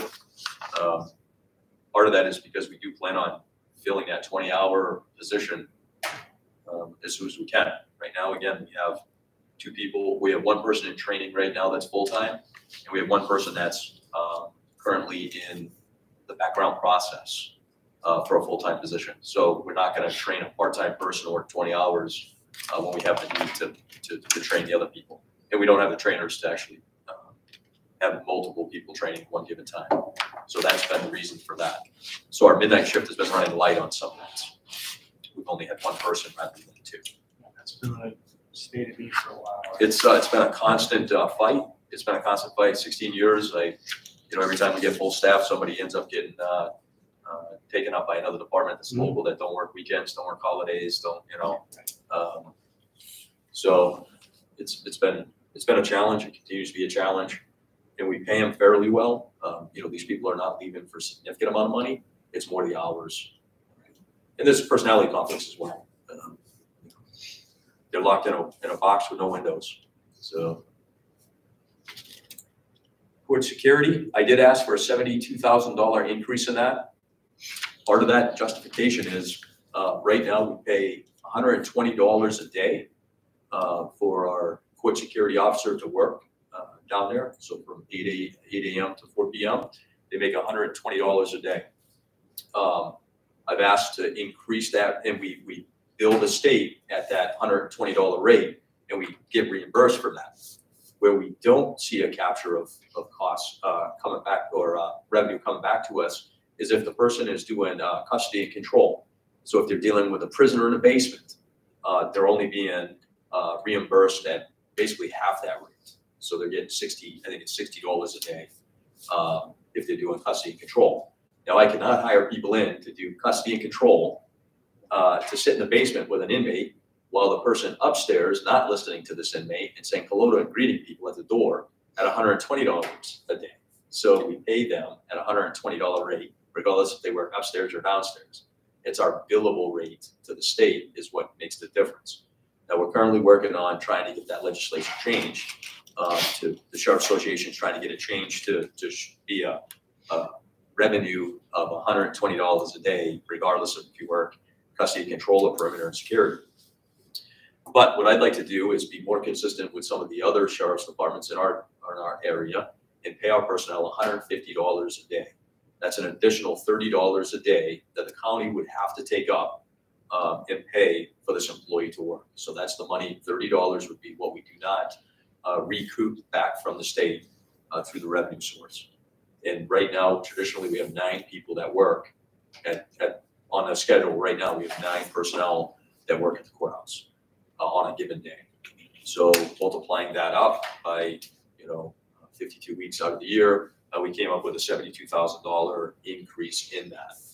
And that would also, again, that $72,000 would not be recovered from the state. So that would be an additional new cost to the county. But it would put us in line, so I don't have to worry about Sheriff Croft over in Merrimack County soliciting our personnel from here to come work for him for $30 more a day. And the court is only 10 miles the opposite direction. So he'd be paying $150 a day. He is currently paying $150 a day you're paying for his $120. personnel. Paying $120. But to date, you've had no staffing issues with No. security. I've had some people leave and then come back. And why did they come back? The grass wasn't as green as they Exactly. thought? Yes, we treat them very well here. So again, they realize that money's not everything. But again, I want to recognize those people because at a rate of $120 a day for 8-hour shift, we're asking them to be the cops, for the court. Sorry, I think that they should be making the $150 a day. That's what, probably right around like $15 an hour, $16 an hour to be court security, give or take. So, and that's just me thinking off the top of my head. So I don't think that that's too unreasonable for them to be our first defense for the judges and the clerks of courts. And it's 72, you said 72,000? Yeah, 72,000. That's for a whole year? Yes. And again, Should we adjust it for 3/4 of the year? Yeah, you could do that, assuming that you wouldn't increase that rate until the budget passes. I'm not sure how we not wait until the budget passes. Or you just have to pick a date because the budget keeps passing earlier and earlier in the year. I like the idea of April 1st, but that's just a safe, Take that's safe. 3/4 of it. April 1st. It gives everybody something to look at. Yeah, right, so at least, one, we've shown that we know we can't do it July or January 1st. And we've been kind of consistent with all of our new hires and rate increases with that date. It buys the needed time. I mean, if I could talk the state into paying us the full rate and saying that a good wage for these people is consistent with $20 an hour, I'd be more than happy to do that. Yeah, and even if It's a you do, fight back even and if they forth. do, we still need the dollars on the expenditure side of the budget, but they're just gonna increase the revenue side. Correct. So that doesn't help you pay them, we gotta put in here, we're gonna pay them. So I do want to point out that, again, the bailiffs, our age group of the bailiffs is aging. And I don't say that in a bad way, but I say in a reality that in order for me to attract new help, it's becoming more and more difficult when I tell them I'll only pay $120 a day. Right. Oh, there's no benefits and there's no Yeah. vacation, there's no, it's just per diem. And then, they say, oh, I can go to McDonald's and, get a higher bonus of $500 and Right. make 50, again, I know that we hear that, we keep hearing that. Our people are not complaining about that, but I want to recognize their work and show them their value by at least paying them what our neighbor county is for doing the same damn job. They're dealing with the same people. Right. So that's the reason for that increase. Elected official, I don't anticipate any pay raise. Probably safe to assume. Outside details, I know that you had talked about, so I think that expense-wise, that's probably a healthy number. Yep. Again, that's what we had this year. Yep. Overtime, we've been able to save on some overtime because again, we do have a nighttime deputy. And we do have at least he works one day shift on the weekend, so we have saved a little bit there. All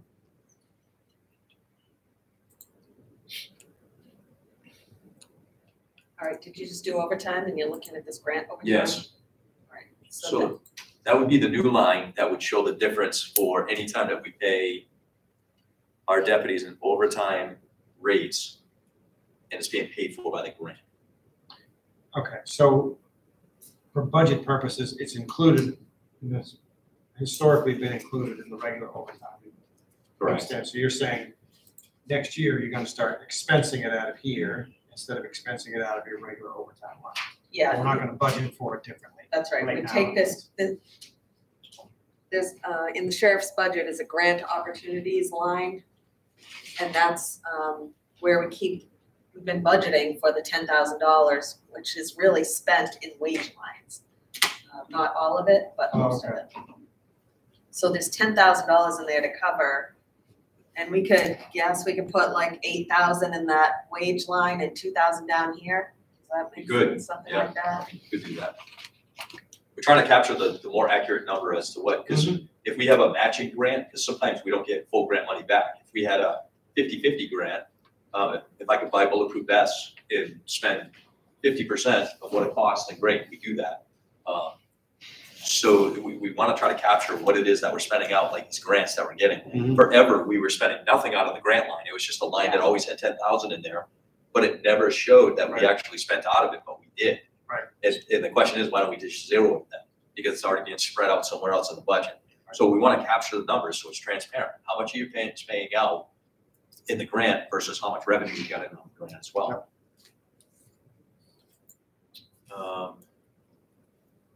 Okay. Dispatch overtime, we're over this year.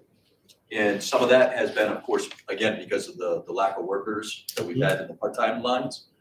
So basically, I've been kind of supplementing what we've overspent in the dispatch overtime line with what we haven't spent in the part-time line. It's kind of how I've been gauging how to spend that. And we're trying to be very conservative about when we actually ask people to work. So during a day shift, Monday through Friday, we typically will not staff it with 2 people if we don't have a second person already scheduled, or if somebody calls in sick, we will typically not ask a second person to cover it because I do have my 2 administrative staff in the front that are very competent and capable of being able to help out dispatch if necessary. Not to mention that we have a room full of deputies that we could ask to help as well. During the weekend, we do try to cover that, for at least 16 hours, 2-person coverage all the time. And that's just because there's no additional help in the building. Health opt-off, that's a number that is just, I don't come up with that number. It's kind of already done. Same with, we want to skip all the way down to public relations. Okay. So public relations, just like the superintendent was talking about his budget, this year is my first year as a sheriff. I come in with a whole lot of ideas, try to participate more in community functions as the sheriff's office. And I'm finding that I'm spending a lot of my own personal money on the things that really I believe that the county should have some investment in as it relates to our office.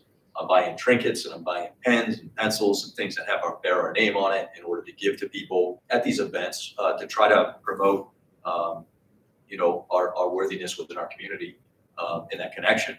So I can tell you, as much as I, enjoy these events, I know it's not self-sustaining by me continuing to purchase this stuff directly out of my own pocket. How much did you spend on this? Well, I can tell you that so far, just the float that I did for the Guilford Parade there with the Grinch, the jail and the Grinch thing, I spent $250 out of my pocket just to build that thing myself, as well as probably spent a good $250 on candy throughout this year just to throw at kids to, promote that positiveness. And we do get a lot of positive You feedback. gently toss, right?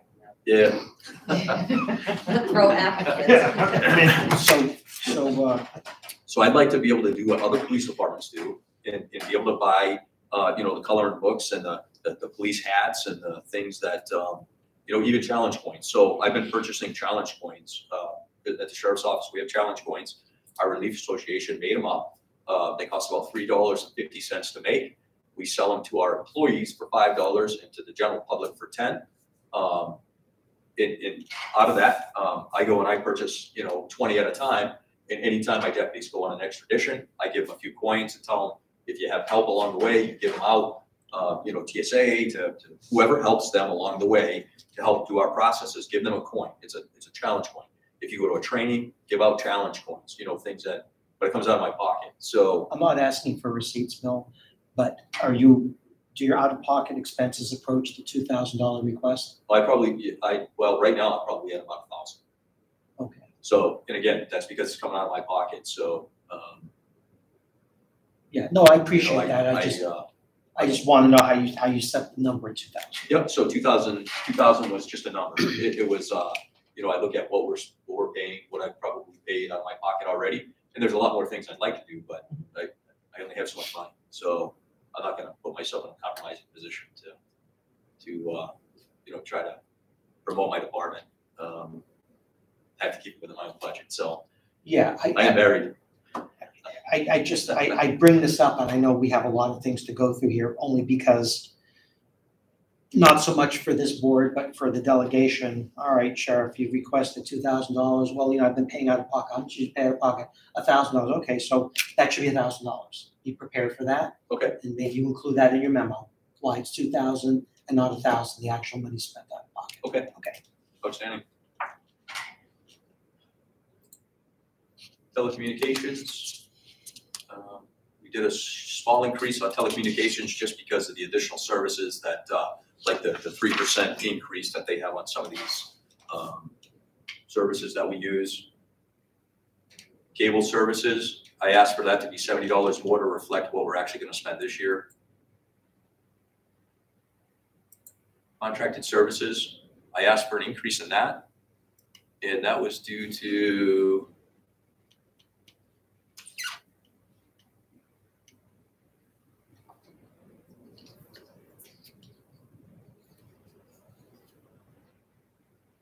Do you have anything earmarked on that, Deb? Your tower equipment maintenance agreement with Two-Way Communications, TASER subscription. Oh, yes, that was TASER. So TASER subscription. So TASERs this year, we looked at how much it was going to cost for TASERs because our current TASERs are a bunch of them are offline now. They don't even work because they're so old. A couple of them are.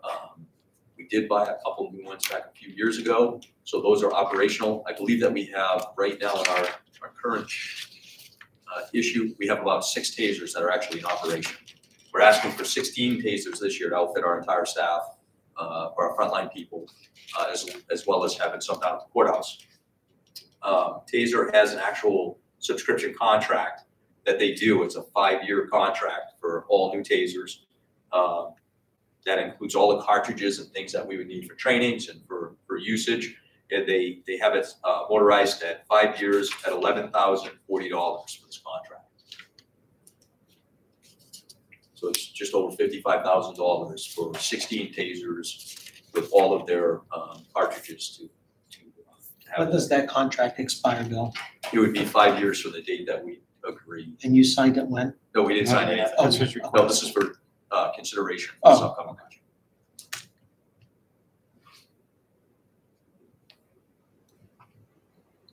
Tasers have not got down in price, Nothing. so they continue to increase in price. So that's the reasoning why there's like a $10,000 increase on that, $11,000 increase.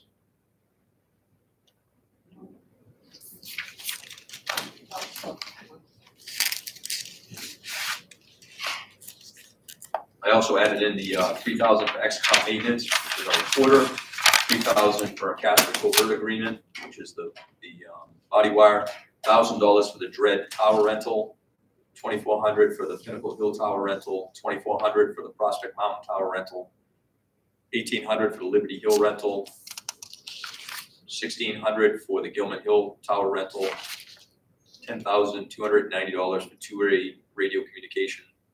That's the radio tower and shed equipment maintenance agreement, which again, that's to maintain the current equipment that we have. As long as everything goes like it's supposed to, and all the ARPA funds are captured and able to be spent, and radio system is up and running, it'll be up and running by this time next year. So it'll take them at least a year to get everything deployed and up and running. Any questions? Contracted, let's see, software support. Software support would be our IMC. It's like Exacom and Casper might be two new ads in there. So that was, Makes sense? so I had them in contracted services. I don't know what, So those got pulled out of contracted services? Yes, those are in software support, not Okay. contracting services. I don't have the notes here. Contracted services is up considerably, Yeah, that's from the 11,000 more than 11,000. for So- the For the tasers. Yeah, that's right. Right, but it's more than that, right? Because we're projected to spend 16. And there's 12,000 increase, but yet you pulled 6,000 out. So that means contracted services is up 18,000 bucks. So, And the tasers is only 11, so what's the Okay. other 7? so I have $10,290 for two-way radio communications, maintenance agreement. I had 3,000 for the Exacom, which got moved, correct? Correct. Just so you know, we had a meeting, county administrator and I, because one, like, we're trying to figure out what's contracted services and Yeah. what's Makes sense. software agreement, so. So we could probably take out, let's see, okay, so then $1,000 for the Dread Tower, 2,400 for Pinnacle Hill. All right, those numbers I don't have. 2,400 for Pinnacle Hill. Yep, so that's tower rental. Is that up here in telecommunications? I had 2,400 for No contracted services because we actually contract the tower space with them. Pinnacle Hill. I have 1,600 for Pinnacle Hill tower rental. Yep, so Pinnacle Hill is, so that's going up. Pinnacle Hill is, We got another 1,000 in telecommunications for Pinnacle Hill radio line. so radio line, so radio line, so telecommunications is not our tower rental space. Okay. That would be for the telephone lines that run up Okay. the side of the mountain and connect basically our radio system together. So all the fiber lines, all the FDDA lines and all that. Yep. That's for the telecommunications, where contracted services, we're contracting with them on their towers to be able to put our equipment attached to the towers. So we have Pinnacle Hill, which is 2,400, Prospect Mountain, which is 2,400. So both of those have increased. Yes. So should I What am I? increase them? Yes. Yeah. And that was a projection. They couldn't give me the exact Oh, all right, amount, you so just it's a got the projection. ranges. Okay. Deborah, we up to the $7,000 discrepancy yet on those? Not yet. So that was Not yet. Prospect and Pinnacle. I haven't heard yet. 2,400. Yeah, there's two of them for 2,400, so 24 and 24. Yeah. Right, 1,800 for Liberty Hill. we had $11,040 for the tasers. And then 1,600 for Gilman Hill. And then, yeah, so what do you have right there? And then 1,000 for Belknap Mountain. Yep, Dread, yep. What was that, Jamie? $1,000 for Belknap Mountain, it's also called Dread. So that gets you to 7K, doesn't it? Well, I don't know what it was last year. We don't have this That's what we're detail trying- of that's what we're last trying to year's figure out. budget request. And it's, you know, between those two lines, it's up a lot more than that. From last, And then- from what was projected to be spent this year to what the budget is next year, right? So you got 36,000 between the two that you're gonna spend this year, and we're requesting 56. So we're requesting an additional $20,000 between those two lines, Well, that I don't know why. well, we had IMC tied into, like, there was, we had a note on one of them where we removed. We're gonna be late. That wasn't a signal. Oh, That was actually me clearing my throat. It's all good. That was not a message. I mean, we would have been on time if Commissioner Taylor didn't talk so much. No, I'm, don't worry about me, I'm perfectly fine. I'm good. Services, I have. Sometimes the throat clearing is just Right, I know, right? Those changes. Exactly. Okay, 30,000. Sometimes a sneeze or cough is just a sneeze or cough. Right.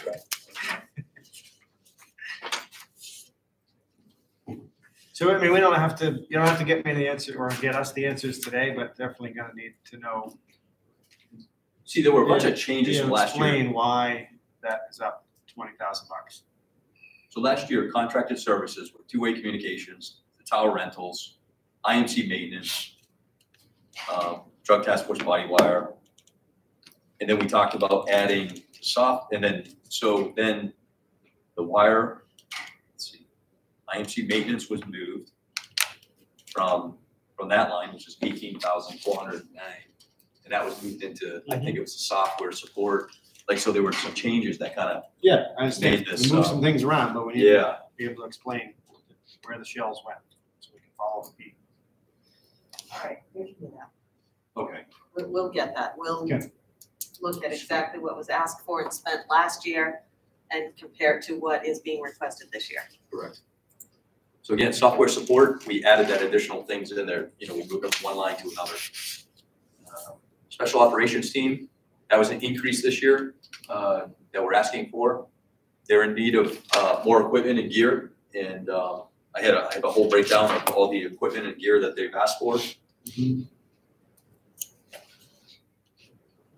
Which last year, again, we reduced it down to 10,000 with the idea it was just the maintenance for that, maintenance budget for that year. Communication repair and maintenance. That's for any incidentals that are not covered with our current maintenance agreement through 2A. So that could be computer screens and all that stuff within our dispatch center. I did ask for an increase in that just because we do have some aging equipment in there. You know, again, some computer screens, UPCs, power sources, batteries, and stuff like that.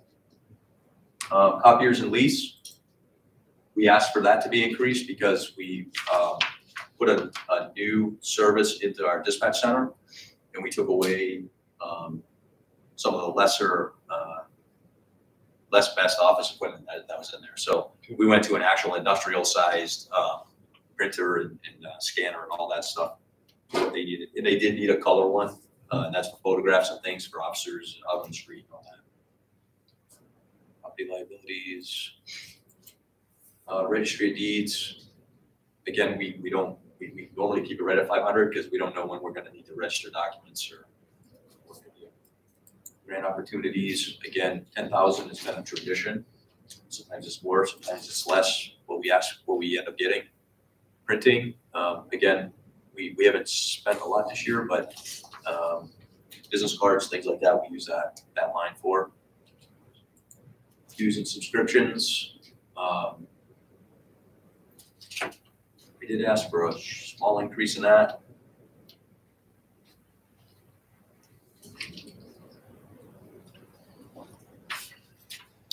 can't tell what's new. Rotary, is that new? No, that's been paid in the past. I just don't think it was marked as such. IACP.net? Yes, IACP.net. So this past year, we did not do IACP.net. And I found that it would be more beneficial if we went back to that service. So that's where I can generate, I can get policies and things from across the country and collaborate a little better with some of the other sheriff's departments and police chiefs across the country on things that are going on. And operating supplies, figure we keep it the same as what's projected, same for advertising. I did ask for a significant increase in training. $2,200 for the amount of personnel that we have is fairly inadequate. I have new supervisors I need to send to classes. We send them to classes, and again, they're $695 a class for a 3-day class. I have 3 new dispatch supervisors. I have 3 supervisors that are on the deputy side of the house that, you know, you start adding that all up. I have 31 sworn personnel, 12 dispatchers, 12 bailiffs. So I've asked for that to be increased. Uniform allowance. Again, I did ask for an increase in that. That's just to solidify what's contractual. That would be the contractual obligation if every employee was to spend their clothing allowance. I'm actually thinking that we're probably gonna exceed the 5,000 this year just based on what they're spending already.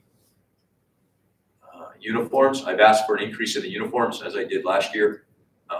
We finally have deputies that are wearing at least the same colored uniforms. Now we have to look at the maintenance portion of it. So I'm asking for an increase in that so we can continue to get them the uniforms that they need to wear.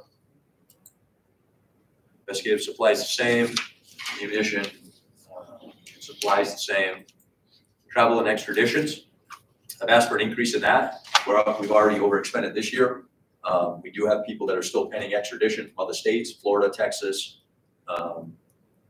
We have a couple people that we think are out in Arizona that if all it takes is for them to get picked up, we could end up out there. These things can get costly. The cost of these things are becoming more. So I've now started employing my deputies to actually fly out and pick these people up where we used to do companies. When we were paying 79 cents a mile, that was far cheaper to have them picked up by one of these Con Air places. But we're finding that now that's tripled in price. So we're having to go and get them. Now, when we do go out there, our deputies, if they're going out, you know, to like Texas or something, I traditionally have them stay a night or an extra day at the location because they're normally doing at least a 12-hour day out and a 12-hour day back. So I give them a day in between, and then we don't incur the overtime costs. Do we have a policy with regard to the seriousness of offense and the distance of traveling extradition? No, there's no policy in place, but typically we keep a good line of communication with the county attorney's office as to where we should be going for these people. Traditionally, if we know that, so any criminal warrant that comes out of the Superior Court, instantly will have a New England State extradition limit attached to it. And because that's a day down, day back, you know, we pay for them to go to Subway. So it's very insignificant, but. I'm really thinking about the long distance. Yeah, if we go into Florida, you know, again, we'll look at the severity of the charge. And, you know, if it sounds like, you know, if the county attorneys, they send their recommendation up to us and then we either agree with it or we don't. And we go from there. Anything sexual in nature, you know, that's predatory, typically will go anywhere in the United States for them. If it's an assault type case, you know, again, and there's a victim, we'll traditionally go somewhere. The driving offense, perhaps we won't go quite as far. So the basic decision comes out of the county attorney's office. Well, the influence comes from the county attorney's office. I have the extradition line in my budget, so I'm the one that ultimately makes the decision on that. But the county attorney's influence is probably 90% of how we make our decision. So again, we work very well with the county attorney's office when it relates to that. Would you say that if he wasn't sitting in the room? No, actually. But no, just to say, I mean, really, we have a very good line of communication. So we discuss these matters. And again, I look at how many warrants are going to be on file for us. And, you know, in speedy trial and all that stuff, we have a duty to get these people regardless if we want to pay to go get them or not. There are timeframes, and I know that hasn't been really challenged much in the recent past, but there's been conversation about if you knew where I was at, why didn't you just come get me? And then, you know, what do we say? Well, you're out of state, we didn't want to pay for it. So I know we've gotten stuck with people in our jail. Nobody comes to pick up. I know, and that's, but again, we look at that and say, well, if they've gotten picked up in the first place, would they be in our jail? So again, what duty do we have to deal with this? So we try to be, you know, again, we try to be smart about this. So anything sexual assault, we're coming for you. So we'll fly across the country, wherever. Office supplies, postage, same. Gasoline, I did ask for an increase in that. Currently, the trends in fuel pricing is going up. I don't anticipate it going down. I have asked my deputies to stop using the WEX card, which is a card that we can use for any gas station. And now that we're back using state cards, or the state pumps for the most things, because right now they have the best prices on gas. If they're out of state, then of course we use the WEX card, or if there's just not a state pump available to them, you know, we'll allow that. So vehicle maintenance or repair, I did ask for a slight increase in that area. Part of that is our aging fleet. We do have some equipment. Now I could probably reduce that by about $5,000 if I get some of the work done this year that I'm hopeful to get done to our operations center. I'm waiting on a third quote, but if the third quote comes in and it fits within my budget this year, I'll get that fixed and I'll ask for that to be reduced. Say that again? So right now, I'm We're waiting. talking about vehicles. That's what I heard too. You We're can talking about fix the vehicles, right? operations Vehicle center. maintenance. How Yes, is, vehicle maintenance. So if how I is have, operations oh, going sorry, to be I expended from vehicle maintenance? Wait, said vehicle maintenance is my tackle operations center. The vehicle. Oh. So I have a big expense on The that. vehicle that would be the. Yeah, sorry, I should have said that. operation. Okay, I'm with you. So our TOC, our vehicle, that big Okay. box truck, Okay, it needs some significant work. So I'm waiting for the third quote to come in. If okay. it will fit in my budget this year, I will get it done. When you get that right, quote? and it, Hopefully by the end of this Gotcha. week. that will fit, that will definitely fit. I mean, Yeah, so we could probably reduce that then by 5,000 today. Yeah, because I already added 5,000 into your projection. Oh, okay, then to let's reduce assume that. Because you have the money. Okay, good, all right. So we could make this 12,000? Yes, let's make it 12,000. That's good.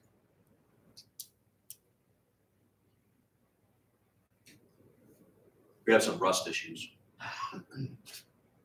Okay. So books and periodicals, 300. That's a $200 increase. Again, we just have some books that we get, some law books and things that we get that I'd like for all of our personnel to be able to get them, and not just a selected few. So that would that's the reason for the increase. New equipment. I did have some notes on that one.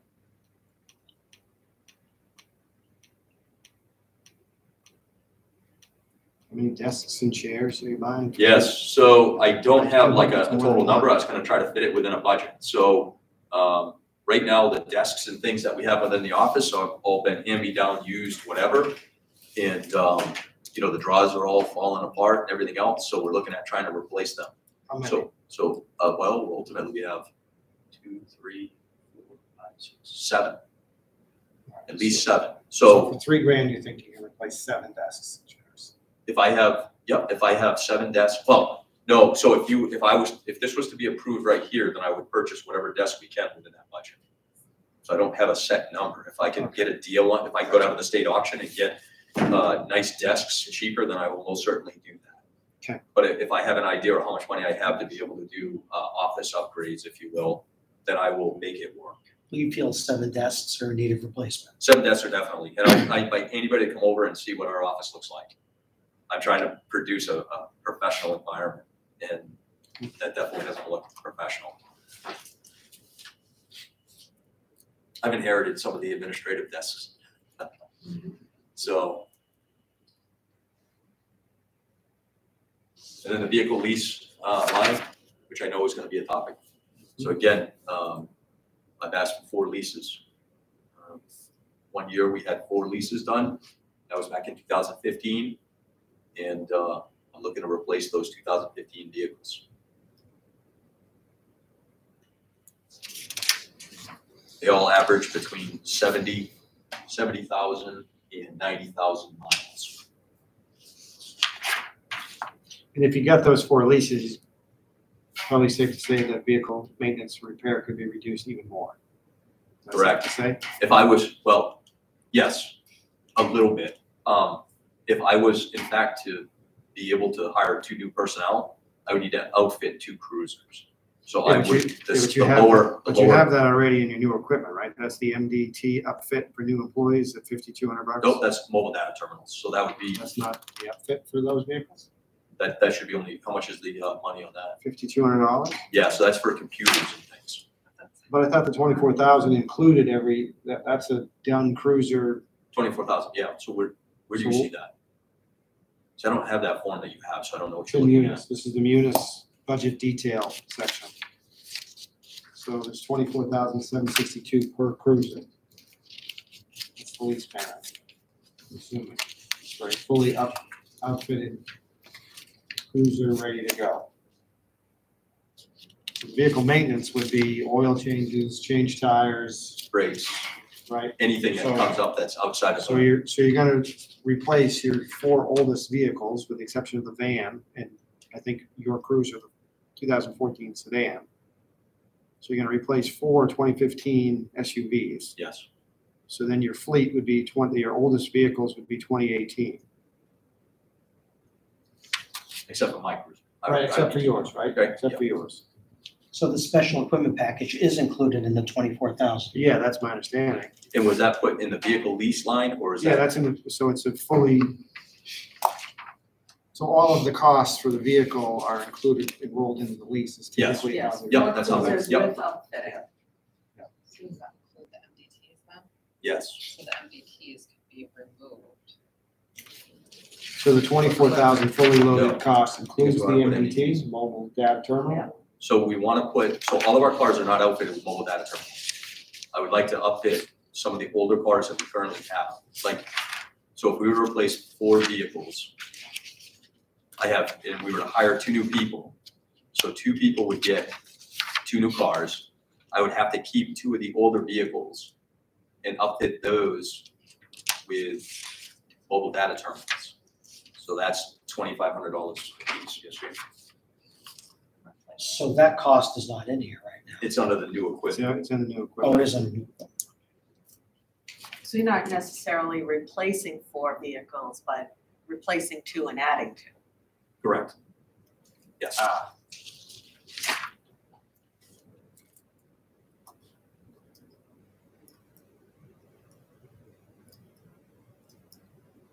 And of course, I would take the lowest mileage or the lowest maintenance cost cars as part of the fleet. But the fitting out cost would remain the same at 2,500 per vehicle 25, to outfit the older Okay. vehicles. yes, 2,500 That per doesn't car. change. Correct. That's to put in a stand and a computer in that car. So, And on top of that, we're trying to move away from having a desktop computer and a car computer to where we have a car computer that can be taken out of the car and put on your desktop. So we're gonna reduce, So on top of the compensation and benefits for 2 new deputies, we'd also have to add in $55,000. yes, Is the For cruiser additional, expense. costs to add these 2 new, as well as uniforms and that. So here's your fully loaded cost for 2 new employees. I think that would be helpful to see in your memo. Okay. Detailed out, so we can clearly see what the exact cost is to add 2 new deputies. So we were up to almost $200,000 in labor and benefits, so we're talking $200,000 would be ongoing plus another 50, so you're talking $250,000 just in year 1. correct.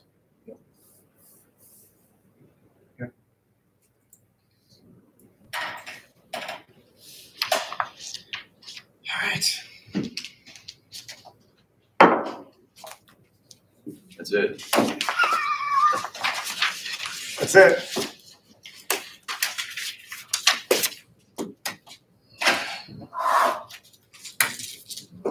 There's lunch here, but I don't think you're gonna get to stop for a That's break. Were you here when we scheduled our next? So our next work session, your budget, obviously now, as well as the Department of Corrections. Yeah. There are gonna be two that we're certainly looking at again, and that's gonna be 18th, yeah, the 18th. The starting 18th, at Thursday, the 2 o'clock. 18th at 2 o'clock. 2 o'clock, so the day of, I'm sure I'll let you know as well.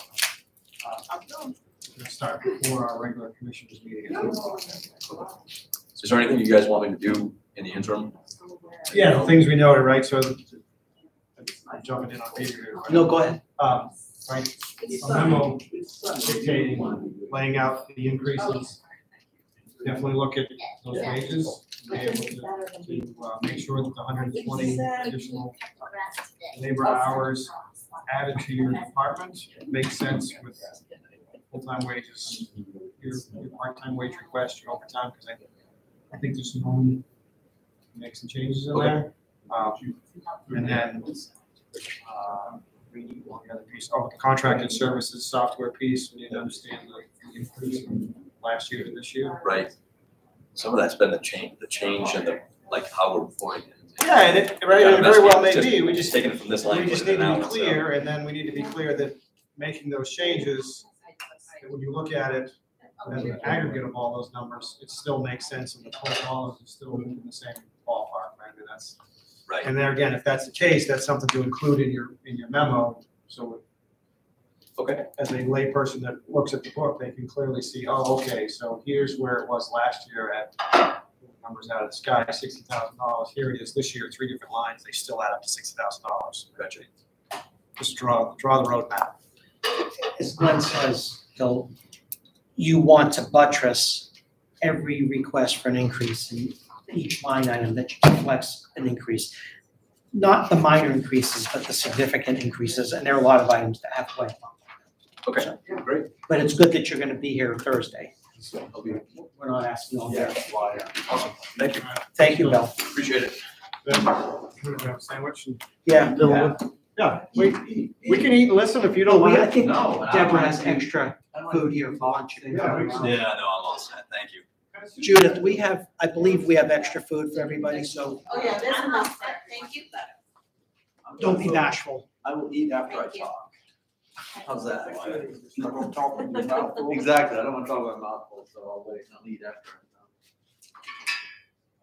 I'm Is that chicken salad or tuna done. salad? Well, it's gonna be good, girl. Hold on one second, I'll tell you. Now, Chicken or what tuna? Chicken. It is chicken? Mhm. You sure?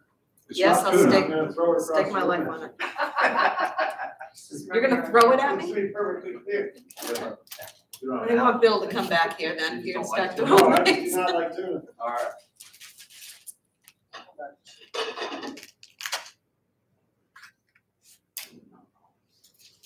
Oh, there's plenty. Looks like There's no way the 5 of us are gonna eat all eat that. all that. Alright. I have to say the best part about this Saturday meeting is the lunch. Nice job. Yeah. Well, you did, most of them. Oh, they did. Awesome. Nice treat. Yeah, there is plenty, help yourself, if you want anything, all right.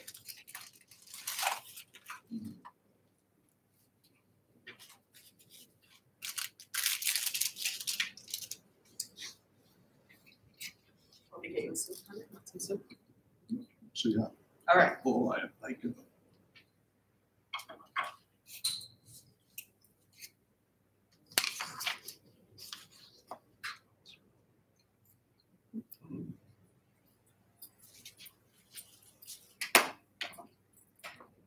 soup is hot.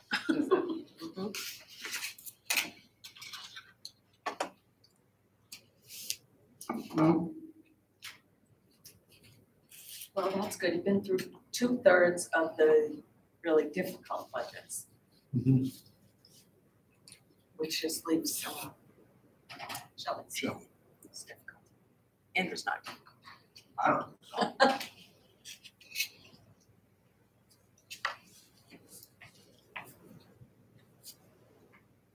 Public defender still not taking new cases. They've started taking new cases again, they're back to taking new cases. has the defense bar come to the, Not really. I sort of suspected that might happen. There's still not enough contract lawyers out there, or private lawyers, to take the cases where there are conflicts. So even though the public defender's office has started taking new cases again, it's still a bit of a crisis on there. I'm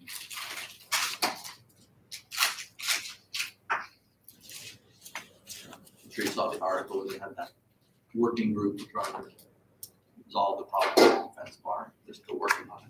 Court.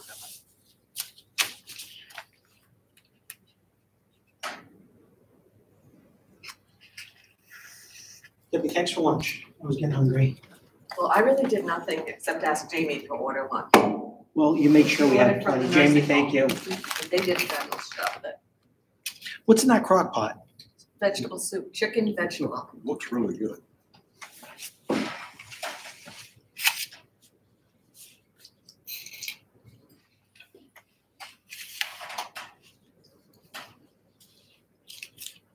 Judith, we're running about half an hour late, but I think we'll catch up quickly with Andrew. That's fine. He's usually very brisk, so. Very interested in hearing. I'm fresh right now, I gotta hurry it up. There's only a few, one big change. It's running, it's causing a lot of numbers to increase, but it's really one change.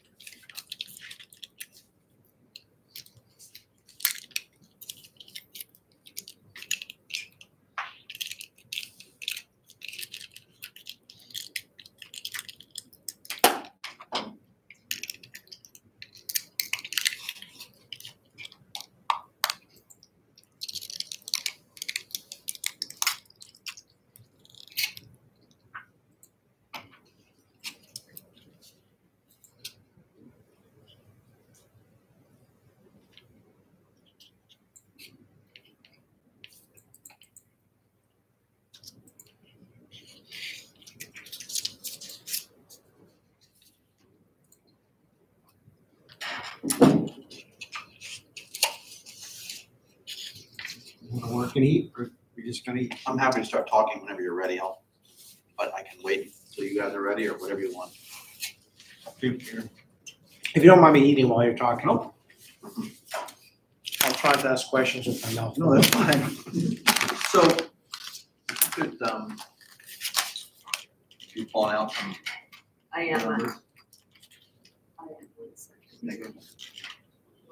Going into the, While she's doing that, we'll just talk about the revenues. oh, That should be an easy. What's your revenues? I haven't even looked at revenues. 85,000. 85,000, that's my two grants that I have, two victim and disaster positions, those are not changed, those are stable and you should be fine. All right, that's the only income I have. So on my budget side, as you know, the big change in my budget is I've included two new positions in my budget. That's really driven all of the, almost all the increases you see in my budget.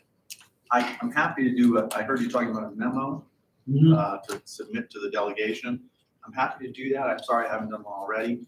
And I think what I'll break out in that is, as you suggested, is sort of what the total cost is for each of the two new employees. And how it sort of drives the numbers all the way down through the budget. And then you'll have a sense of, okay, if you added one new attorney, it would cost this much. If you had two new attorneys, it costs this much. So I'm happy to do that breakdown. So the wages number, that's $643,520 for full-time wages. That involves adding two new attorneys at approximately $69,000 each for a starting salary. Plus the normal step increases that everybody else is getting. That's where that number comes from.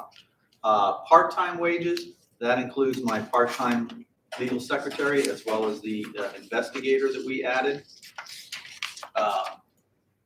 The part-time secretary position is open right now. It's been open for a few weeks, so we're going to have a little bit of room in that part of the budget. But I'm not sure why the jump went from 56 up to 62. I'm guessing that is I think it's because the investigator is in here for a full year. Oh, that's right.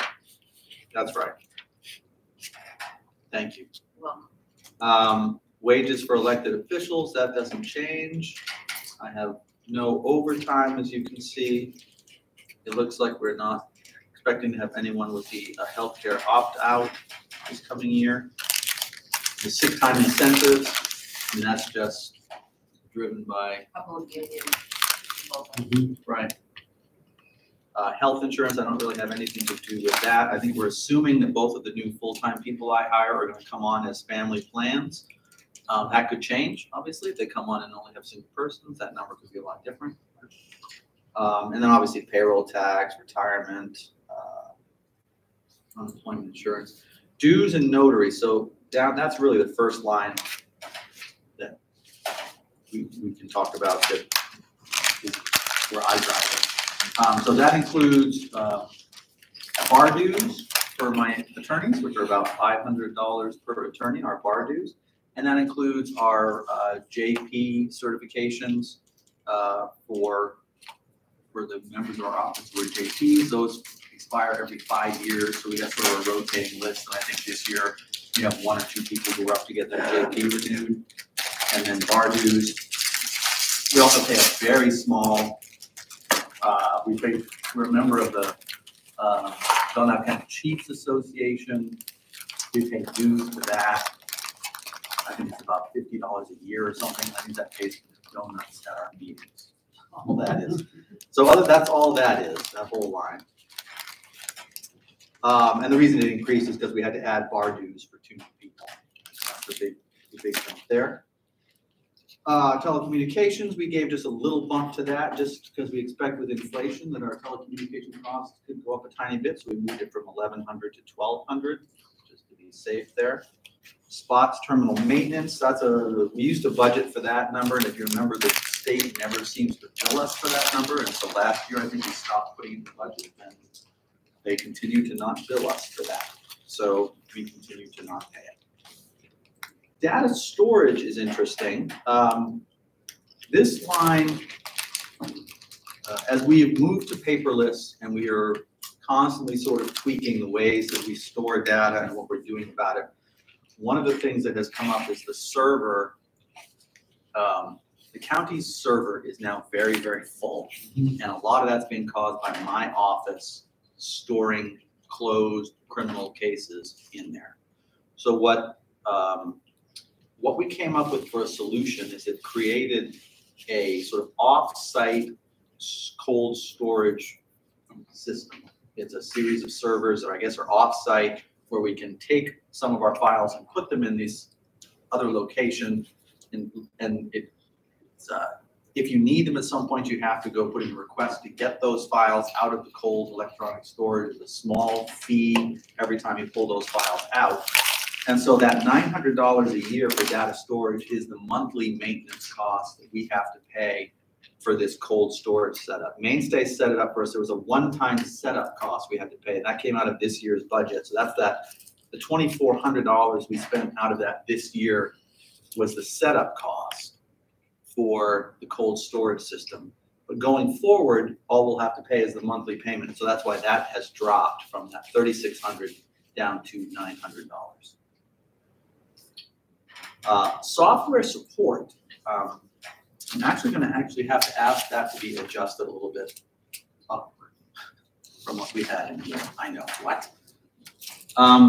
So software support pays for a couple things.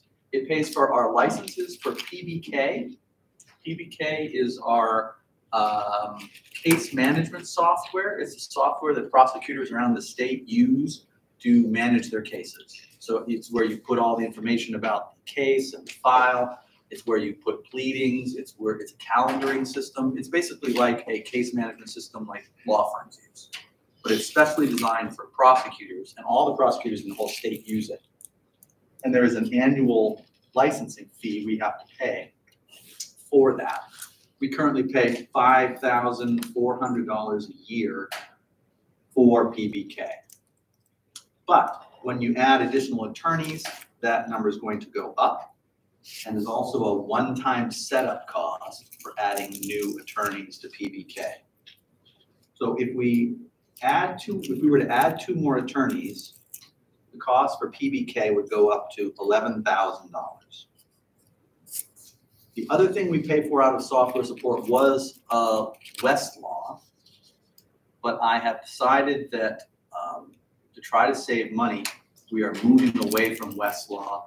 There's a free online service you can get through the bar, which our bar dues pay for, which is a legal research program on the bar's website. It used to be called FindLaw, but they've now changed it to a different program.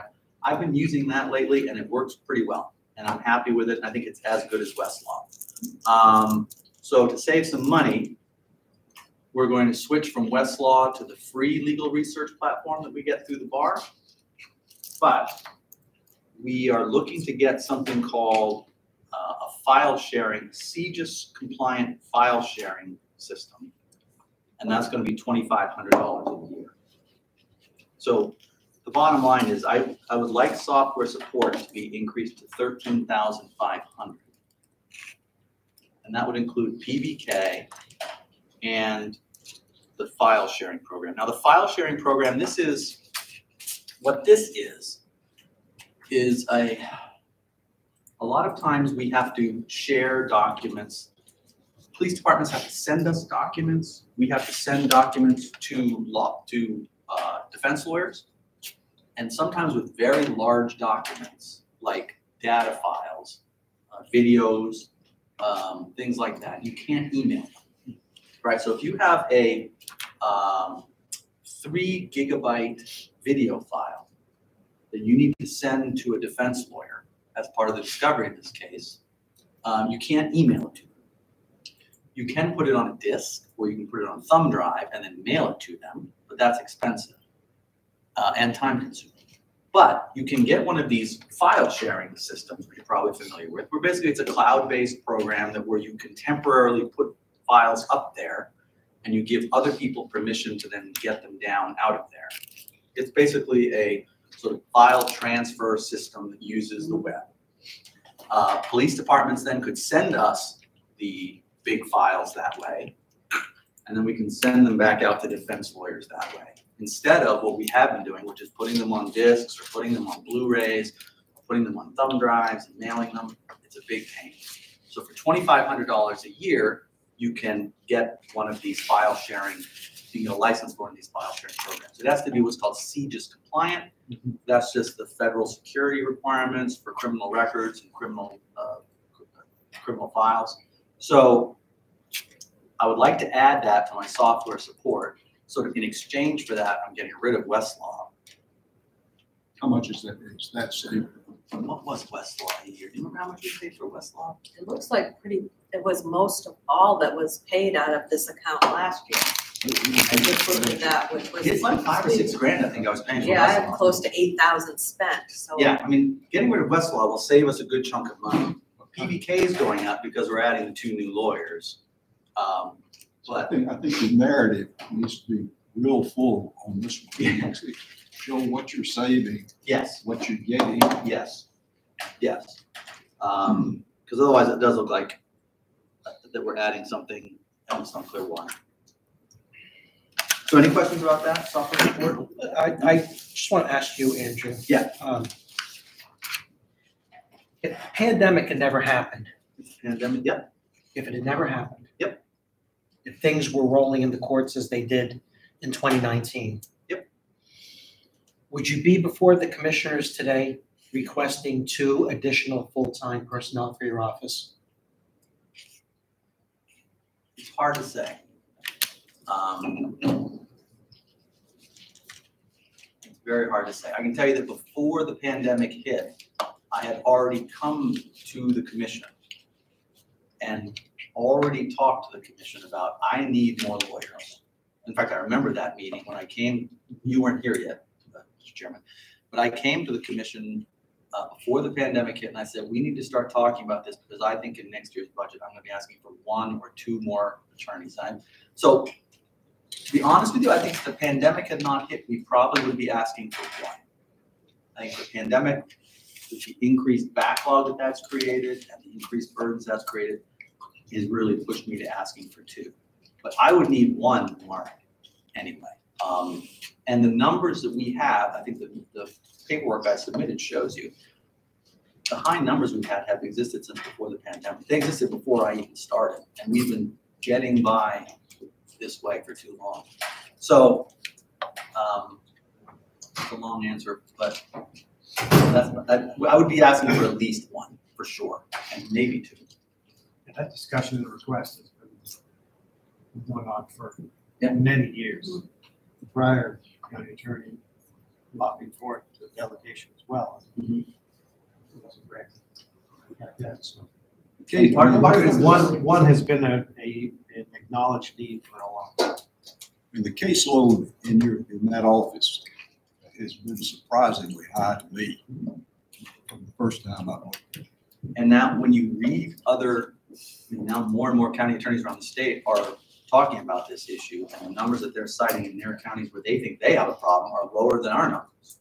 You know, you're hearing Hillsborough talk about this, and you're hearing Rockingham talk about this, and their numbers aren't even as bad as ours. So. We probably don't have superheroes working. So, and so is that? Well, it does, and I don't want to jump the gun here. Yeah. You know, we know that the courts are jammed up because of the virus.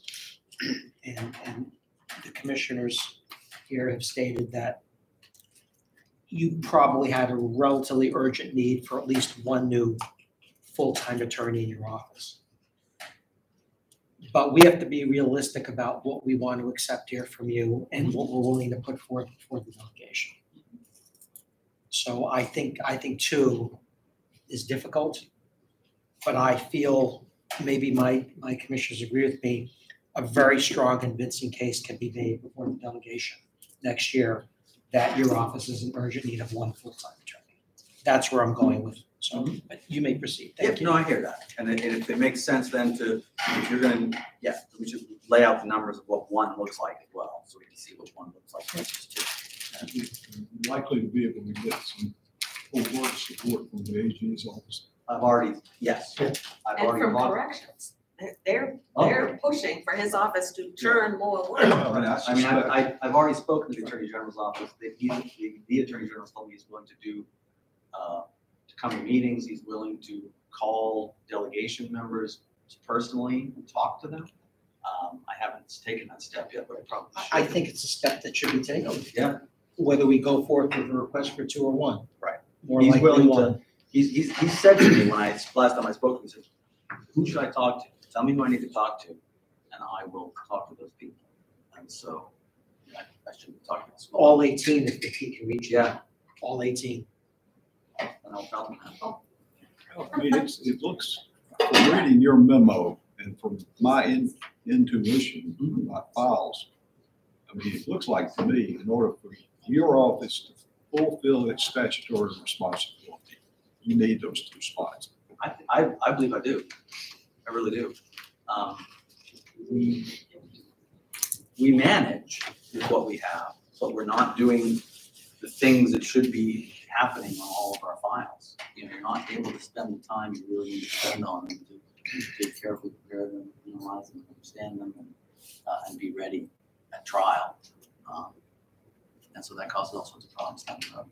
And at some point, cases that need to be prosecuted probably start not being prosecuted. That is the risk.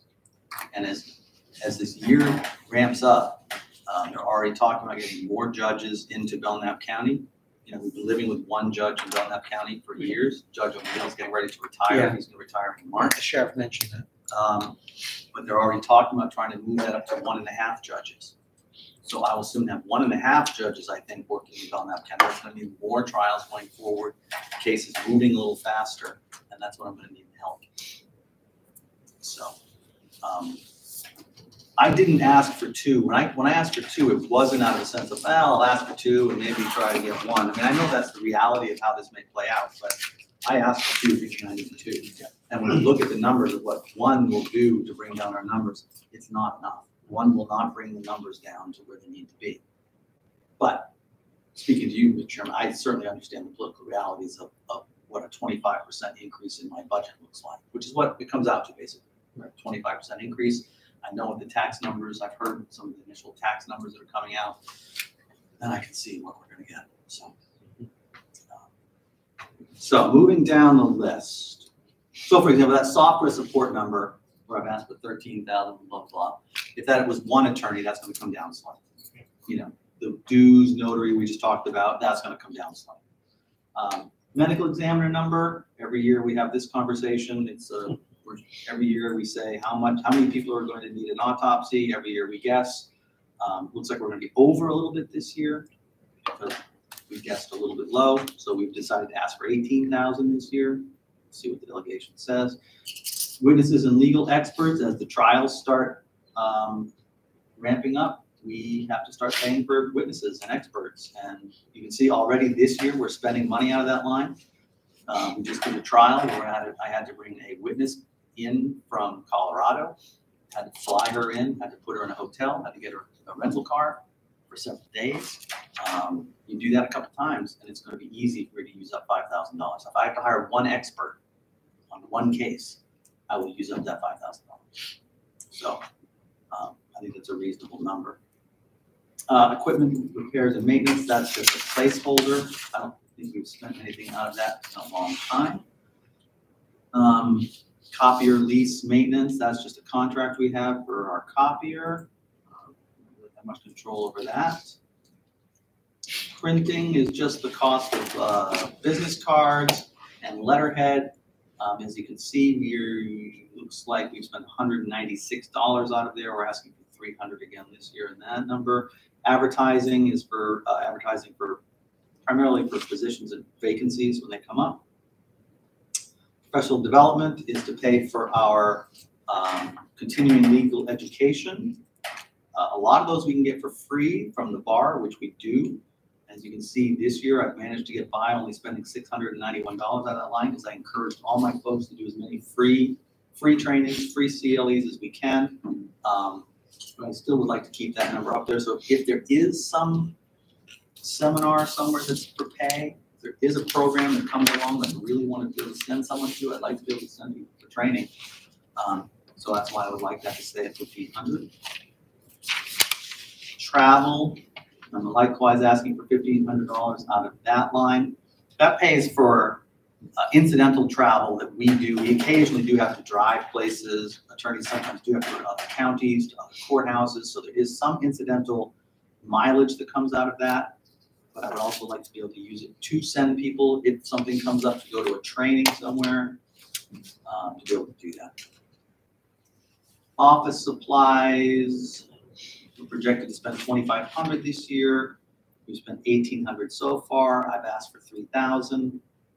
You know, you can trim a little out of that perhaps, but I think that's a pretty fair number given inflation. Postage. Last year we budgeted too little for postage because we failed to include a rental for the Pitney Bowes machine, I think. There was some number we forgot to include last year. I think it was just and so we've gone over a little bit on postage. So that's why we upped our request on postage to $1,000. Books, journals, periodicals, that just pays for updates for our law books. We've spent $468 out of that so far. There's going to be some, usually at the end of the year, there's a big push to buy updates on the book, so that should go a little higher. Last year, you can see we spent $1,051 out of that. So I think 1,000 is still a realistic number. $8,200 for new equipment. That's for the new equipment I would need for my 2 new attorneys. So if we only hired 1 attorney, you can cut that number in half. That includes 2 desks, 2 office chairs, 2 phones, 2 computers, 4 monitors, as well as double monitors. Yep. I ballparked all that. We got a price for 2 computers. I ballparked like $700 for desks, which is what we've been paying lately. A couple $100 for chairs.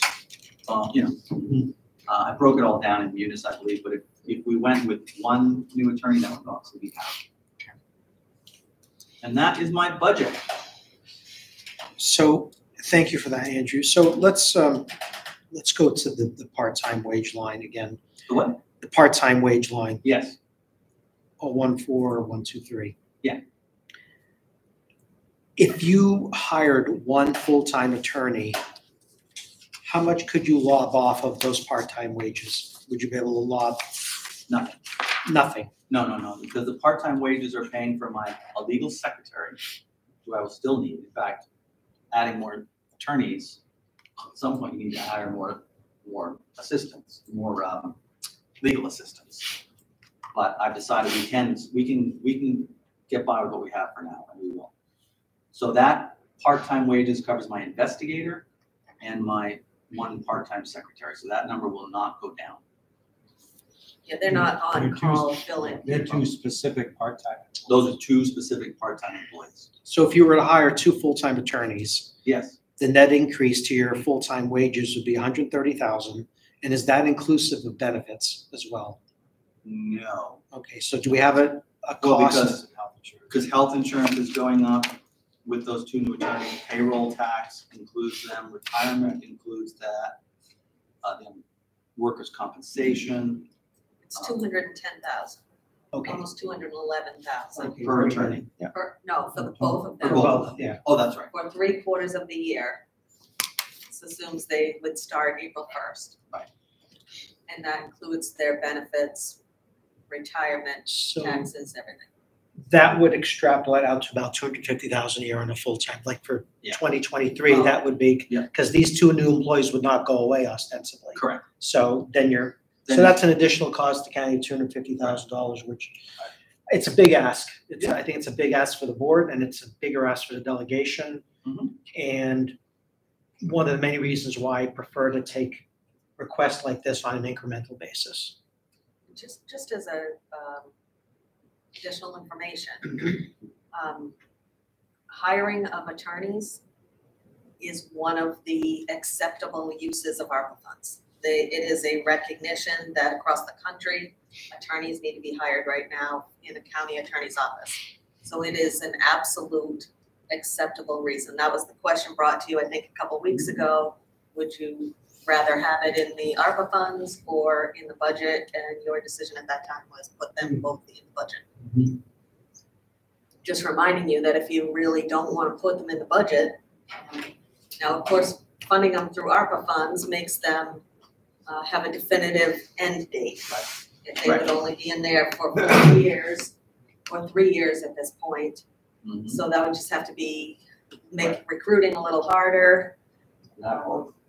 Yeah, to know that they may They may not. be funded after. Funded.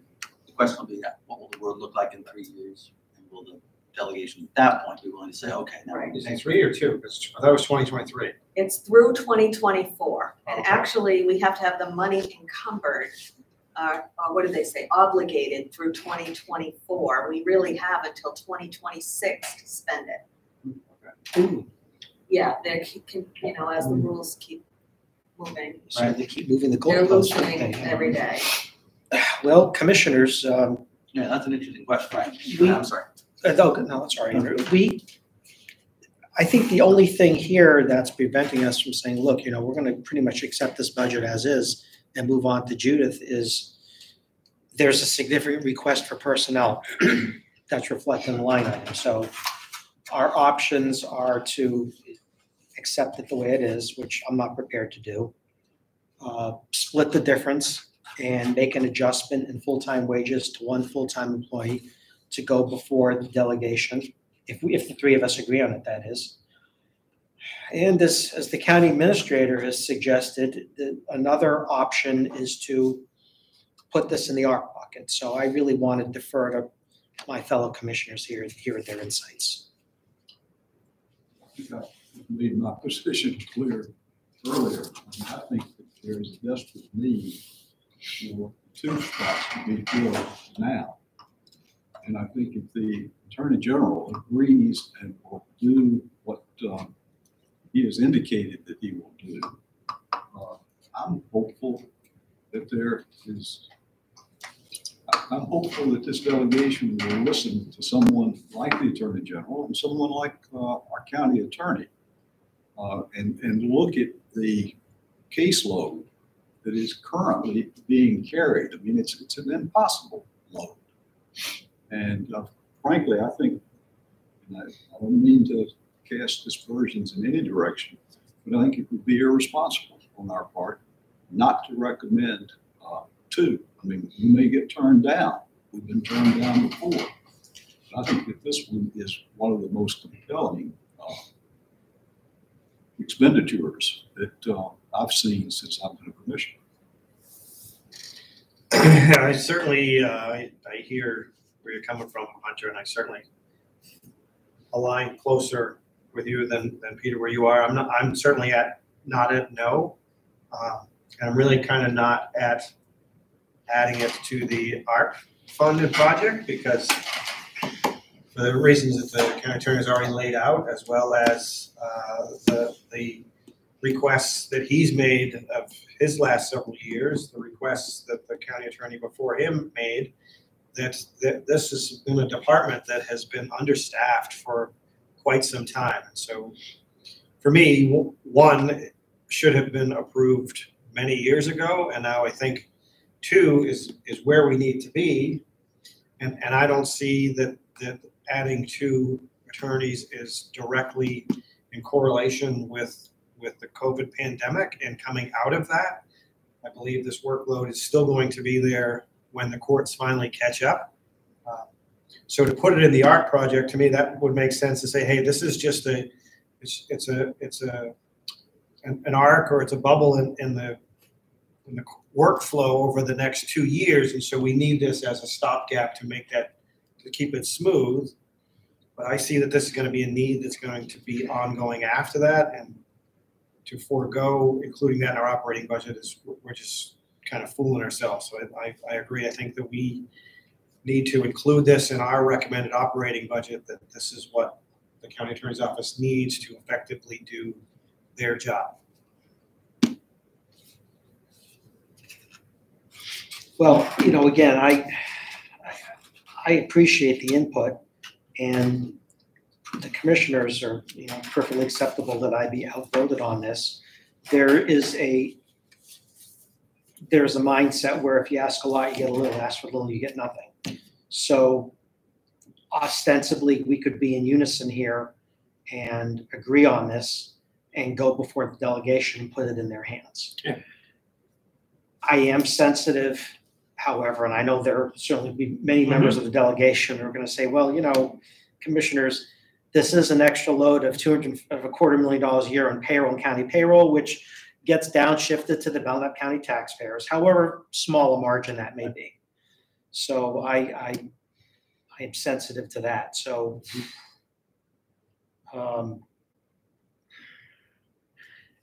I think you both know where I'm coming from here, Hunter. I'm hoping as you think about this, I think it would be, if we have any chance, I think we need to have unanimity on this. But I mean, you've got to do what you've got to do. Yeah. Certainly respect it. If you couldn't vote with us, I can probably understand and respect that.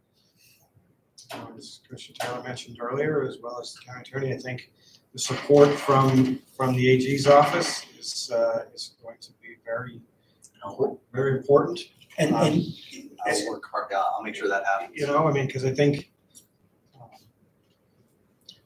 there are certainly members of the other elected body that doesn't particularly care to hear from any of us.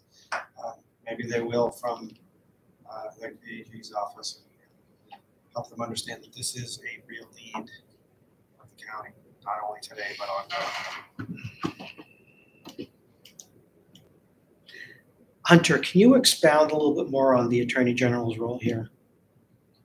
Yes, I mean, I think that is the chief law enforcement person in the state of New Hampshire. Mm-hmm. And clearly someone who is, whether you favored his appointment or not, I mean, I think that there is widespread support. And everything that I've heard from legal services lawyers to corporate lawyers has been complimentary of him. And if he says, in his opinion, this is needed for this office to fulfill its constitutional and legal responsibility of the state. I think there are enough people in that delegation who might be inclined generally to say no.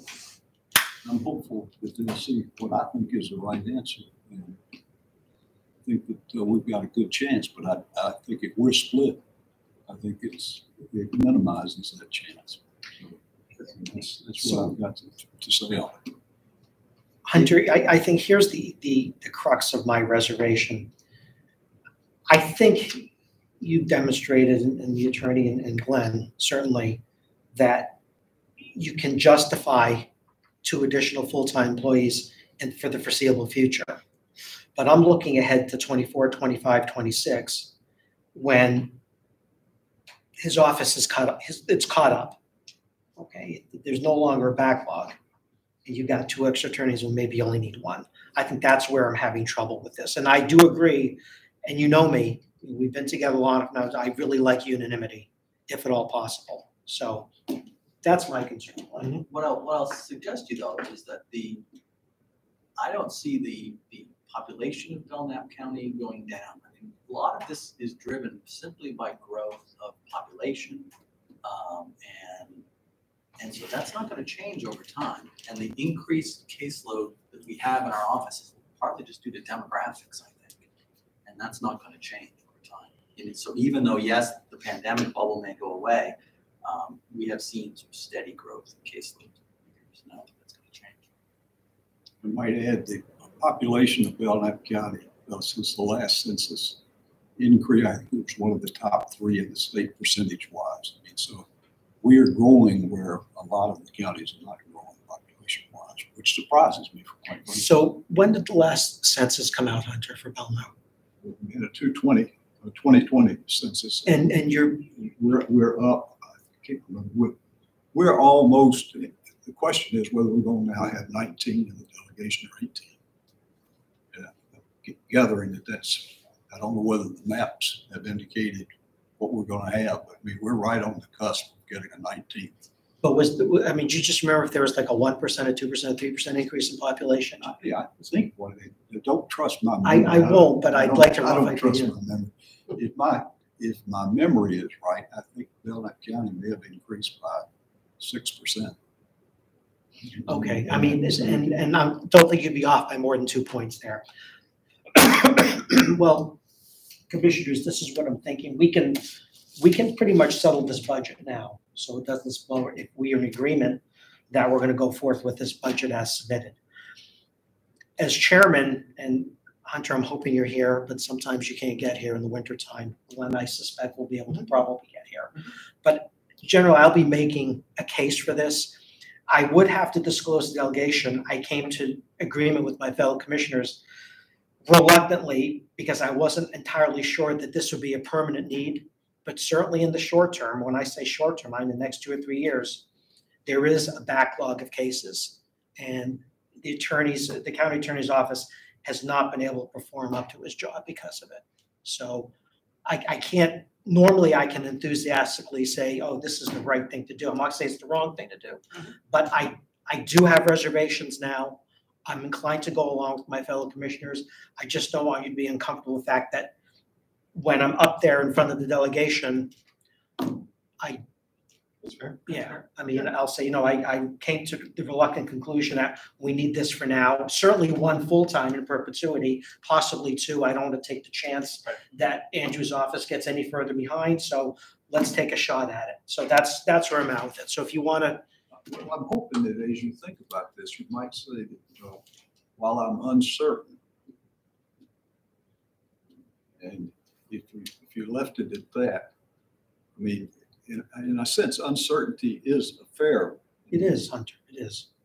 Because this is forever if it passes. Yeah. Right. I think uncertainty is a word that I would have absolutely no problem. I'm not certain. And I believe that it's warranted, right? I mean, I think all 3 of us have a level of uncertainty as to whether this is ongoing. But all we can base today's decision on is the information that we have, and I think it's foreseeable that this is an ongoing issue, problem. I can't help but add, because when you talk about forever, I mean, we have laid people off. Correct, right. So it is entirely possible, and in fact likely, in the county attorney's office, that if there was someone, if there was not a need, if you had nobody doing anything, Right. they get laid off. That's what happens. That- We're not compelled to keep people for it. That makes me more comfortable. Yeah, as Deborah. well as, Um, you know, this body here would be reviewing the departments, I would think, Mhm. ongoing, the same as we do today, and, you know, if there was a budget year that came in and it was believed that there was a department that was overstaffed, we would certainly make that recommendation and change. So, Judy's office Correct, has shrunk Correct. significantly. correct. so before we go forward with a motion to approve this budget from the county attorney, I just want to state one further thing, and that is that we'll go before the delegation requesting 2. We may get 2, we may get 1, we may get none. This vigorous discussion between the groups will come up again if we get 1, and then the county attorney maintains he urgently needs a second position, and then we have to look at the art money to appropriate. But Right. we'll discuss that at a future date. If and when we need to. Okay. Very good. Well, thank you for your patience, Commissioners. No, thank. And you too, Andrew. Pleasure. Thank you for all your work, and thank you for this. Would you like a motion? I would, Commissioner. I will move to accept the recommendation for the expenditures of $1,251,536, as well as the revenues of $85,000 from the county attorney. I would second that motion. Is it 250? It's actually 250. Go with that number again. It's actually. Oh, we changed it, I'm sorry. It was Debbie, can you revise that? $1,254,536. Yes. 125456. Okay, I would second that Funny, as you number. spoke your words, I wrote the correct one. That's a little correct, right? scary, I realize, 1254, but Yes, everything. that's correct, $1,254,536. Thank you. Okay. All right, Hunter? Aye. Aye, the Sorry. motion carries, it's unanimous. thank you. All right, Andrew, thank you. Appreciate it. We'll Appreciate see it. what happens. Yeah. We will. I'm just gonna run to these. What's next? That was a hard one for me, Hunter. I really, Peter, let me say this. I've done this now. a bunch Oh, I of know. times. This is the, I think, the most constructive of these I've ever sat through. I mean, I think you're contributing significantly. Lynn contributes significantly. I'm trying to do what I can do. Spirited conversation, that's how good decisions are made. well, thank you for that. I suspect that things might go a little easier for all of us with Judith here, but let's hear what she has to say. Who can say no to Judy? I hope I bring good news.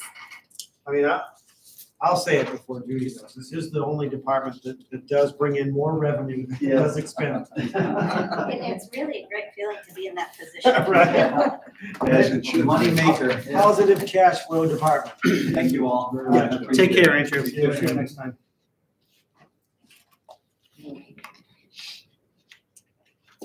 So revenues first, Judy? Certainly. So real estate transfer tax, 1.3 million, that's based on year-to-date averages. Equipment reimbursement in the amount of $34,025. That is up this year because that number incorporates the equipment lease, which is an offset in the expense line. The $1,800 for the copier, which is also offset in the expense line. And an amount in the $3625, which is new equipment. It is a cabinet that I'm requesting for the map books in our third vault. That would be the restored map books. So that number of 34,025 directly relates to equipment releases out of the special equipment account under that statute. LCHIP fees, $14,000, and miscellaneous income of $400 bank interest. Again, that's based on year-to-date averages. 1.3 in real estate transfer tax. Think 2022 is gonna be as good as, keep rolling forward? Well, you know, the last quarter has been slightly slower than previous, but that's the best I can do is just estimate based on averages. That's base Right, so- every year. So are we better to base off of the slowing of Q4 and being a little more conservative, or do you feel comfortable that we will in fact collect 1.3 next year, where, I mean, I clearly see we did this year, right, when we budgeted Yeah. 1.1. Well, through October, we're already at 1.122 million, so we've already exceeded 2021's projected revenue, Right, with 2 months left to go, so right, we're gonna exceed that. right. You know, the big ticket items are still pulling in big tax stamps. Okay. I don't know what to say. Yeah, no, I mean, I'm not, I'm a conservative person, so. right, okay, if you're comfortable with the number, I mean, I have no basis. I think at one challenge point is is, but I just probably wanna make- realistic, Glenn. I do. Okay. I'm not sure it'll go up, and probably stay pretty close to Okay. that, would be my Yeah, no, I guess, just based wanna- on the current trends in I residential. only asked the question to have a little bit of discussion to make sure we're comfortable with the number. Right. Okay. So moving on to expenses now. Okay. So full-time wage line that incorporates my only 2 full-time employees, which I do have the smallest staff in the state. And are they part of the union, or are they not part? One staff member is union, one is not. Okay. Thank you. Part-time wages, $10,000. That staff member works on-call, basically, covers vacation, high-volume days, and she's worked a lot this year because of sheer volume. Elected officials, that doesn't change. So I have nothing in for overtime. The health incentive, sick time, longevity, it's nothing in those lines. I think that comes later if for union or something, I'm not exactly sure. Health insurance, that's a number provided by the admin office, payroll tax, retirement, unemployment insurance, workman's comp, that's all admin numbers. Telecommunication, the phone, based on $135 a month, so that's $16.20. Next line is an increase, that's my index internet services line. That is volume driven based on docket counts, so that is up significantly. That is also based on averages, based on what we've done so far this year. Anticipating 20,000 dockets. So that's why that number is increased to where it is. Data storage is $990, that's $79 a month, plus one extra deposit for end of year data. Okay, file data restoration, that would be the cost to restore the next 2 plat books. Those are actually, smaller books as far as volume, so that number is down over previous years. Microfilming, that's up this year. That is also volume-driven number. Historically, we did about 4,000 a year for microfilming. That number is way too low. This year, I anticipate spending $6,600. So that's why that has increased. Copier lease, $1,800, and that's offset in the equipment reimbursement in the revenue line. Equipment rentals, that's a lease for all our hardware. That's also offset under the equipment reimbursement revenue line. Property liability insurance, that's an administrative number. Printing, we use New Hampshire Correctional Industries to print envelopes once a year, so that's right around 175 plus mail fee. Dues and subscription is the same as it's been for PRIA and Register of Deeds Association. Our operating supplies, that number is down. We're just not using as much in supplies as we were, so I feel that that's an appropriate number. Travel, I kept $200 in there just in case I need to travel someplace within the state for whatever purpose, but not planning on going out to Iowa for you know, that trip that I used to do. I'm just not comfortable doing that any longer.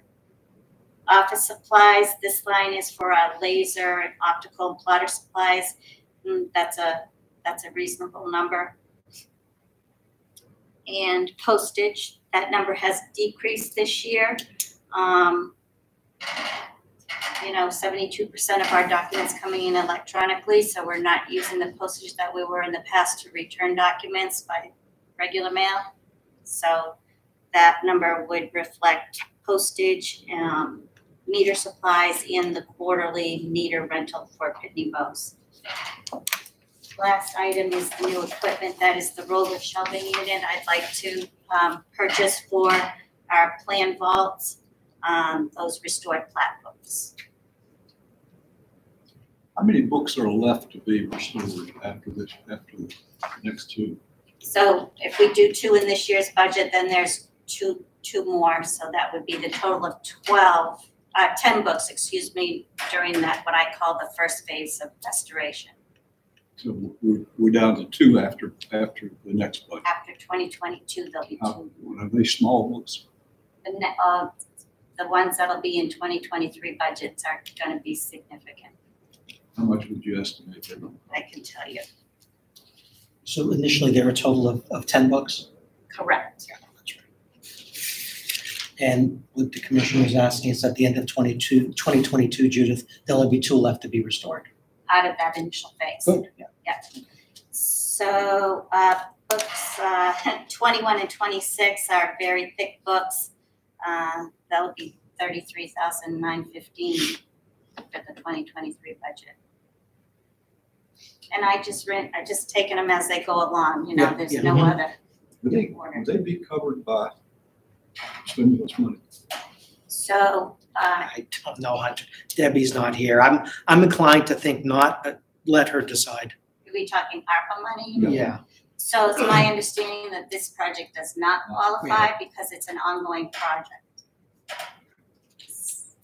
Gotcha. We'll endeavor to get you the money anyway to do it, but we'll just have to see where it goes.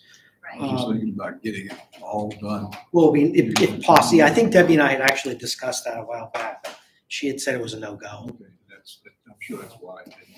Yeah, there are some registries that are using ARPA money to fund that project, but they didn't have it already. We were already underway. Yeah. Exactly. Judith, I've always been a fan of your department because it makes money. And I think you know how I feel about your performance in this job. So I don't have any questions here, Commissioner, with this budget. Commissioners? You do, I just one comment that we've been, kind of mentioned to all the department heads, that we're asking them to put a narrative memo together to, in essence, the front part of their department page that will kind of lay out the increase from one year to the next, so that when the delegation reads your budget, they can read your memo and clearly understand why it is the request is, in essence, $15,000 higher than what was budgeted last year.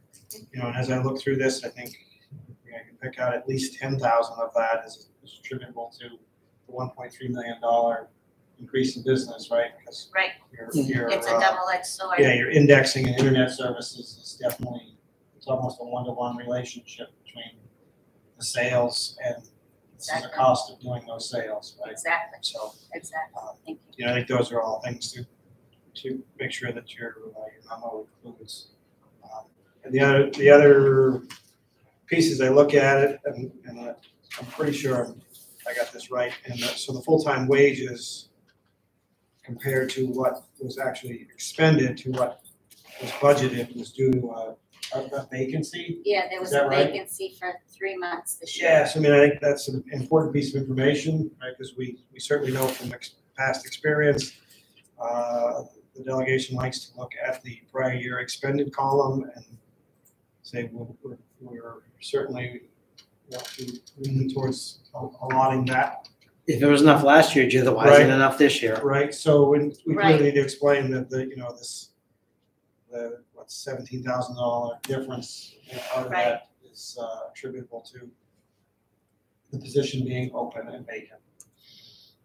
And Judith, the new equipment line also, make sure that you present that in your memo as you did to us, because I think you need to get that in, that's important. Right, I would not want to see you denied on that item. I agree. right, and that new equipment line, you know, if for some reason that it wasn't passed, moving forward, then that figure would also have to be reduced out of the revenue line because it can only be used for Right. equipment worthless monies. Just Jamie pointed out, very good point, good catch, that longevity, there will be one payment on longevity of $280. 280. Would you add $280 to the longevity? Teresa Folsom. Oh, How'd you find that, Jamie? So it brings the total to what? I just know she's been here a long time. 400, 35. 430,500. four. Yeah, 430,500. okay, so my number is different than that, I'll have to check it, okay. It's higher or lower? My number was higher. Oh. I'll verify it. I have my own little spreadsheet that I did, so. Okay.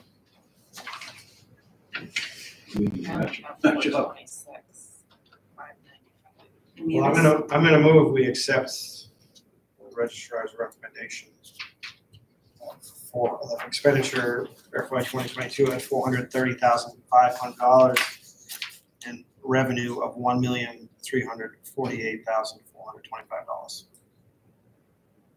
Second? All in favor? Aye.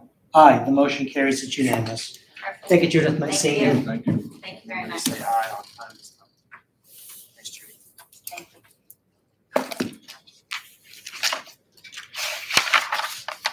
So we're running just under a half an hour behind schedule. We're doing okay.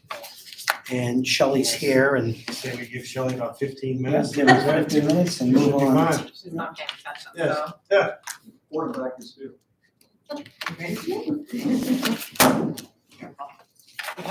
Your 15-minute clock starts now. Okay, everything's good, but everything's wonderful. Nice. Nice to see you during the day and not evening. Likewise. Right? Let's see here. So revenues, Revenues first, yes, please. so,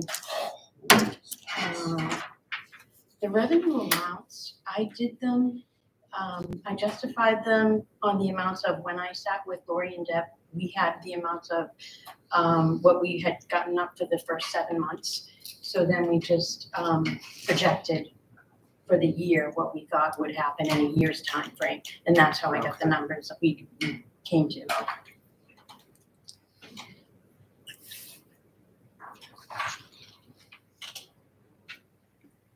And before we dive deep into the revenues, you anticipate, well, I think I already know the answer to the question because you answered it the other night, but what level of occupancy are you anticipating or forecasting for 2022 that these revenues would be based off of? The same 68%? The same 68.9%. And full capacity is 96? 94. 94. And is that true for the expenditures as well? We forecasted the expenditures based off of an occupancy at 68 to 69%?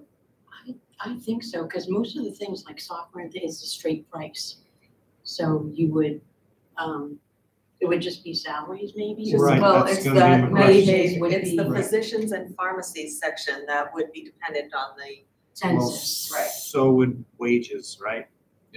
Well, so Because far, we're- they're not. Because we're have a 68% occupancy, well, for two reasons, if I understand correct. One is COVID, two is we can't hire the staff. Staffing So, workforce. right, so if we So can far, only it's staff, so if we can only staff to 68%, then as we dig deeper into this budget, I don't know what I'm staffing gonna be for kind of 68 consistent looks in like. thinking that we should be budgeting at that same level. If we're budgeting for 100% staffing, we're only budgeting at 68% residents revenue, we're not apples to apples. The staffing has been pretty close for the last 6 to 7 months of what we've had for. Shelley, when was the last time you had full capacity? Do you remember? That would have been pre-2020. March of 2020, I would say. So you're Probably going like on, January, you're going on 2 years. Well, yes. full, are you asking full occupancy or Yeah, full full staff? occup- full Okay. occupancy. Because we haven't been full staffed for, A long time.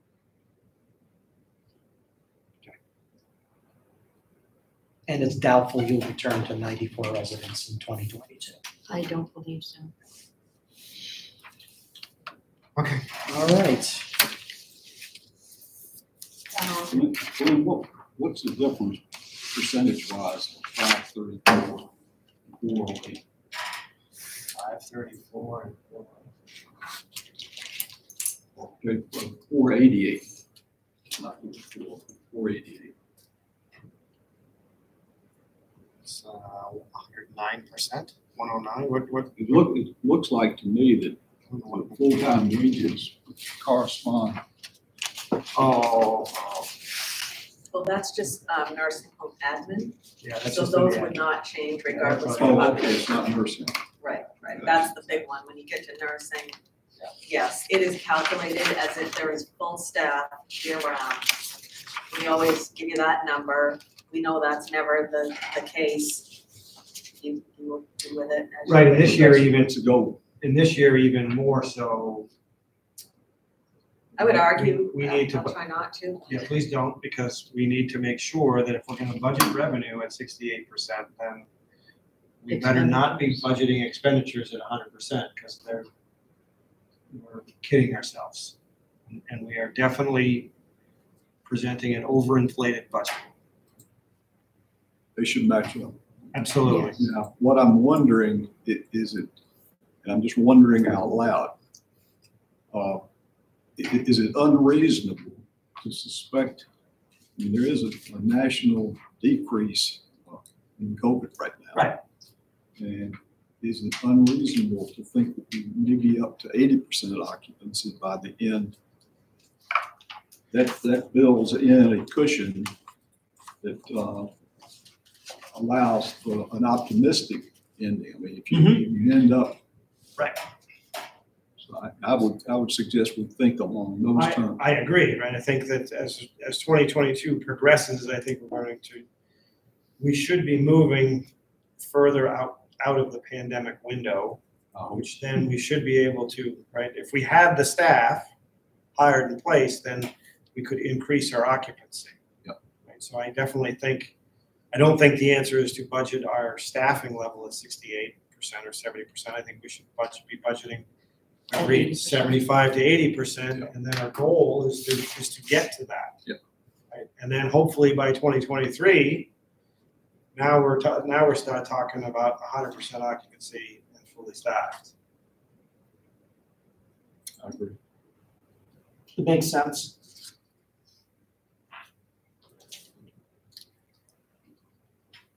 So with that, I guess I'll continue the conversation.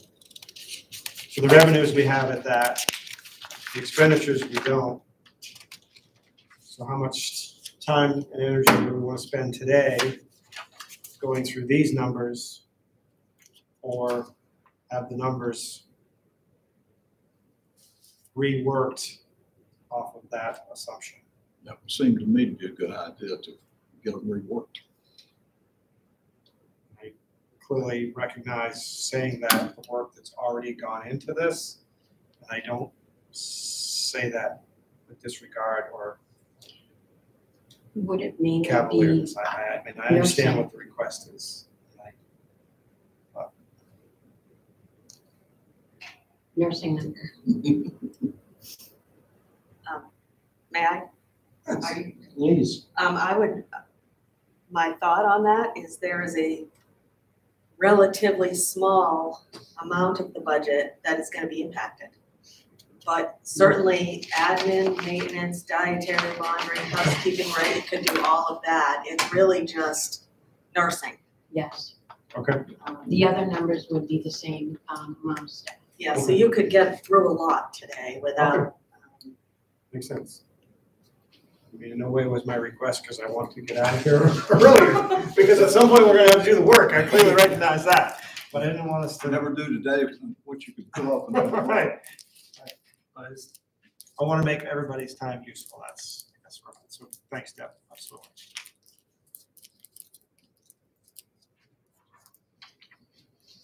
So you're comfortable with the revenue numbers?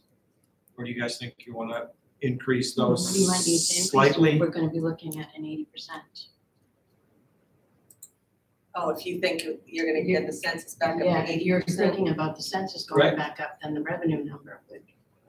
Just off the top of my head, I don't think they have to necessarily match. No, but I think it does make sense. And I think it's reasonable to believe I would- that the current occupancy level we sit today, we should be higher than that by at least the summertime, maybe the fall of next year. I mean, it may not be the entire year, but it may be a third of the year that we start to get back to that. I mean, I think, We have to plan. Well, the numbers, right, that's what I'm thinking, is we gotta plan for not our best case scenario, but hey, where do we think this is gonna go? and the numbers that are coming to my mind, which, and I'll invite this to be modified, is 75% and budget at 82.5 or something like Yeah, that. something like that, because we certainly need the staff before we can Yeah. get the revenue. Yeah, and but I trust you and Peter both with numbers better than. Yeah, I mean, I think some of those numbers are kind of arbitrary because we are definitely pulling them out of the wind at this point. Certainly What was. are- So, in my thinking, would it be, if we looked at the 2019 actuals and did like 75%? Yeah, I think you're Would be- probably a pretty good place to start. Because I don't know how many Med A patients we'd have, Right. how many private pay, but that would be a place that we had actuals. Mhm. And now trying to compare apples to Yeah. apples more, That would give you the baseline, with a Shelley. baseline to go on. That makes Otherwise, I'd really be kind of guessing. Yeah, that makes sense. And 75%. And Now you- that's gonna significantly, I think, reduce the revenues you're already asking. Do you think that when the time comes and we start to work out of this pandemic, that what resident class do you think would be filling the next 10% of occupancy first? I think it probably would be a skilled resident, somebody coming from the hospital. Okay, So it would be a higher amount. right, higher revenue. Yes. Corresponding higher expense to go along Yes. with it, but. I think we better not, I don't know that you want to say 75% of 2019's actuals. Because that will, Based on 75% occupancy. okay, I don't know how to calculate Yeah. that, I mean, but okay. neither do I. Yeah.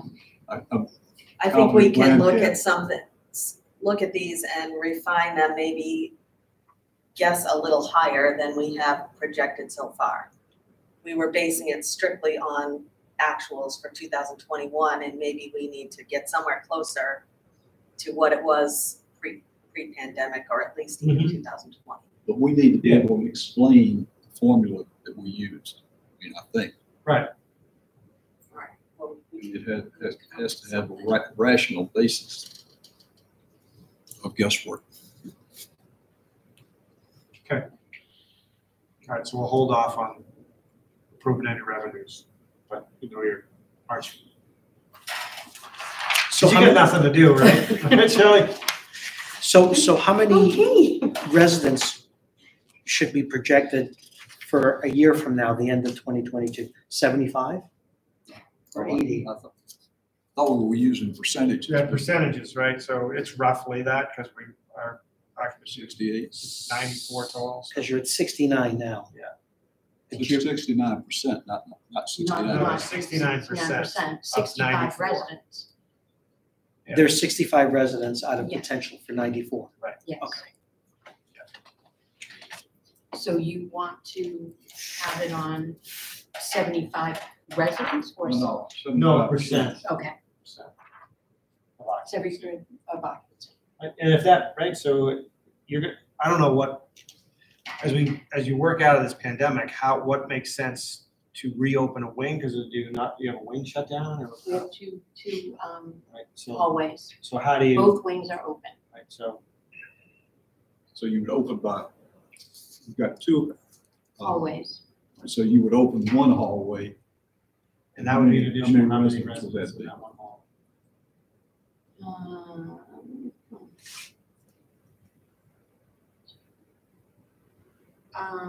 In a one hallway, because we have singles and doubles.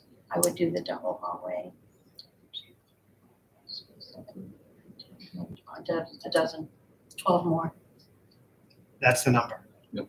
I would say, right, because that's how you would, Yeah, that's how you would reopen, 12. right? I would reopen a hallway. You that's the can, you can number. explain it very easily. I mean, this is step one. Phase one of fully reopening would be, we'd reopen this hallway, which would add 12 more residents. We project we would do that as of September 1st, and whatever dates we think. Really, as soon as we can get staff. That's what's stopping it now. That's the only thing stopping it. We don't have staff. Oh, I thought it was also pandemic. Well, we're in Seg- outbreak, for so we can't take segregation. admission, yes. Right, so, But we But would, so we we would can't- have increased our census, When we were clear. right, which has been most of the time. Right. So we are now not taking residents. True, for the next couple of weeks, you couldn't admit any, but as soon as we're out of outbreak, you'd be able to. If we have If we staff. had the staff. It's been staffing all along that has kept our census low. okay. So that's the driving force. When we can hire staff, we can fill the place back up. And when that will happen, I don't know, or how, I don't know. Shelley, how many people do you need to go from accommodating 65 residents to 94? How many employees would you need? Or another 20, When? because I have 20 full-time and 4 part-time, and then 2 housekeeping. I'm really not quite sure how to proceed here, I don't, so I'm going to defer to my fellow Yeah, yeah. commissioners. I'm really at an impasse, I know. Well, the way we have done and it you too, Dara. I defer for to the you. last, many years is just what we've been doing. Whatever knowledge Shelley has specifically knows about these costs, compare it to what we've been spending. That's all we can do. None of this is gonna, we can apply a formula, certainly. We have not done that typically. And whatever we present to the delegation is likely gonna be revised and changed. I think you could, at least if you go through talking this through. So we realize the revenue numbers, we hope we could generate more. It really frankly doesn't seem likely to me, because the hardest part is trying to retain staff, to recruit staff and retain staff. And it's going to require paying more money. That's the only way I see that happening. I just have not heard anybody yet, anywhere in the country, come up with another way. So if we want more staff, we're gonna have to make our positions more appealing by giving them more money. I guess that's about all I can say about that. That is correct. And then when they see that they're paying more in health insurance, this is not gonna help us. The knowledge that they're about to have to get vaccinated, that is not gonna help us. Right, because they could go someplace else and make more money taking the shot, which is what I've heard from a few people. Mhm. If I'm gonna have to be mandated to take it by December 5th, then I might as well get a higher wage. We need to start asking the nurse managers to work shifts as RNs on the floor. They are willing to do it for $500 a day. Shift. Yeah, an 8-hour shift. An 8-hour shift, okay. And they gave us a different amount for 4-hour shifts or weekend shifts. Holiday shift. We are in a whole new ballgame here, all dependent on, do we want to keep operating this nursing home? So is it more probable than not then, based on this discussion, that a year from now, November of 2022, by lack of staff, she'll still be at 65 residents? If we're lucky. It could I be. believe so. So could we increase salaries without? I really am starting to feel that, yes, the answer to that is yes, not without the union. But I think we can go to the union and say we would like to significantly increase the nursing staff wages. They're not gonna say no to that. You've already had preliminary discussions on this with Neil, haven't you? No, not specifically on that.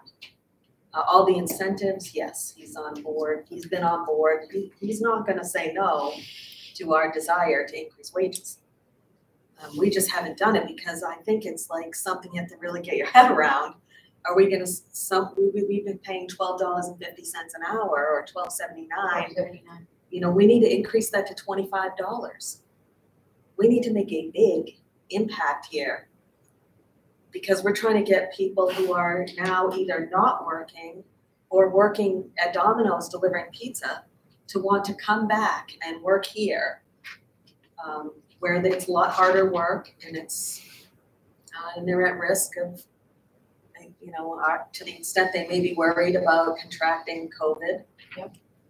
You know, I just to give you an idea for travel nurses, because I just got this, October 23rd. So for an RN to work, which we're being poached and everybody's getting solicited, an RN, $156.38 for an 11 to 7 shift. An LPN, and I'm giving you the highest rate. That's the hourly rate? The hourly is $156.38 for an RN on 11 to 7. For a day RN, it's $132.97. For an LPN, it's $98.89 for a day position. And for a weekend 11 to 7, it's $110.70. Can you tell us, as you do this, what our people are currently making, where we can do a? I can give you an average rate of pay right now is about, well, I can figure it out. An average rate of pay is $31 an hour. We're paying $31 an hour. For an LNA day shift, it's $80.56. And for an LNA weekend, 11 to 7, it's $81.03. You know, we just heard, Shelley just told me this story. One of our nurses, a nurse, I may get this wrong, but tendered a resignation. Her and her husband bought an RV, and they're going to start traveling the country where she can be making $150 an hour. Yep. And she'll work like 3 months, take a month off. Sounds good. So in general terms then, it seems to me, Hunter, we have to come in heavy with the budget on the nursing home to delegation. I don't know if we can do a whole lot less than what's been submitted by the director today. I mean, just because there's so many unknowns. That is one of the higher agencies where we've been able to get, if we could get somebody, because they're getting paid top dollar. Lower, you're looking at maybe 74, 75 for a nurse. So we've been trying to hold steady until we can, which is a crazy idea really right now, but until we can get this compensation study, they're gonna give us a recommended range of where we ought to be. Rome may have burned by then. Right, that's the trouble. We're gonna hear that in May. So, you know, that's our goal, the end of May. And so we either need to have money in the budget to implement that immediately. I guess that's what I would hope for. But to do Or we'll that, have we to go need, ask for more. well, but to do that, we need to have a plan. I mean, this is the plan that we are going to, in an effort to save the nursing home immediately, this is the plan that we've got. And we need X dollars to try to recruit staffing that we need to survive. I don't know what the numbers are. Yeah, I think it's very apparent that we can't go at the same salary rate that we're at right now and survive this thing. I mean, we're using artificial stimulation to keep going. We're not adding to the staff. We have no permanent plan in mind. And I certainly don't have one. But I got two colleagues who are smarter than I am, who are better with numbers. What should we do? I mean, if we really need to do something, if we're going to save this place, and it's very much worth saving, in my opinion. So Hunter, Shelley's projected year ends are $10,612,504. The request is $13,452,940. So dare we present anything substantially less than that $13.5 million price tag to the delegation? If we push these numbers down by, and certainly we're not going to be lazy about it, we're going to give it due diligence and go through each line item, but realistically, to protect the nursing home, making sure she's still open for business next year, how much can we realistically cut here, Glenn? I mean, Yeah. I'm not sure. We can make a lot of incremental cuts like the delegation always does, and more power to them. Right. But it's not going to materially change what she has going on here. So Debbie, I don't have any ammunition on this budget.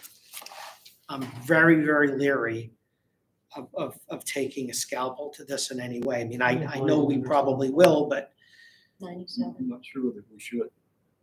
was the other. I mean, my temptation is to virtually present it as is from the director and just say, here, this is what we need. And you know what? She may need more than this.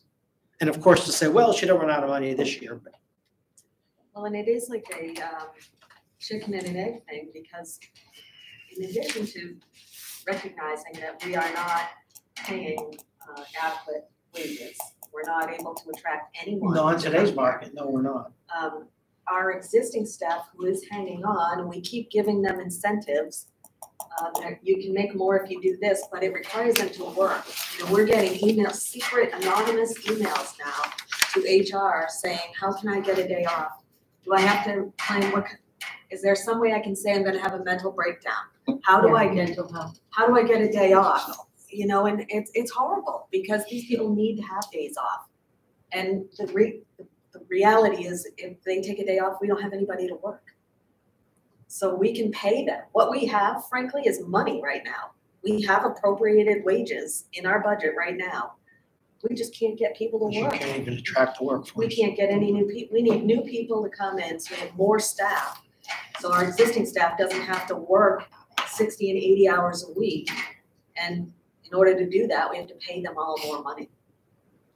And I don't know if it's gonna go down or when. I haven't heard anyone who thinks that this is going to reverse. That there'll come a time when we'll be reducing our wage rates. We also have the vaccine mandate, and I know that you've heard about it. The staff need to either take the J&J by December 5th or have one of the two steps. So as of December 5th midnight, people cannot work if they haven't done that. So I have 36 people unvaccinated. I don't know, like Deb and I talked, rubber meets the road. January Who's going 1st, to? right? No, December 5th. Oh, December CMS is- 5th. December yes. 5th for health services. Health services. So I have 4 nurses right now that 2 of them have told me their last day will be December 5th. And I have 17 LNAs and 9 people in dietary. I know dietary is Glendale, but it still speaks to feeding residents and the inmates. Right, and it's an indirect problem of ours, it's a direct problem of Glendale, so they're gonna have to figure out how they're gonna continue to provide meals, Right. because they're under a contractual obligation to do that. It is part of why their contract went up, because they are recognizing they need to pay their wages. They need to pay. What are we projecting is going to be left in the nursing home budget at the end of this year?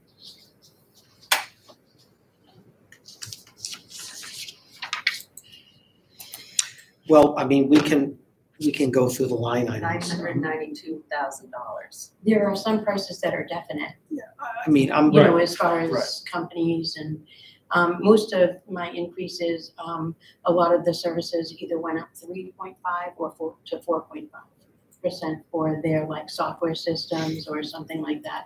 And we put them in. We don't have any new equipment. We have laptops that I believe are in the budget, you know, the IT. The regular. Nursing home employees. But as far as new equipment, Do you want to just go through these, have Shelley take us through and? Yeah, Shelley, do you know how many nursing? Now, here's my concern of, there's, it's a 40, I have secondary break- concern of the wage there's adjustment. 97 is, employees right, in so the we, nursing home altogether. we have no problem, and we can very easily adjust and correct the wages for our current employees. We can set a new wage for folks to come in. The problem is, So you the come- national-wide problem is Yeah. there's no people to come in. There's not enough nurses, there's not enough people in that employment. So I'm like you, Hunter, I don't have the answers, as well as I don't even know if I have the right questions, how to solve the problem. Because we can, like I said, we can certainly solve the problem for our current employees. And we can certainly post new rates for new employees to come in. But if those employees are not, those physical bodies are not in the employment market, and every nursing home across the country and every hospital across the country is having the same shortage, it doesn't mean that we're instantly going to be able to hire our people and solve our problem. Well, my thinking is exactly the same as yours, but I think we need to take one step in the direction of trying to save this place. I agree 100%. And if that doesn't work, I agree. then we're out of answers. But we've got almost $1 million that's going to be left in the nursing home budget at the end of this year. Mhm. We could adjust current salaries significantly out of that money. Budget for next year on the basis of the adjusted salaries. And I mean, we can tell the public, and I think it is absolutely true. This is a last desperate attempt to save the Belknap County Nursing Home. And if it works, we attract some staff, we start increasing our residents. If it doesn't work, we continue to lose staff. I mean, the handwriting's on the wall.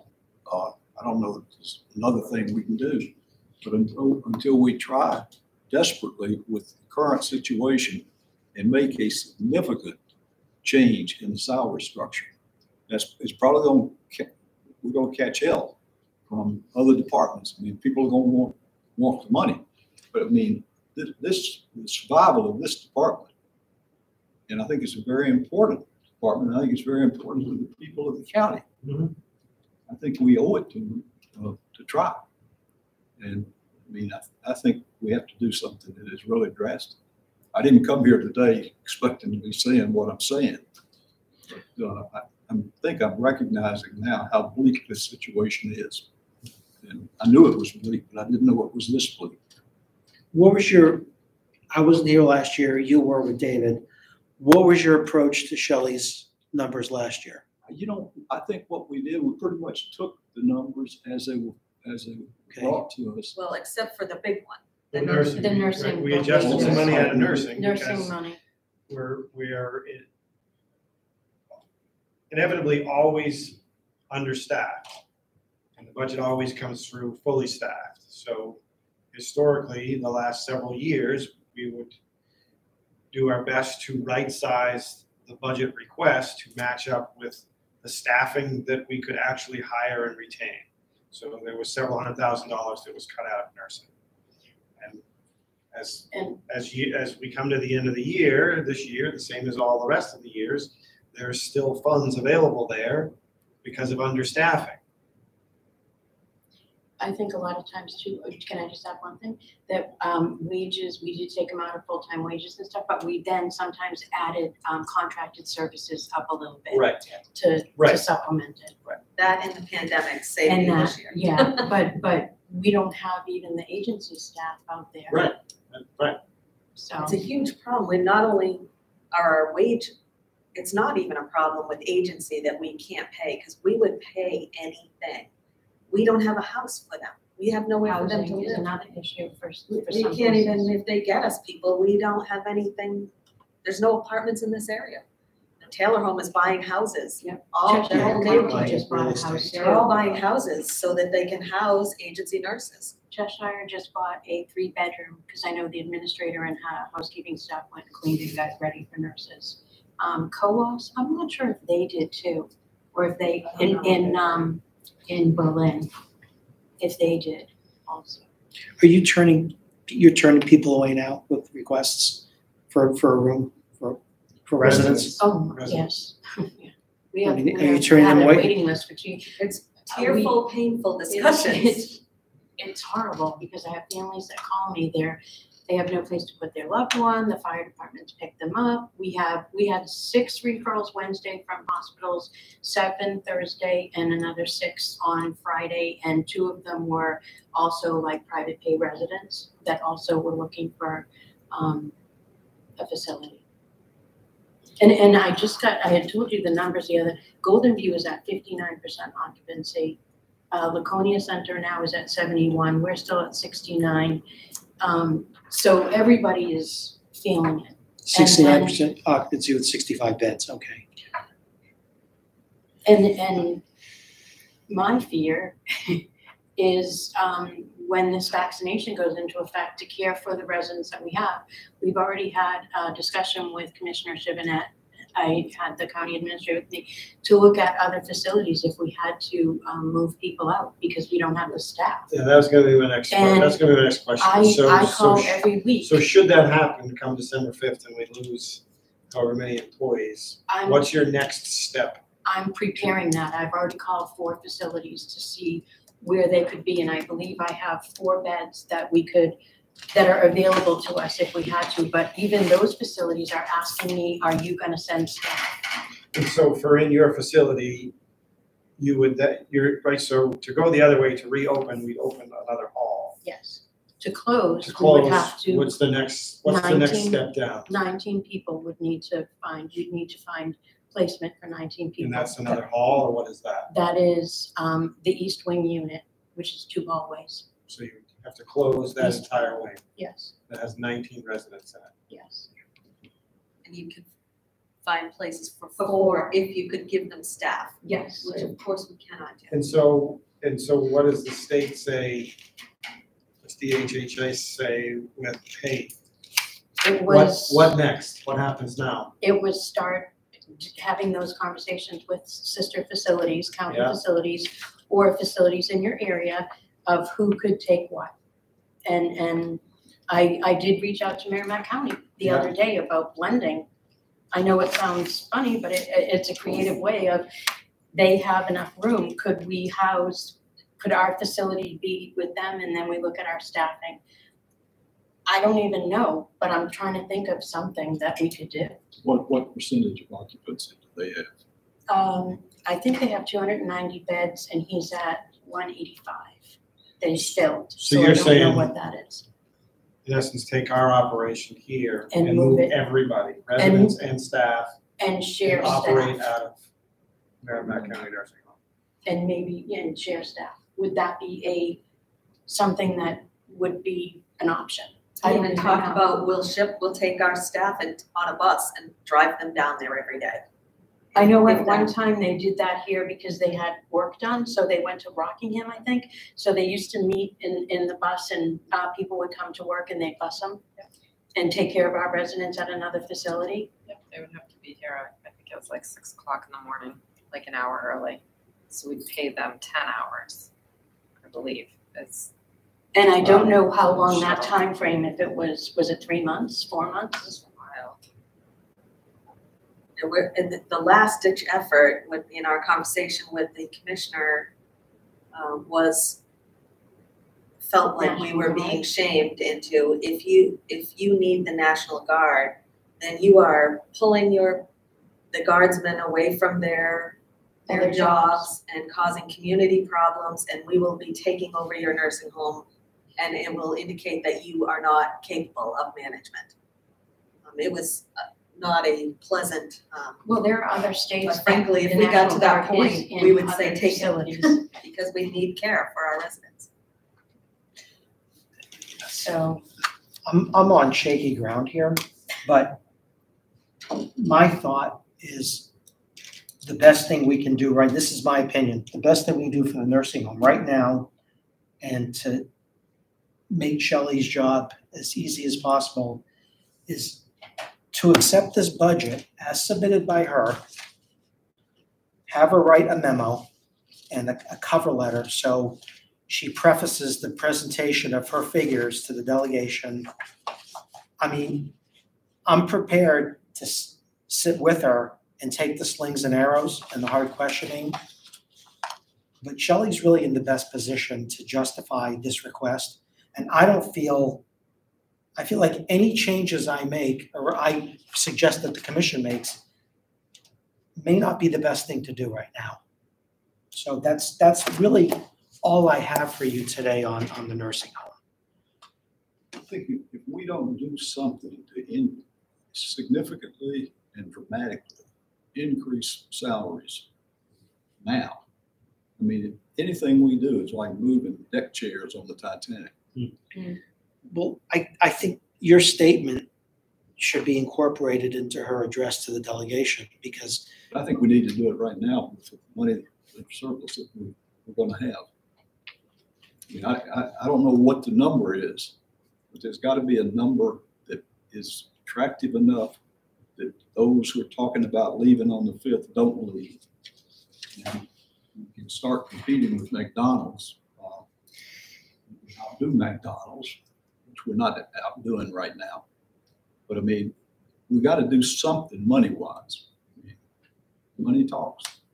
In one of the community workforce development things, Shelley actually pawned it off on me.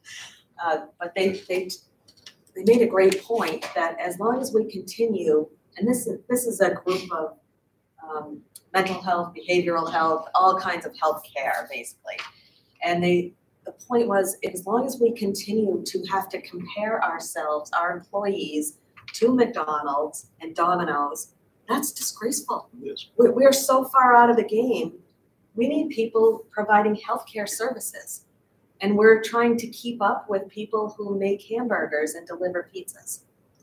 It's out of whack. And we're just rotating staff because we'll steal staff from another facility.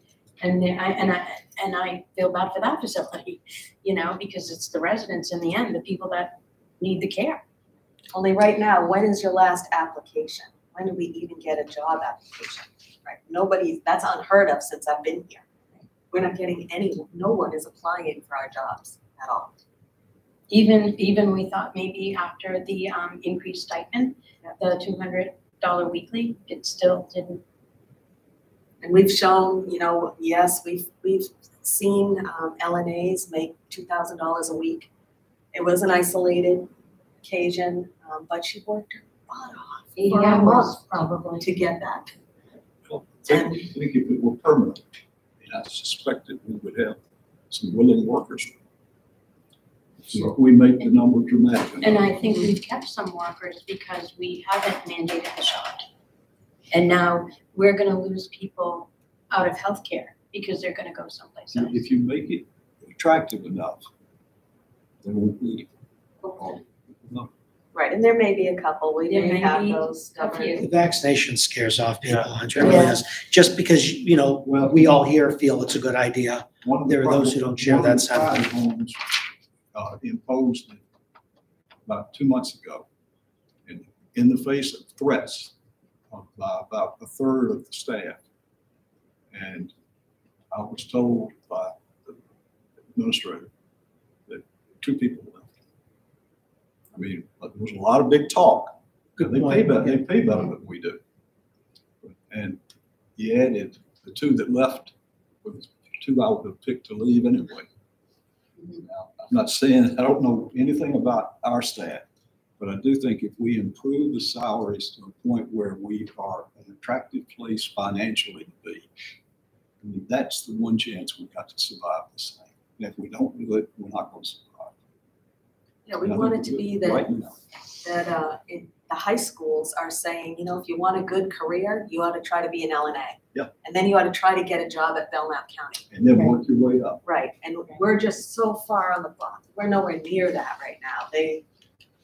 Nobody wants to be an LNA Well, and they're not also here. their enrollment is gonna get dinged because of needing to have the vaccination. Do we want to go forward with Shelley's numbers? And do we want to take Hunter's suggestion that we redesignate any remaining surplus for year's end towards workforce development? How do you guys want to proceed here? I got two thoughts. Please. I got a thought on both of those. Good, thank you. I agree with you on the budget with one minor adjustment, that we should do the same for the revenues. The revenues should be, I think, projected. I've flipped now 180 degrees, that the revenue should be projected at the full occupancy. If we're going to budget at full occupancy, we should budget the revenues at full occupancy. So therefore, we can put forth to the delegation that we've budgeted them both the same, and the net difference cost to the taxpayer is X, right? So right now, we have a very large disparity between revenues and expenditures because we're not budgeting revenue at full potential gain.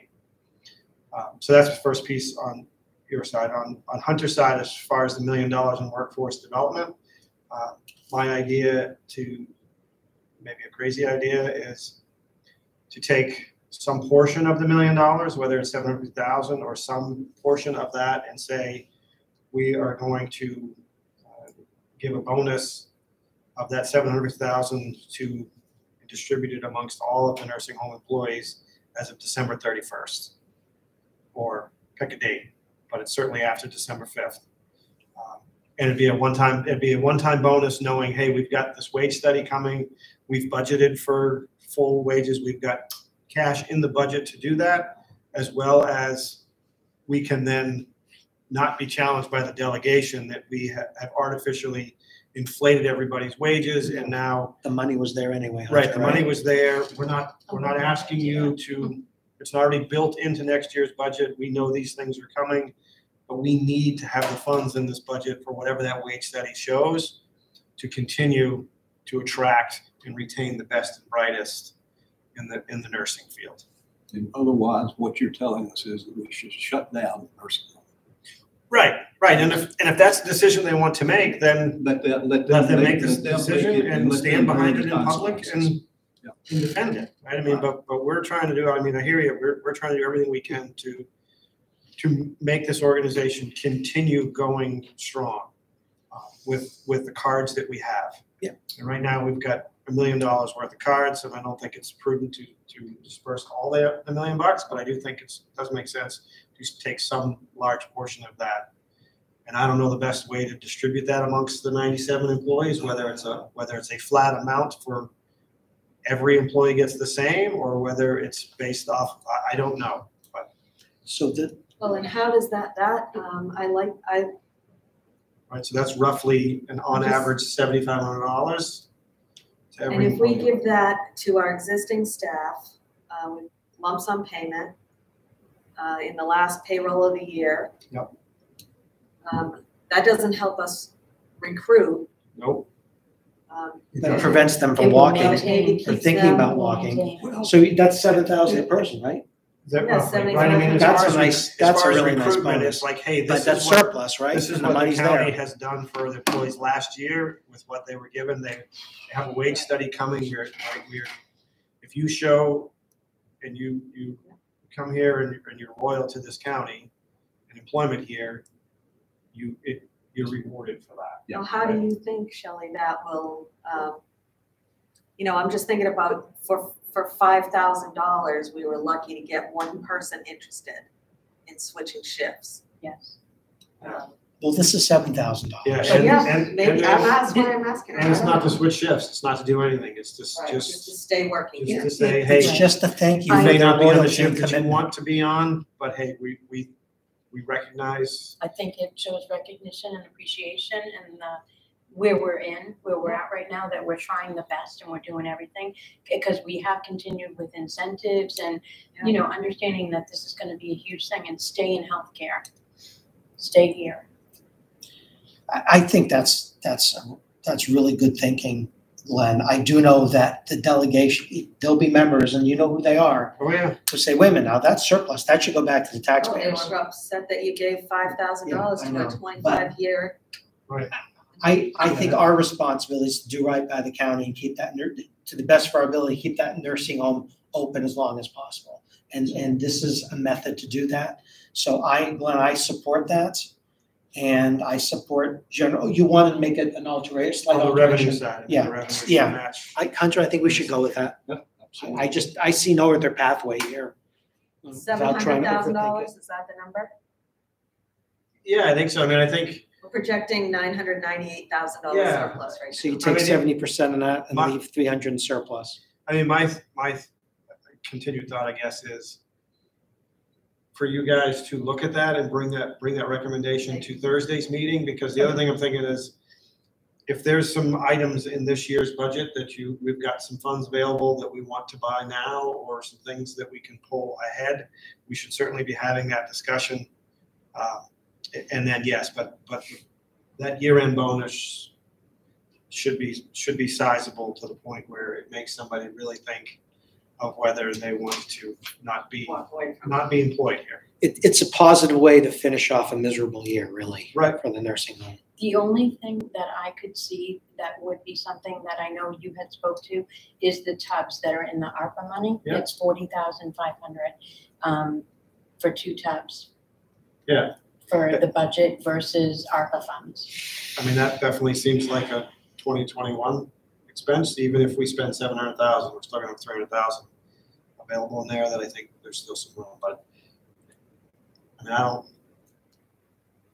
I want you to look through the budget and see if there's some things that, hey, does it make sense? And then we gift out a large majority of that anticipated surplus there. And it would be for eligible employees now.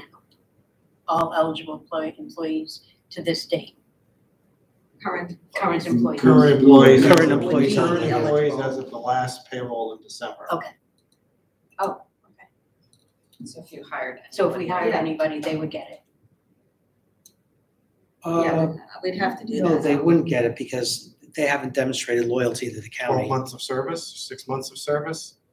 Have anybody? How about we do that? You guys, let you guys, That could be Yes. fun. Yeah. 16 years. You don't have a lot of people with 1 year service Um, now? Yes, we do. We have people that. All right, let it. We- Yeah, you You guys can know work what out the the numbers details. yeah, I I mean, think, We'll come up with a policy, how this could work, a Right. Yeah. policy recommendation. I mean, I would hate to see somebody jump to us for the last week of December, get the bonus and put in their resignation. no, can't have that. You Right. You cannot know have what I that. mean? I think No, there for should be some $7,000, type no. of, right? some type of descriptor. Yep. I almost thinking our current employees, this payroll, this week right now, Right are now. they qualified candidates for it? As long as they're still here, Correct. As long as you're still employed, as of, right? If you are an employee right now and you are still an employee on December, that last pay I was period. gonna say the Because we want to December make 5th, sure that we money wanna gets make paid sure. in this budget. Well, what But- about somebody who hears about what's going on, comes, why not be able to take them, we simply encumber the money, and they get it at the end of, 20. That would almost be like a sign-on 6 bonus. months or I do. at least 1 year of service. So anybody that's been employed, All right, after a year of service, you get it. right, yep, Okay, Employed- that's important, Eddie. employed on, But after the Employ- 5th, yeah, employed by the last day of the year, and will be paid after at least 1 year of service. Must have completed 1 year of service. I think that's, that tightens it up. So that's a bit of a marketing tool you can use between now and the end of the year. And so in essence, it's a $7,000 sign-on bonus for somebody that wants to. And it works it works as a sign-on bonus because we're giving it to existing staff as well. Correct. That's the only reason it works as a Correct. sign-on bonus.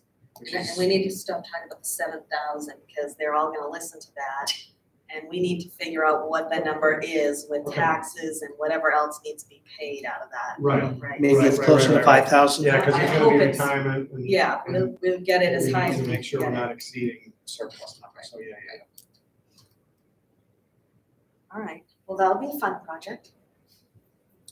Jamie, can you do that tomorrow? Well, not tomorrow, it's Sunday, Monday. Oh, yeah, we don't want you to have to work on Sunday. I mean, take tomorrow off. Shelley, I And will the- state the obvious to The you though. budget is gonna stay too. Yeah, except for the revenue adjustments that Yeah. Glenn described. I don't want to state the obvious here, I will anyway. This is gonna be a really, really tough track to pull before the delegation for us on the nursing home piece. This is gonna be I'm not even gonna call it a hard sell, it's just gonna be very antagonistic. So I'll just be prepared for that. But that's okay, we'll make our case. Do you have a sense of feeling how the delegation feels about having a county nursing home? I think when push comes to shove, we have a good chance of getting this approved. But I'm just saying it's gonna get nasty. You know, the nursing home budget as presented right now reflects a 14% increase, which considering it's as presented right now is not bad. Well, not when we're talking sweetening the pot for all the employees. Right, I mean, with full wages, which we've never left those kind of numbers in before.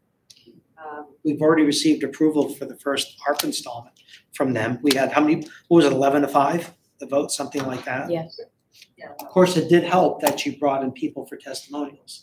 That was huge. And I think anytime Shelley can have candid conversation with the delegation, our problem really is that there is not often an opportunity to speak to them. Not when there's a meeting. Not when there's right, and that is the problem, because so even the department heads doing their narratives, I've been thinking this, that's great, that's the message that we need to get to the delegation. And maybe this year when the budget is presented, because basically we have one opportunity to speak to the delegation, to convey our message. And that's the night the budget is presented. And maybe that night, rather than, or at least in addition to this PowerPoint thing, department heads need to get up and be able to say, essentially read their narrative. Yep. This is my message. Good idea. This is what I'm asking for and this is why. Right, because then And no that's your one will memo, miss the Shelley. message. They're all doing memos this year. I would We're also, doing su- memos. Yes. I would I'll also talk to you. suggest that everybody on that waiting list to place a relative in the nursing home be notified of the budget hearing when this comes up. That's a fair strategy. That's fair. You know, it is an interesting thing that it's the only public hearing held on the budget is the delegation holds a public hearing on your recommended budget. Right.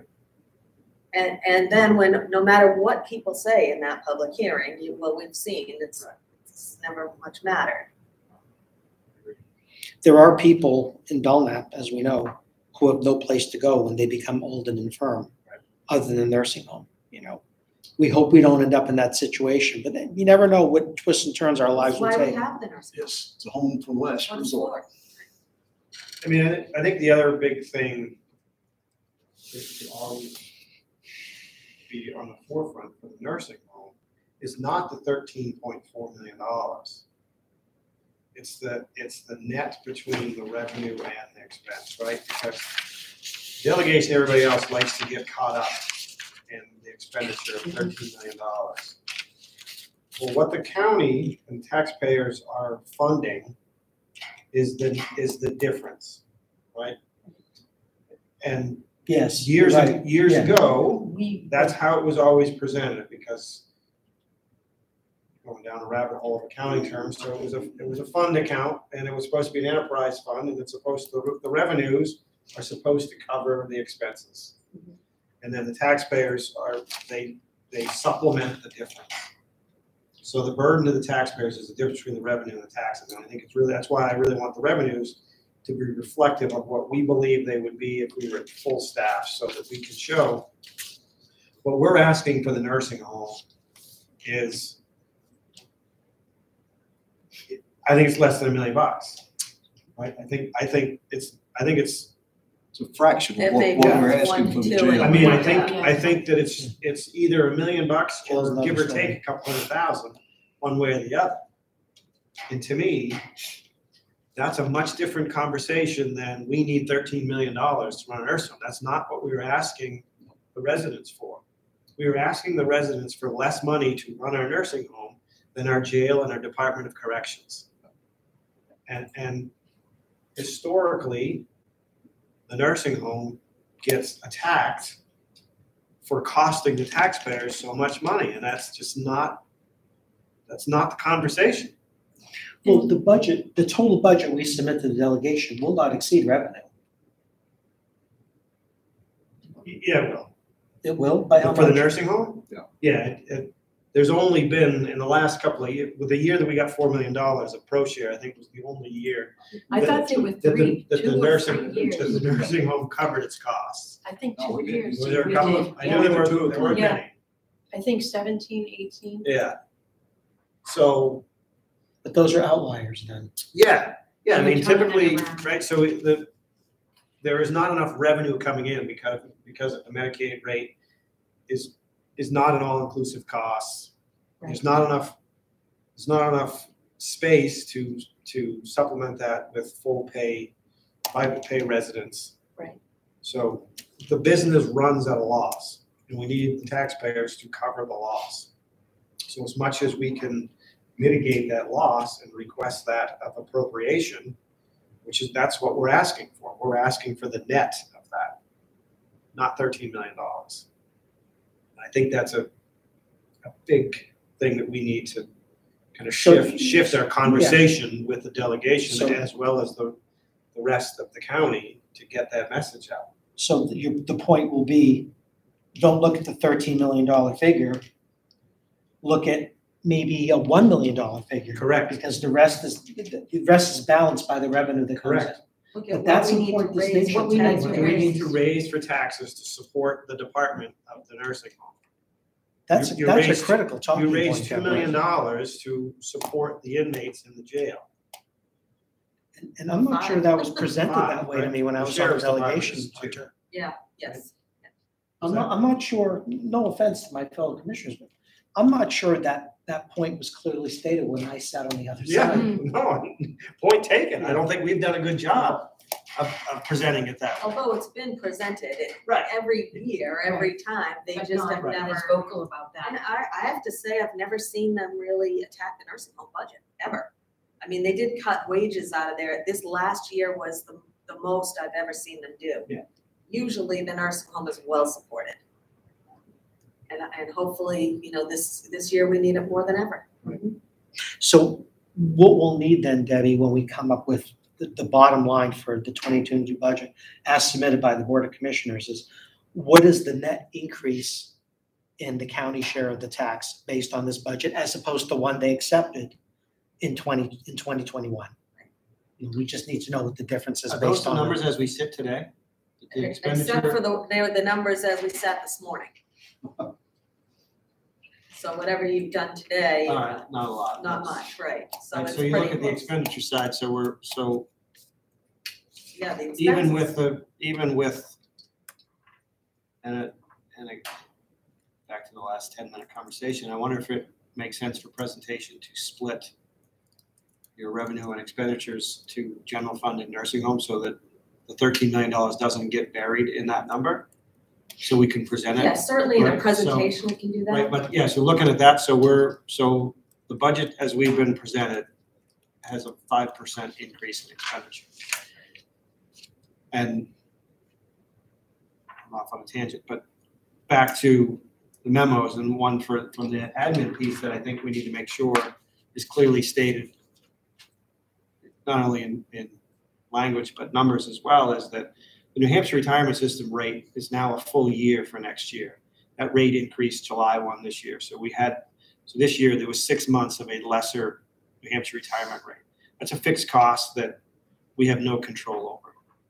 The health insurance increase, whatever that is, we need to know what that number is. Because there again, that's a fixed cost that we have no bearing over. And then from the facility side, the utility costs, electricity, oil, those two I think should be part of the master summary report. Say, hey, here's kind of the major cost drivers of our 5% increase. And Don't forget the Health and Human Services line. Right, and then the Health and Human Services line, right? I mean, those handful of, And it is also union contracts. Yeah, right. Contractual wage increases Yeah. are in there, which. in that too, so, I mean, Significant. I would include that, contractual wage increases that have been previously approved. I mean, those, right, I mean, I've got to figure that if you lay all those out, I bet you we're over that 5%. Yeah, I was surprised, that 5% If not, number is fairly small, We're pretty close. given the cost of living. I mean, the Right. cost of living, 5.9% for social security this year, that's, Yeah, it's been trending back towards about 4% each month now. is it going down? No. I guess the that- Social the Security 12-month rolling Administration. average, yeah, so they made an adjustment because they haven't for several years, but Right. the 12-month rolling average for the last 6 months has been averaging about right around 4.41 Yeah, every month, so. yeah, so I mean, but clearly everyone who buys gas, clothing, shelter, food, Right. you know, the costs are going up. Oh, for yeah, it's gonna everybody. be tough. So there's no So reason to think our budget should stay the same. from 20 to Possible. 21, Debbie, the budget, how much of an increase was the budget from 20 to 21? Was it 4% that they finally It was approved? 2.65%. 2.65. Here's the expenses every year. 2018, there was almost 5%, 2.8%, see. okay? And this year, we're looking at 5.2. Now, these $9 million numbers, that's the ARPA money. So it neutralizes. All right, so we're on well under 6%. Yeah, We know the this is inflation our rate problem. is Right, substantially, is probably problem is twice what it revenue. was. The inflation rate in November of 21 is probably double what it was in November of 20. Oh, yeah, I bet Oh, it is. yeah, for sure. So I think Last we're year on was solid running. ground here with these numbers. That's our problem, and also the fund balance. We essentially, we will, we don't have any, we'll have about 2.5 million. And we're contributing less than a million, maybe, How much of the nursing home? yeah, well, right, that's gone now, so. We won't, I don't think the board, in accordance with this policy anyway, will be recommending any fund balance usage. You won't meet any of your criteria. I don't think so. And that's the $3 million difference. Right. So Yeah, you that's use $3 huge. million this year. So that's accounting, that's why we're, it's a big increase. Right. On the amount to be raised by taxes. Now, we're gonna add some revenue, and that will help. But we're gonna be, this budget is gonna be a much larger number than they're used to seeing. The total appropriation is still gonna be the lowest. Right, it's driven by revenue loss, not by expense. 5% increase in expenditure is not unrealistic based off of those hard fixed costs that we have no control over. It's 2.2 million higher for 22 than 21, correct?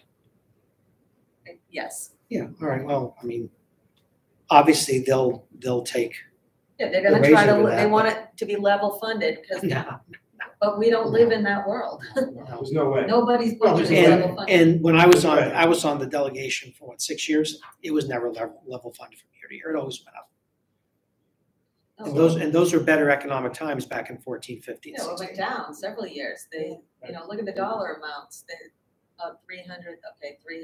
330.8, 30, you're right, it never did go down. It always creeps up, that's, Yeah. and it does in the state. There's, for all State those budget's same the same, reasons that Glenn mentioned, the contractual obligations, utilities, none of those costs are going down. No, of course not. Rick Tilson told me when I first was appointed, recommend about 3% above last year. Well, that used to be standard for towns and cities all over, I 3%. remember it. So we're recommending Hunter 5.25 this year. So, it's a different time. But we haven't had this kind of inflation since when, 2007, 2008? Yeah. Go way back. If then, yeah. And then the other side of that conversation is the property valuations. Right, so even though the appropriation on property tax request may go up, whether it's gonna go up, property values have also gone up. Assessments in Assessments have gone up, Alton right? are way up. Right, so what sets the county different than towns can absorb an increasing expenditure and still maintain a level tax rate because their valuations go up. So they get the same percent on a much higher number. So their cost to the taxpayer doesn't go up. We can't show that, right? Our expenditures are gonna go up, but the costs and burden to the taxpayer has actually decreased every year for the last at least 5, 6, 7, 8 years. If you break the profit. Yeah, I mean, to level fund off of last year's expenditure means that the county tax rate is going down, which is a great thing, but at some point, and I think we're at that point, the county operation is not sustainable. And so to maintain level funding the same as a town does, there should be a steady incremental growth in the total appropriations to the county. And then you keep a level funded tax rate for all parties to a taxpayer, being the town rate and the county rate and the school rate. And the county portion of your tax bill, well, Debbie, I always ask you for that reference number. You know, if you got a $300,000 home, what are you paying a year in property in the county? How much is it? $300 roughly. Yeah, $299, $268. I So- don't have the current ones yet, but So the if, county rate is very low. so if the budget's 5% higher this year than it was last year, you're paying an extra $15 on that $300 payment, correct? And I always get, they don't like it when I point that out as a member of the delegation. Right there, so the average county tax rate from 2020 to 2021 dropped 13 cents. Right, am I seeing that right down the bottom, above your $2.99? Yes. Went from $1.20 to $1.07, Yeah, 12. right? Maybe some rounding in there. But Glenn, what I So- want to explain to the delegation is if my house is valued at $300,000, I'm paying $300 in my county share of the taxes. If you accept our budget with a 5% increase, I'm going from $300 to $315 next year. So I'm paying $15 a year more for this budget that you see here. I really like to get that point across because Bet you it's safe to say that you're gonna pay the same rate you paid in 2020. You're gonna pay the same dollar amount to fund the current operations as we presented. But it's really hard to get that point across. I hear you, and they like to beat the drum of the fixed wage earner, and the county is a burden on that fixed wage earner. Well, it's not. Right? I mean, and this clearly shows that it's not. We're not asking that fixed income taxpayer to pay any more cash out of their pocket for their county tax pay than they did 2 years ago. I remember you trying to explain an increase in the assessment. Right. That fell on deaf ears. Oh, I know. So that's what I mean. The difficulty is you can sit and debate and have dialogue about these things. That doesn't happen in delegation meetings. I think it happens somewhere, but it doesn't happen with any of us there. And it's too bad because, that's how you reach consensus in thrashing things out. It's a good conversation. It's good. Stuff. All right, Shelley, what's up? Will the delegation, like we usually meet with the executive committee to go over the budget? Like they have those 5 people. Will that also be I would happening this year or will they, we don't know yet? They get to decide, but They they probably will. I think They did they last like year. it. Well, they'll pare it down, but they need to present their pare down to the full delegation for approval. Yeah, I think there was some pushback from full delegation last year. They felt. There should be, because it excluded. hasn't been inclusive. Yeah, so they may, hopefully they maybe do a better job of it's open public meetings, but delegation members need to make effort to appear, to come. So we weren't able to make, I don't know if I was in office for the executive committee meetings. No, I hadn't been sworn in, but when you and I attend those, we are not able to give any input, right? Well, usually we do it just like this. It's casual and comfortable, So sit and have will we conversation. be able to? I hope so. They're usually. That's what I was hoping for, because that's usually the good time to talk. Because I know Shelley, the heads go to those. Yes, they do those. They usually have good conversation. All right, so, The problem is last year, the classic Shelley said, well, I'm telling you the contract is this. Well, we're gonna cut it anyway. But wait, I can tell you the contract is this. That's all right. motion, I had a motion and a second, approved. I know, and I said, but I just told you it was this. So, yeah, it's still can be frustrating, but the more people who participate in it, I think the better. All right, so where do we go from here now? We have, you want to give us some info on finance? I was just quickly looking through here to see what. Yeah, we're good. Shelley, thank you. Thank you, Shelley. We'll be seeing, Thank you for all your. I think we'll be seeing a lot of each other as we head into Yes, next year. bravo. So Thank you. try and very get much. this done. Thank you.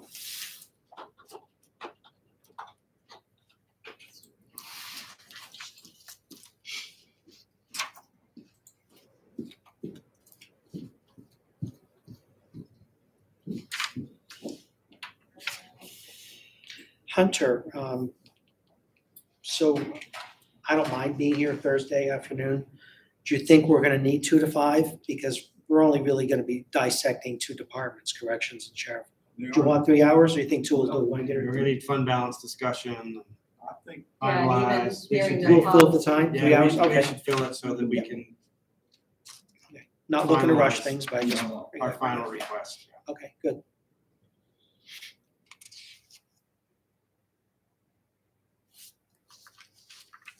I have work, this kind of affected the whole budget already, so you've already seen it, but so you know, the workers' comp. Well, I don't know if you remember, we took quite a lot of heat last year. The delegation didn't like how we distributed workers' comp, and they were correct. We're using an old formula, we've just been using the same formula.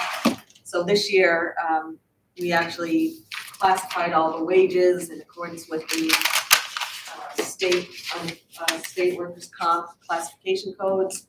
And we have a much better distribution. We can fully explain why we distribute the workers' comp expense the way we do. So it's not, they're pretty wide fluctuations from department to department. But all in all, our workers' comp bill went down 11%, which is good news. Our unemployment went down 3%, which is good news. But our property and liability insurance went up 7%. And that's probably because they paid some pretty good claims for us lately.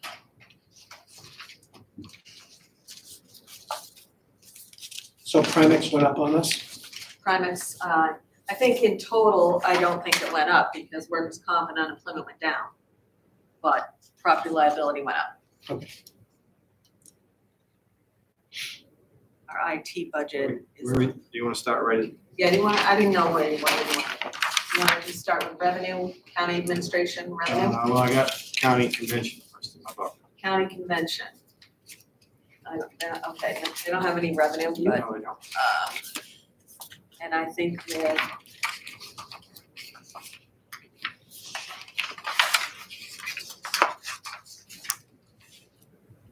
their budget is left exactly the same as last year's, which should be adequate. I don't Okay, where are we, Debbie? change any Wait, of that. Admin and finance tab. Okay. So you're at delegation meeting fees? Yeah. Okay. Yes. So their budget's $5,100.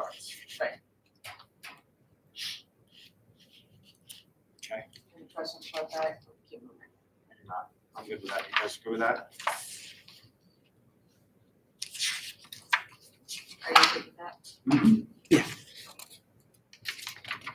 And county administration, Yeah, now we're in the county revenues. Admin revenues. back to revenue. Back to revenues. Okay. Gun stock. This is an estimate because they have a formula for figuring it out, but $250,000. Mhm. This is where you see the $9 million from the ARPA fund. If you decide to go with that. We put in $100,000 for unanticipated. We're anticipating $100,000 unanticipated revenue, which is usually sheeted funds and refunds on retirement contributions if someone leaves before they're vested. Rental income is in accordance with our 2 lease agreements. Insurance rebates and reimbursements, that is usually those premium holidays or actually it's return of contributions from both Health Trust and Primex. Finance office, we're expecting $7,000 of interest earned. Largely that's from ARPA money. And I'm not showing anything from fund balance at this point.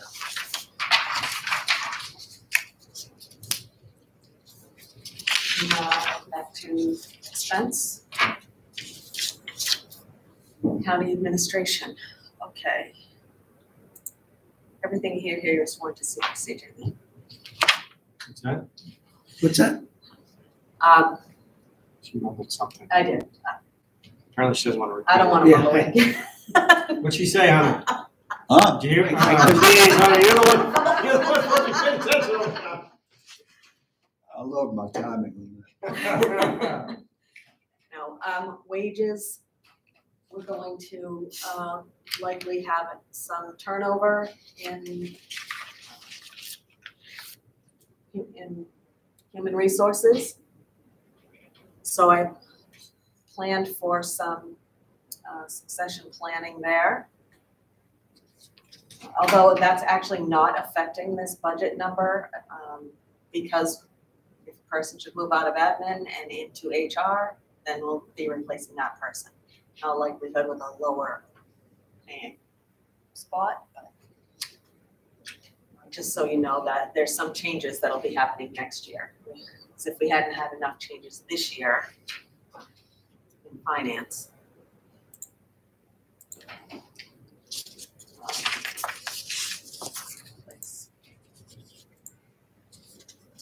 Elected officials overtime, I increased a little because we require administrative assistants' presence in after-hours meetings to operate the technology in addition to minutes. There'll be no sick time incentive. There will be longevity awards. Health insurance cost is a little lower in this department because it'll be a full year of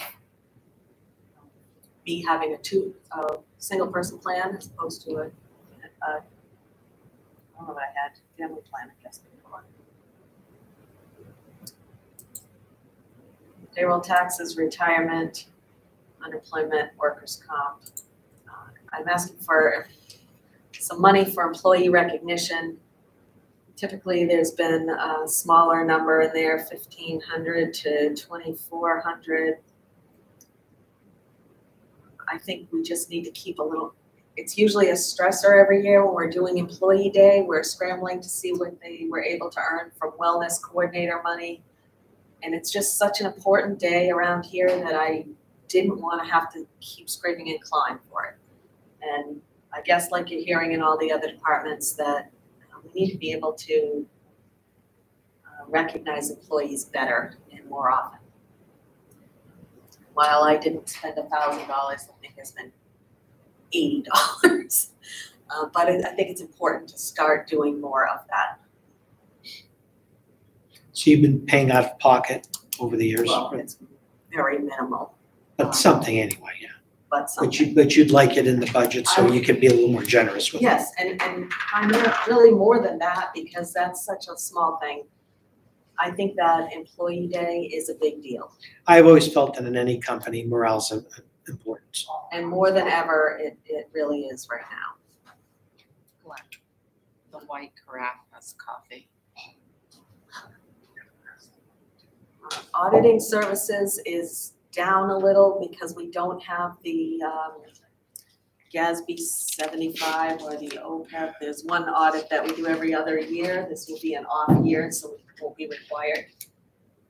And the single audit this year was appropriated out of ARPA funds, so I'm assuming we would keep doing that. And because that's specifically related to the ARPA funds, I'm anticipating that that will continue being spent out of, being paid out of there. Legal services is low this year, and all goes well, will stay low. 15,000 hopefully be more than enough. Our biggest legal cases really are personnel. That's where it usually happens that we need help. Telecommunications, I do need to look at the actual budget now. All right, this is our phone, First Light phone bill, cell phones, and the fax line.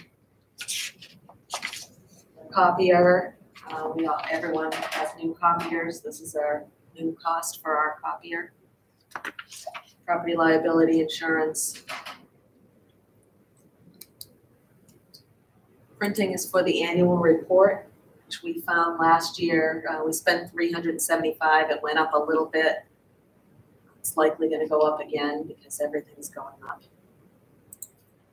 Dues and subscriptions. This is where last year you wanted to take the admin portion of the Association of Counties, which is a big piece. It's $7,500 out of here, and split it between the nursing home and corrections. So I didn't do that, but if you want me to do that, I will. I just wanted to, it frustrates me because I think the reason that's done year after year is because the delegation refuses to fund it. And I just think at some point they should acknowledge that we need to participate with the rest of the state and find out what is going on around here and how to do our jobs better. So I think we should bring the money in. I also added for the first time, I've given up on asking for ICMA, my ICMA membership which I had for 20 years, and instead would like $574 for the county to become a member of the municipal association. There's been many occasions where various departments have wanted to attend trainings that the municipal association has, but we're not members, so we're excluded from that. I think $574 is enough for us to be an associate membership, so we won't be involved in any of their lobbying efforts. Frankly, they don't lobby on behalf of county government. So this $574 is a reduced amount, but it allows us to access to their publications and all of their trainings. And we won't have any vote in their operation. We just want access to their resources, basically. Advertising is $200 for any newspaper notices that the board is required to put in the paper. Meeting recording, $2,000 will be enough. We're paying for Lakes Region Public Access $500 a quarter, and that is for them to continue uploading our recordings of our meetings onto our website. Professional development, I left money in here to attend the Primex conference, the Association of Counties conference, and $2,000 for tuition reimbursement for our administrative assistant to continue taking college classes at the community college.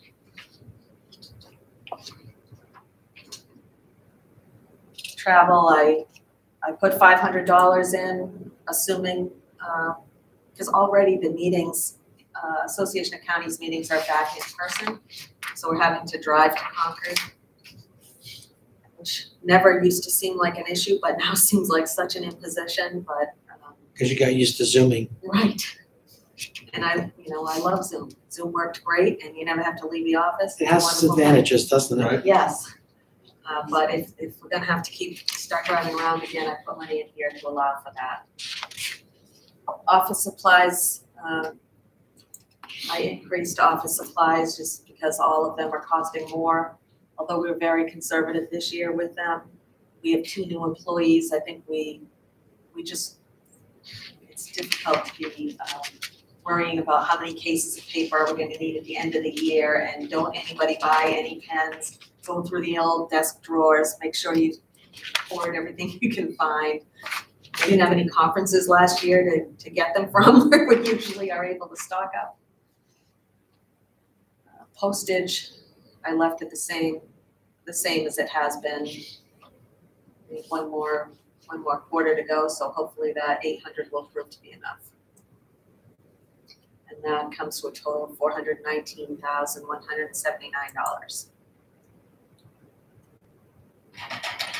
The New Hampshire Association of County, how do they justify that the admin piece is the most expensive piece out of the three?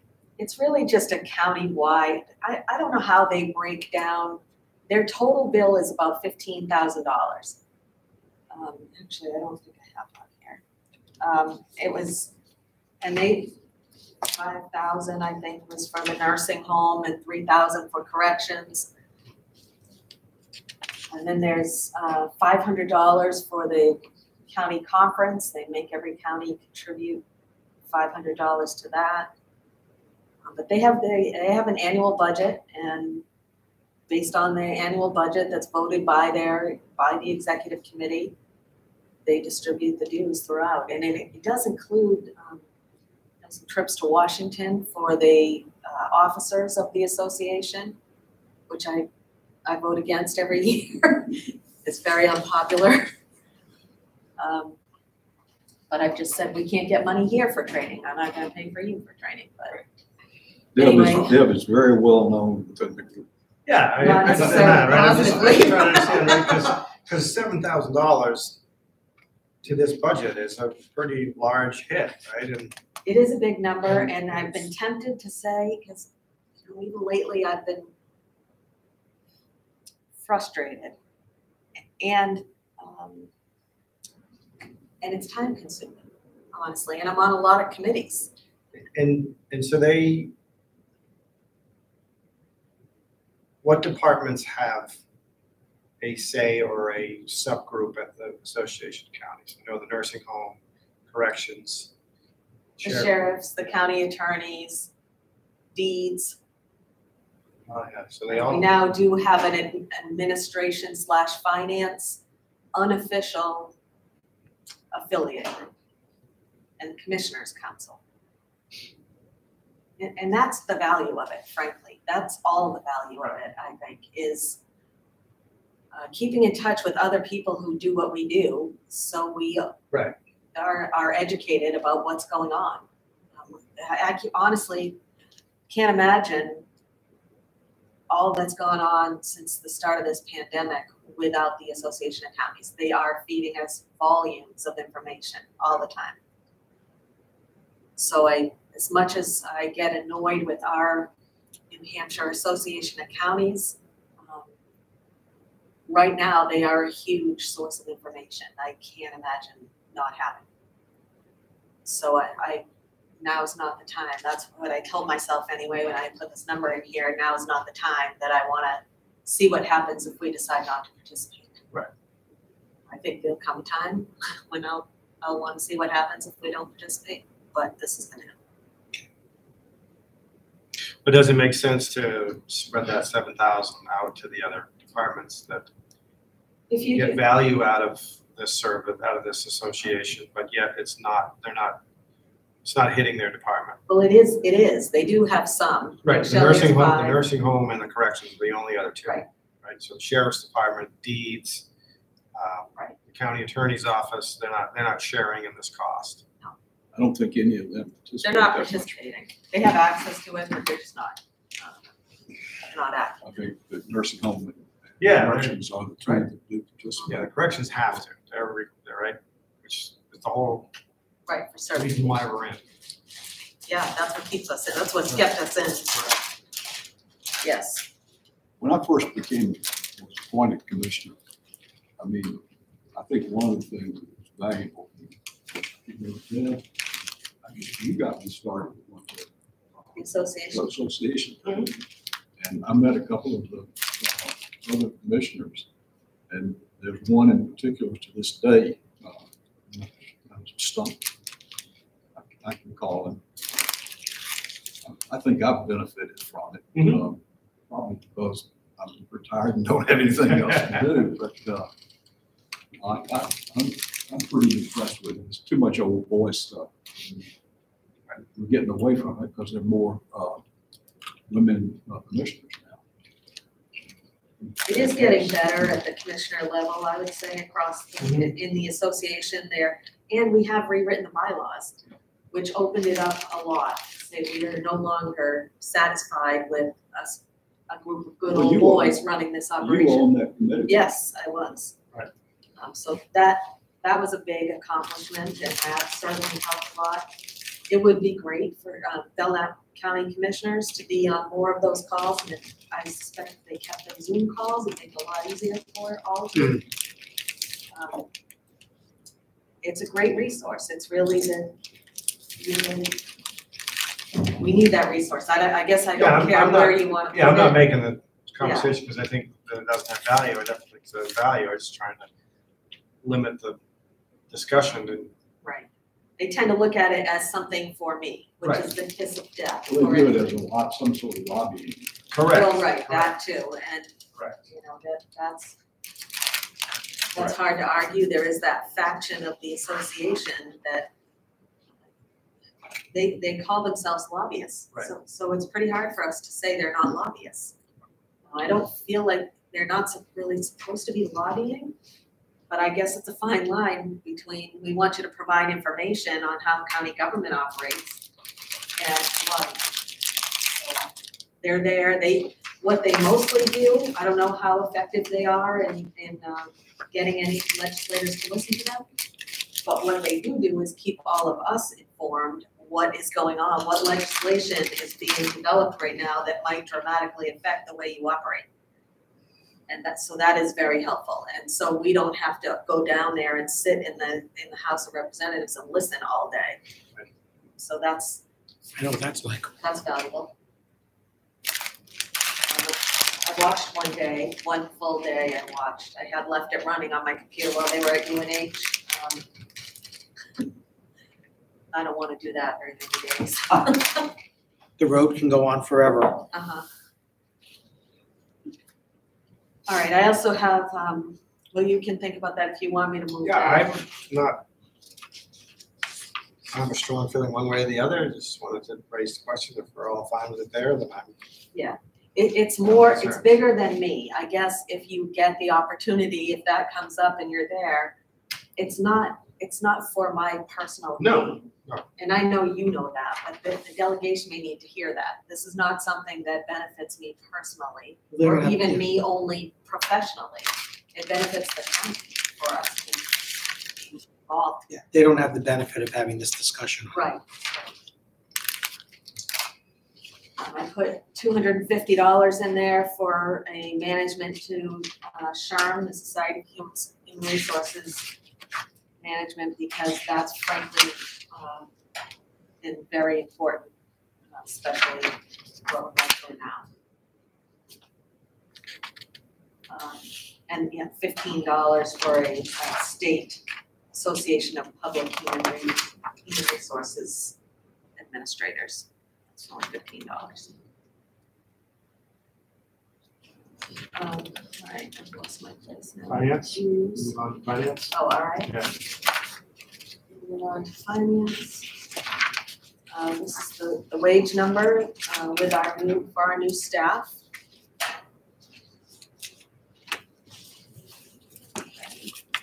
Part-time wages, that's really a placeholder for if we should need the deputy treasurer. Probably, I guess I would say you could reduce that. You can see we don't rely on it a lot. Elected officials, review and the treasurer. There's no health insurance opt-off, no sick incentive. There will be longevity for 2 employees. The health insurance number has gone up as our staff has turned over. Change of plan. Let's change of plan. Yes. Taxes, retirement, unemployment, workers' comp.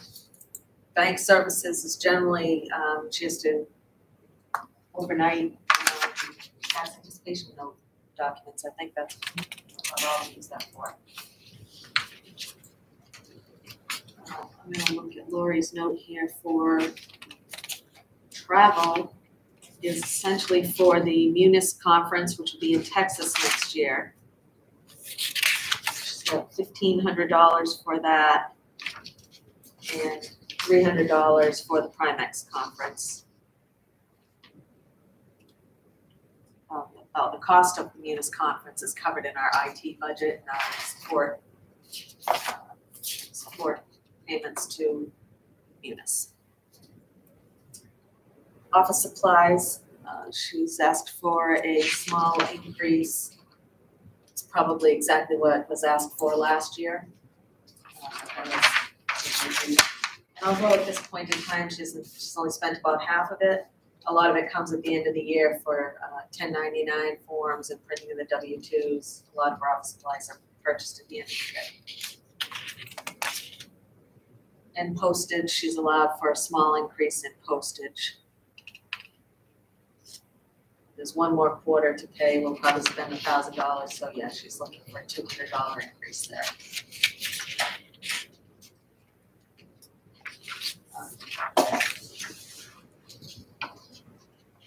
Do you want to look at IT? Sure.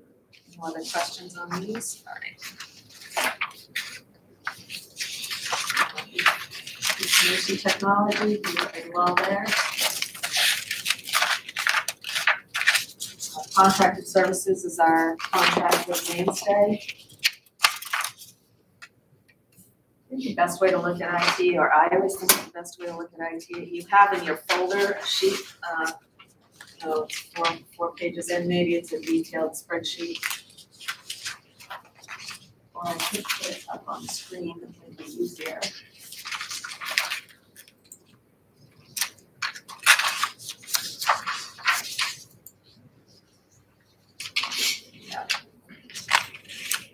So this is really the detail of everything that's in the IT budget. In the software support account, most of these IT expenses are in total here in the first column, but then broken down 60% for the general fund and then 40% in the nursing home. And that's how they are in the budget. So timekeeping for Kronos countywide, that's $17,748.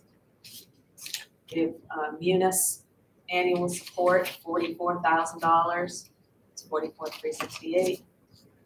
The PACE program is essentially the training component of Munis. They give us I can't remember if it's 3 or 5 days a year, plus attendance at the conference every year.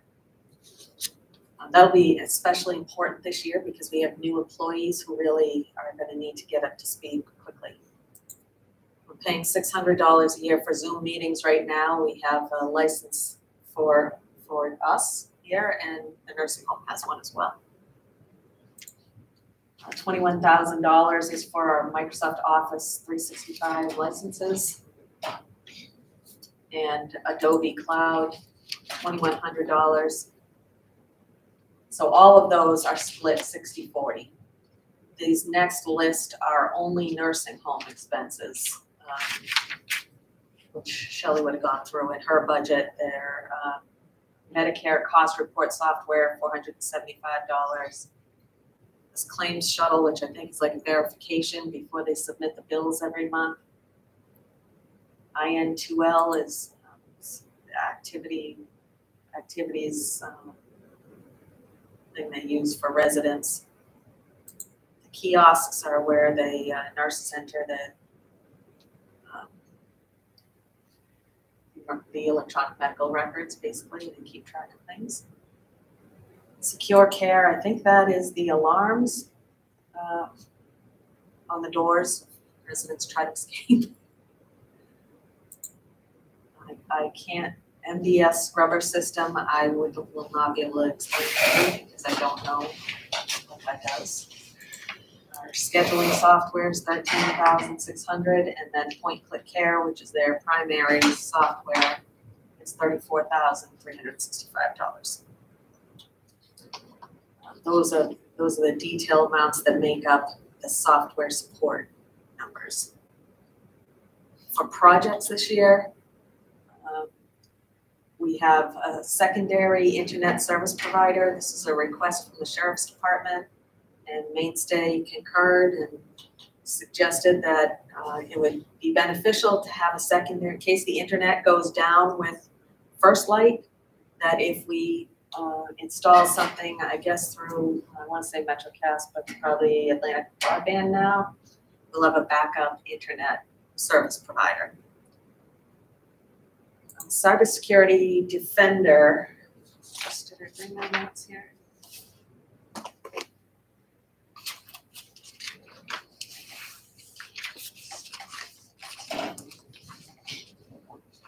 Went to all that effort with Jeff's memo, and then I don't know if I wrote it.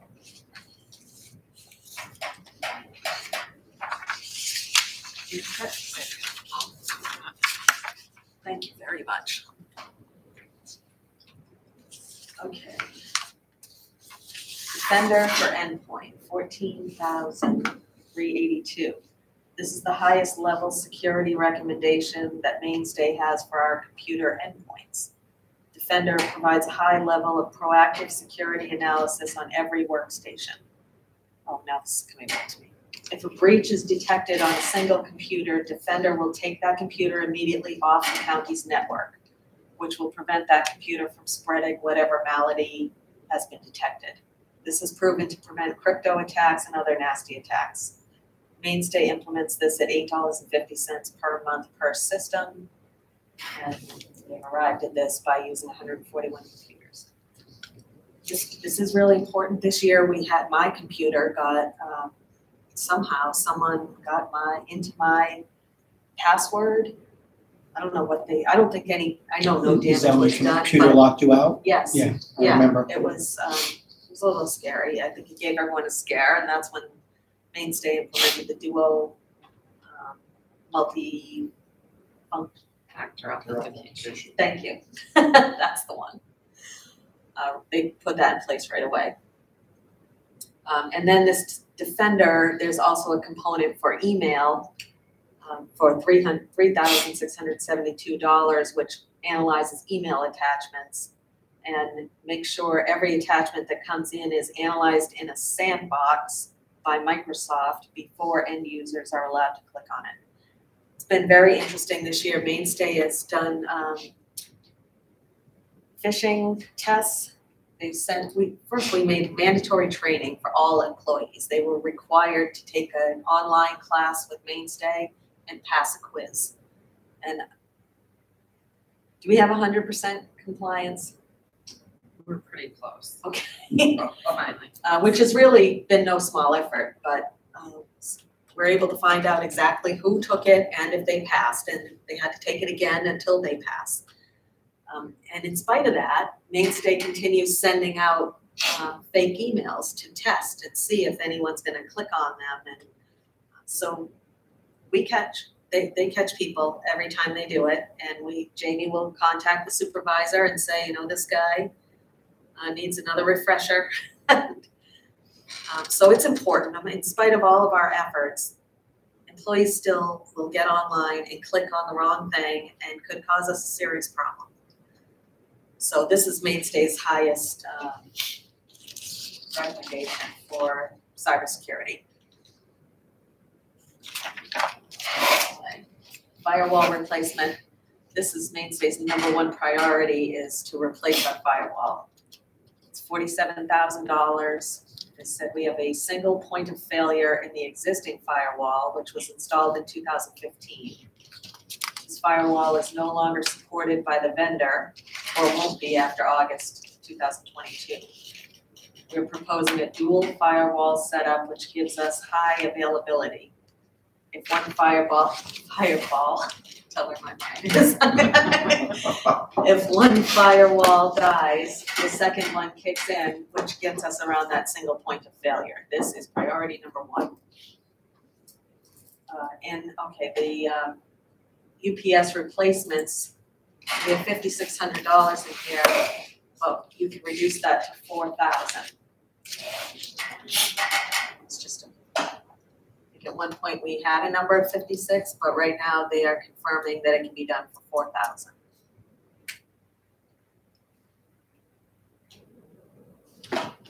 And that is one line that is split 50-50 between the nursing home and the general fund. So it'd be $2,000 out of this IT budget and $2,000 out of the nursing home administration budget.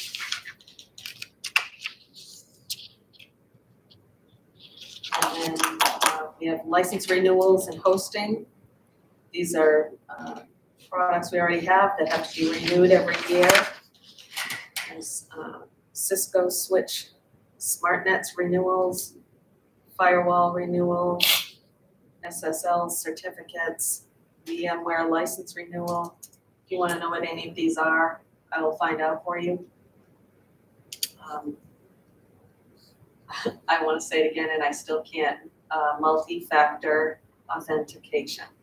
Is that right? For Office 365 and also for our VPN connections.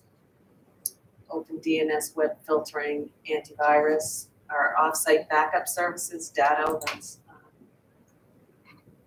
hearing a lot about that lately in the county attorney's office.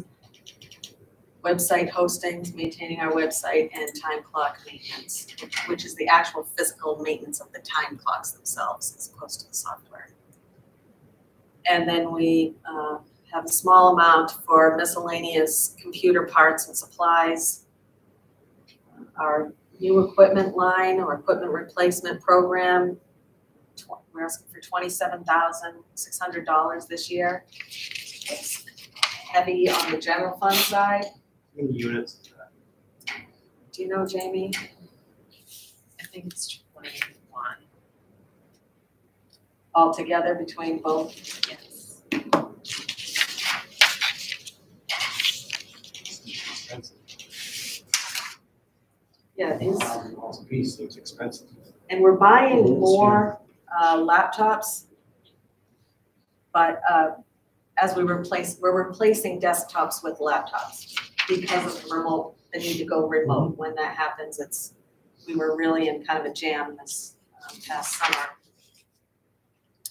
Oh yeah, I don't have them written down how many. And that also has to do with how the sheriff had mentioned any of the deputies getting rid of their desktop computers and just having mobile data terminals. Yeah. Those are about $2,500 a piece for the MDTs, Yeah, but he included those in his budget. for the new positions, Just the two for the two Oh. new not guys. the 5-year replacements. So as his computers are turning over, they're getting replaced So with what's the these. breakdown to get to this 27.6? Because you'll be asked for sure. Well, I think we'll have to do it. I don't think we can do that on the fly, but we'll get that for you. Which you want by department or what do you want? No, just how. Oh, how many How laptops? many laptops, how many Okay. MDTs, at what price, just so, right, because there's an IT expert on the delegation and just gonna wanna know that 27.6. Yeah, and Debbie, you'll probably have to demonstrate that you did a little bit of shopping around on this too, that you got We don't ever buy anything over $5,000 without putting it out to bid, ever. Including computers and all of this equipment is always shopped. And it varies, sometimes Mainstay wins the bid and sometimes they don't. But they're very good about reviewing the bids for us to make sure we don't buy the wrong equipment. Have you guys used the state contracts through Red River? Amanda? So I have looked at that, but what they offer is not what Mainstay.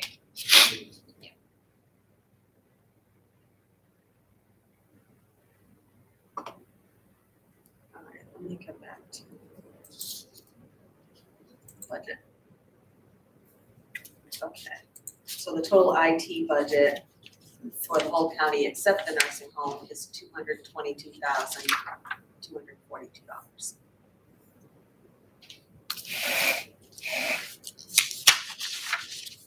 I think other than that, debt service, our bond payments.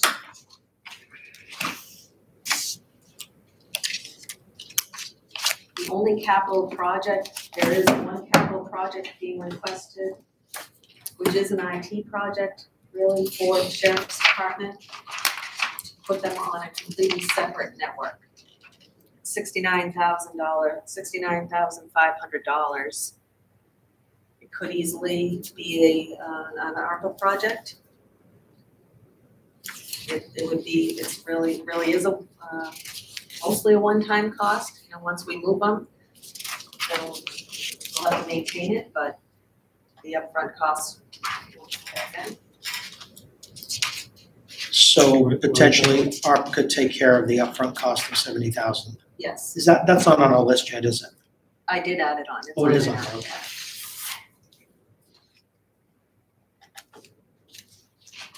So the $8 million that you got in here for ARP is not necessarily laid out. Right, it's to be determined. On the list I gave you today, I just hit, this morning. The most what I came up with is 4.9 million, roughly, 4,937,000. But since then, you have clarified for me that several of these things you will not want to be paid out of ARP. And a couple of them could be paid this year, out of this year's budget in the nursing home. So you're gonna revise. So yes, that'll get revised and then you'll need to have that discussion, I imagine, before this gets to the delegation. Yeah, next Thursday meeting, you're gonna decide. Right. What those projects are. Oh, that's okay. All right. Health and Human Services. Oh, we our budgeted- biggest budget. Budgeted the same amount. I don't think I left. Slightly more, the same, but- $20,000. Yeah, there's a small increase in there. Something can't be right. Did you say it's 4% increase, only $20,000? That's not right? $7 The ink. And your note says 4% increase. So it'd be 4%, but it would only be for 6 months, Yeah, right? Oh, it says. it does say that, I just don't know if that's. 7 million.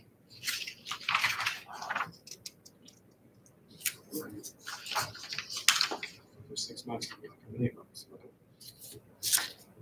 About Health and Human Services, Yes, mine says 0%. I hear you, but our note in the back, next page, 4% increase. it's a 4% increase, the payment starting in July. Oh, okay. If you look at it compared to the 21 budget, it's only $20,000 more. $40,000 more than what's projected for this year. So we're missing oh, something. my computer is.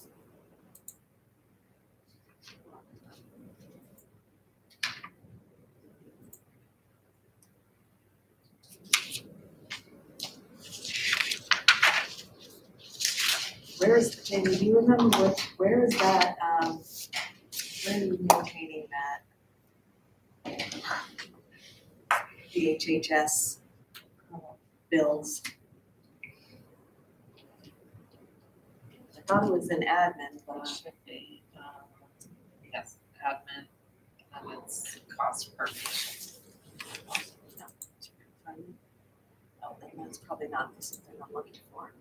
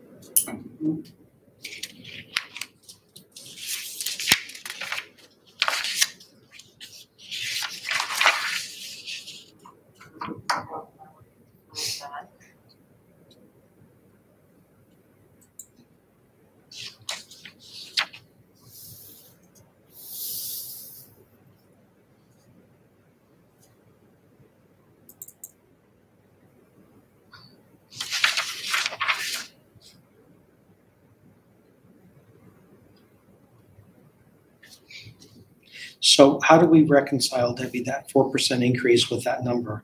All right, I'm going Just trying to figure out. to.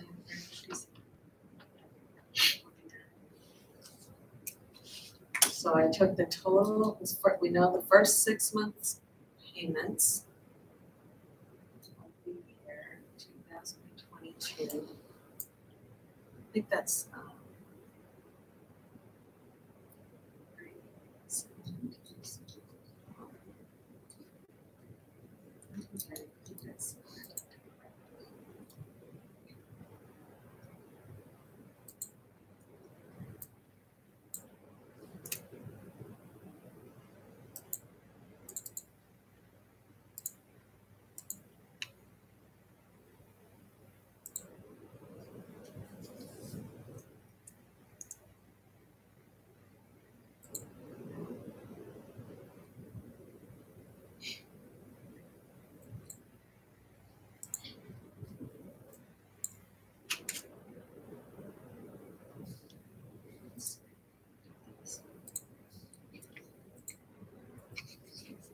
should be 7,573,916. I think I just left last year's number in there. 2021 budget was 7,357,349. And so I apologize, this is last year's number. 757.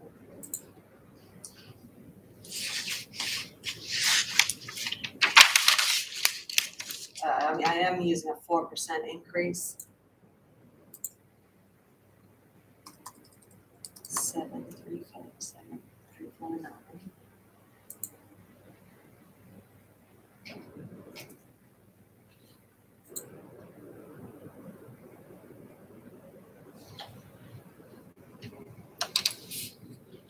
I even questioned the 4% last year. I think the delegation cut it to 3.5%, and it didn't go that high. Maybe asking for 4 is safe.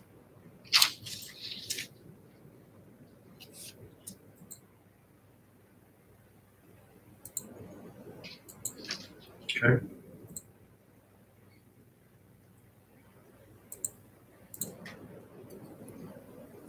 So for 2021, it was 73,39,317. For 2021,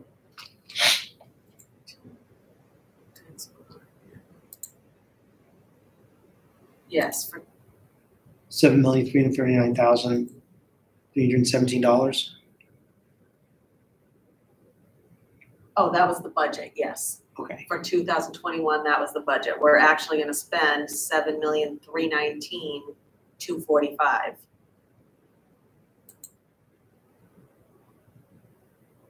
So what is proposed then for 2022 would be the $7,357,349. I think it's gonna be more, wait a minute. It's going to be more than that. Yes. 7,573,000. 7,573,916. Okay. And that allows for a 4% increase on July 1st, which is a guess. We really can only look back and see last year it was just over 3%. It's been 4%, it's been as high as 8 or 10%. So do you think it's going to be 4%? Will it be that high? I think it's as It's a likely. reasonable estimate. It is, yeah? Okay. Can you compare that as a support to that, just show the Yes. historical increases over the last several years? How many years you want to go back? 5? Probably. Yeah, I have it here for a few years, Yeah, that's, but I'll update it and. Yeah.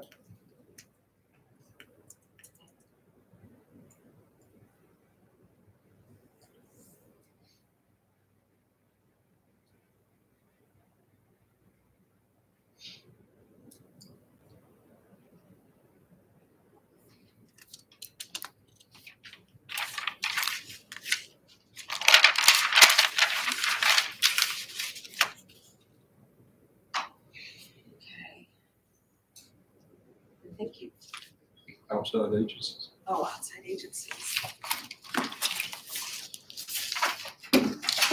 Yeah, this year I gave all the backup to Lori, and she's not here, so I don't have all of that right now, but I do have the numbers that they asked for.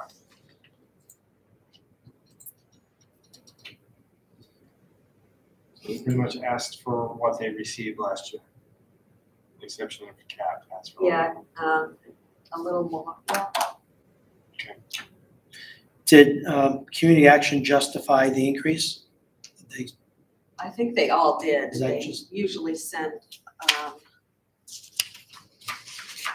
big thick packets. I don't have them.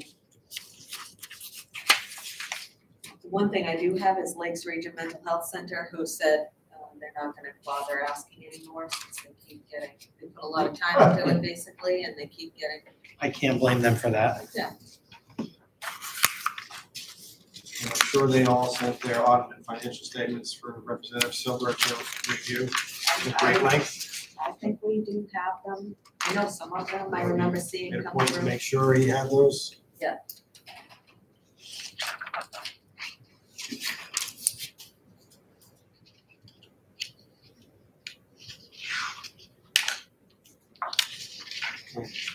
So for our next meeting, we've got corrections, Sheriff's Sheriff's Department Department. And and what else do we have? what's that? Nursing home. Yeah, make a final recommendation of the nursing home. And then, that's just the summary stuff from us, as well as fund balance review. We're gonna do anything with that. That Not gonna be much to do with it. No, I don't think so. That pretty much wraps us up, right? Yeah, It Yeah. does. We'll have a bottom line to submit. oh, and the ARPA.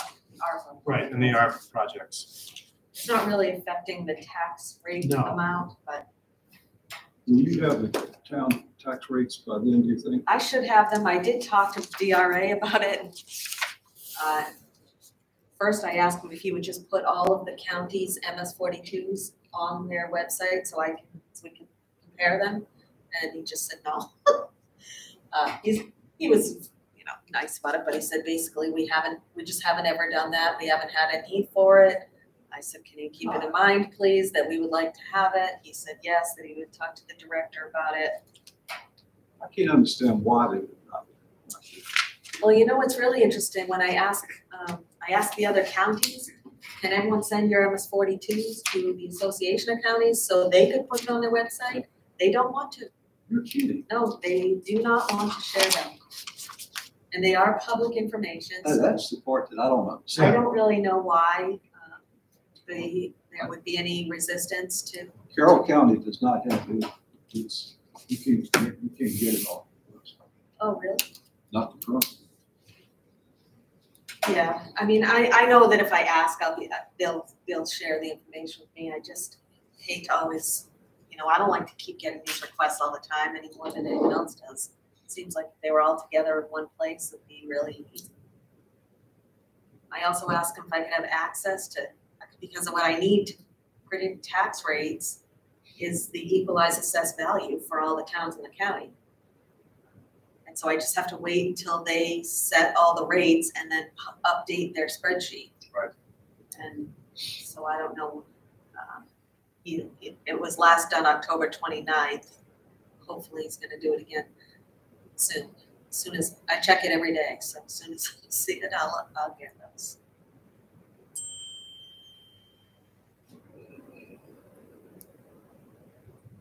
Okay. Well, I think we got a lot further than,